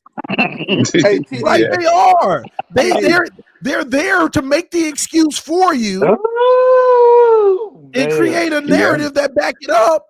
Hey, funny. TD, hey, I don't know if this is acceptable, but is it okay to say that I'm a Tua in there as well? Like, I really do like Tua. Wait, hold on. If Tua got traded tomorrow, are you a fan? Yeah, of course. Then you ain't a Tua-neer. You just somebody who support Tua. Nothing wrong with that. We love people like that. Exactly. You're supposed to. Exactly. Hey, gentlemen, I got to get off. It's like 1:20 something in the morning. All right, bro. Appreciate y'all. You guys have a good Hey, night. salute to you, man. Be good, bro. All right, appreciate it, man. See, that's the problem. A lot of our real Dolphin fans are getting misstrued. When somebody says, "Oh, Tua-neer," they get offended thinking they're talking about them, but they don't know the true meaning of what it is. It's somebody who puts that player over the team. If he's gone tomorrow, they're no longer Dolphin fans. They're following him in his career. They were never Dolphin fans. Right. That's what Tua-neer is. Right. And a lot of people don't realize that they actually don't fall into that category, but they think they do because they support them. No, you're not a Tua-neer, bro, at all. No. There's nothing wrong with supporting. He's the quarterback number one. Any member of this team, it's nothing wrong with supporting our player. I support every player to from the number one quarterback all the way down to the last practice squad guy, the guy that's on the practice squad. I support every player. But it comes EM, did you support Josh Rosen, EM? Yeah, I did. I wanted him up. I wanted him up out of here. But when he was the fourth on the depth chart, sitting at the bottom of the bench, the last slot on the bench, I still supported him. But I knew he just wasn't in. Messing with you. I'm just messing with you. I know. But I just wanted him up out of here. You know, he just was trash. Now that's trash right there. And you know something? Rosen, believe it. I mean, you remember Crypto? You go back, Rosen. You know, he had his, portion of the fan base that wanted to continue to invest in him. Right? We called them the Rosen truthers, right? But it is nowhere near. This Tua situation is a completely different animal, bro. Yeah, it is. Man. And can you imagine what it's going to be like if Tua actually hits? If Tua becomes a Pro Bowl and becomes, extremely productive for us, can you imagine? Can you imagine what it's going to be at that point? Boy, clear your day on Sunday And look at this, man. In the middle of the summer, 3 months ago, where it's the worst time for creators of football teams because most people are tapped out of what's going on. Yeah. It's crazy. I'm looking at all my streams, 2,000 views, 2,000, 2.3, 3.6, 3.5, 2.6. And after those 7, I do a stream that says Miami Dolphins quarterback Tua Tagovailoa has officially gotten back to Alabama form and is 7.5. All of the 2s and 3s, and then it hops up to 7.5 because I say that. Man, I'm sorry, bro. I got a daughter on the way, and I got to feed my family. I think I might have to become a Tua-neer, bro. Damn. It's 3 times. It's 3 times more lucrative to be a Tua-neer. 3 times. Oh my God! Don't do that. Well, you know what though? Hey, I'm gonna keep it. Listen. If Tua becomes the player that we all want him or need him to be as a franchise, we can all become Tua-neers because it's warranted at that point.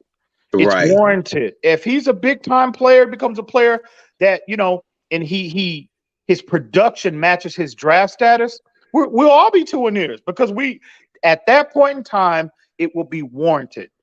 But as of right now, no way. He got to go out there and prove it. He got to go out there and prove it. Absolutely. Just like every player getting drafted into the National Football League, you have to prove yourself first. That's how it works. I get all that, but I'm tired of it. It's time for me to go get that cash, baby. Y'all some Tua haters. We don't do that over here.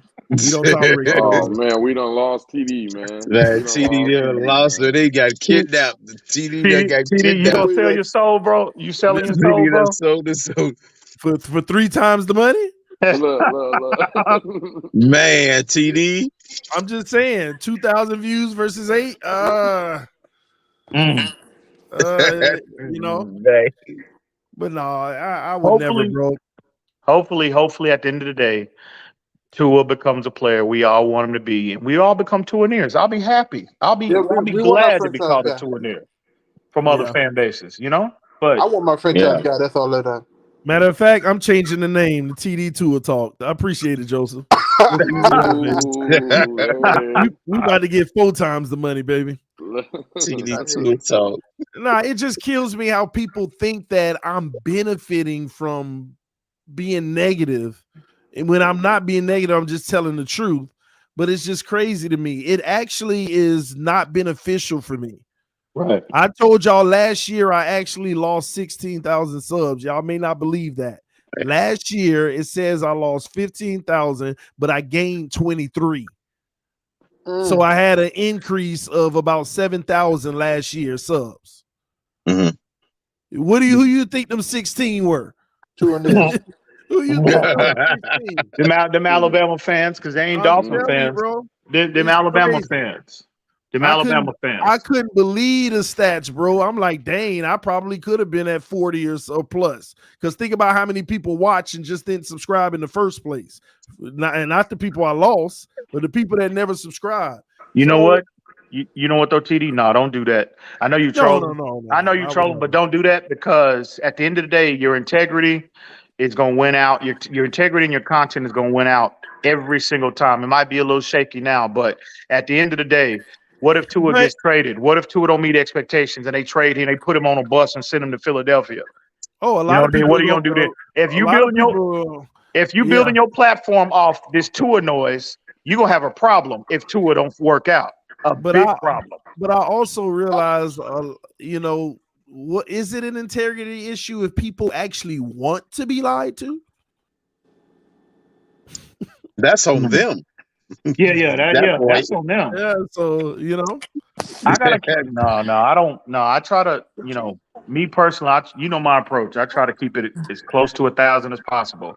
I'm not here to try to, tell people what they want to hear. I'm here to tell them what they need to hear based off what the film has established. And if people can't accept that, then so be it. That's fine. You don't have to listen. If whatever platform I'm on, just tune out. And when I'm off the panel, you can tune back in. But I think, me personally, I respect people that I don't like to be around people that tell me and take the approach that They tell me what I want to hear, what they think I might want to hear. No, tell me the truth. I want to hear the truth because at the end of the day, the truth will always win out no matter what.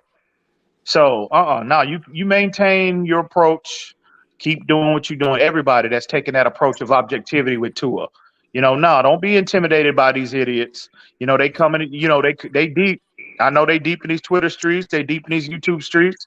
But at the end of the day, no, stand on your two, maintain and stay 10 toes down. At the end of the day, bro, your integrity and everything else gonna win out over all of this Tua foolishness and they defend Tua more than nonsense. Tua defend himself. But I gotta pay my light bill, bro. So they defend Tua more than Tua. Man, oh man! But it's to each his own. It's to each his own. Even about that throw in the preseason when Tua threw it short to Tyreek, like TD was telling everybody to chill out on that, man. He caught the ball. Then Tua went on the podium and said that he could have threw it better. So it's like, right, criticize himself. I actually said that on the stream. I said ain't that big of a deal. It was completed. They connected. They'll get that together. But people still find a way to call you a hater. Y'all gotta understand. I am the villain to that group of people intentionally.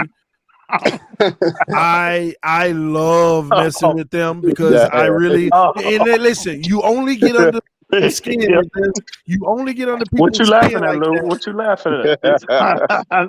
You only get under people's skin like that is there's some truth to it and they know it. I ain't say nothing, yeah. They know it. What's funny? Yeah. Listen, that's the Tuaneers are my crew. I love the interaction between me and them, man. I love getting a rise out of them. But hey, you've been indoctrinated, TD. Listen, they say I'm the head honcho now on Twitter.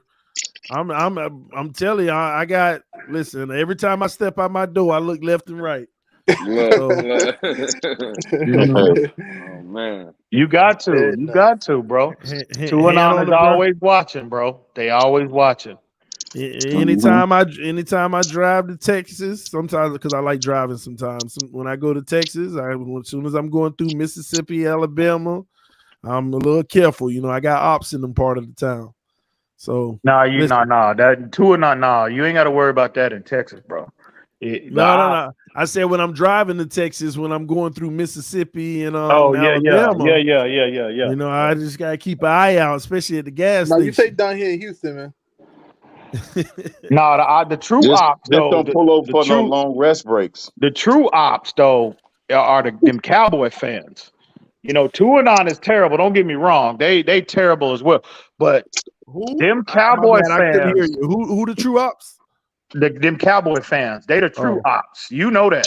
Tua is terrible, but bro, they ain't got nothing on this Cowboy Nation, as they like to call it. Now, let me say this. At least they're delusional. At least they're delusional about their team, though. Yeah, I agree. At least that, not just one individual. Right. They rock for a team. I done seen fools get it over their team now, and you're right, TD. I've seen fools get out and get in a literal shootout. I'm talking about gunplay in broad daylight over their team. Right, I seen it. What is it that serious, Ian? They're a different breed in Texas, bro. They breed them different in Texas, bro. I done seen it. I done seen it with my own two eyes. So yeah, I live with one of them.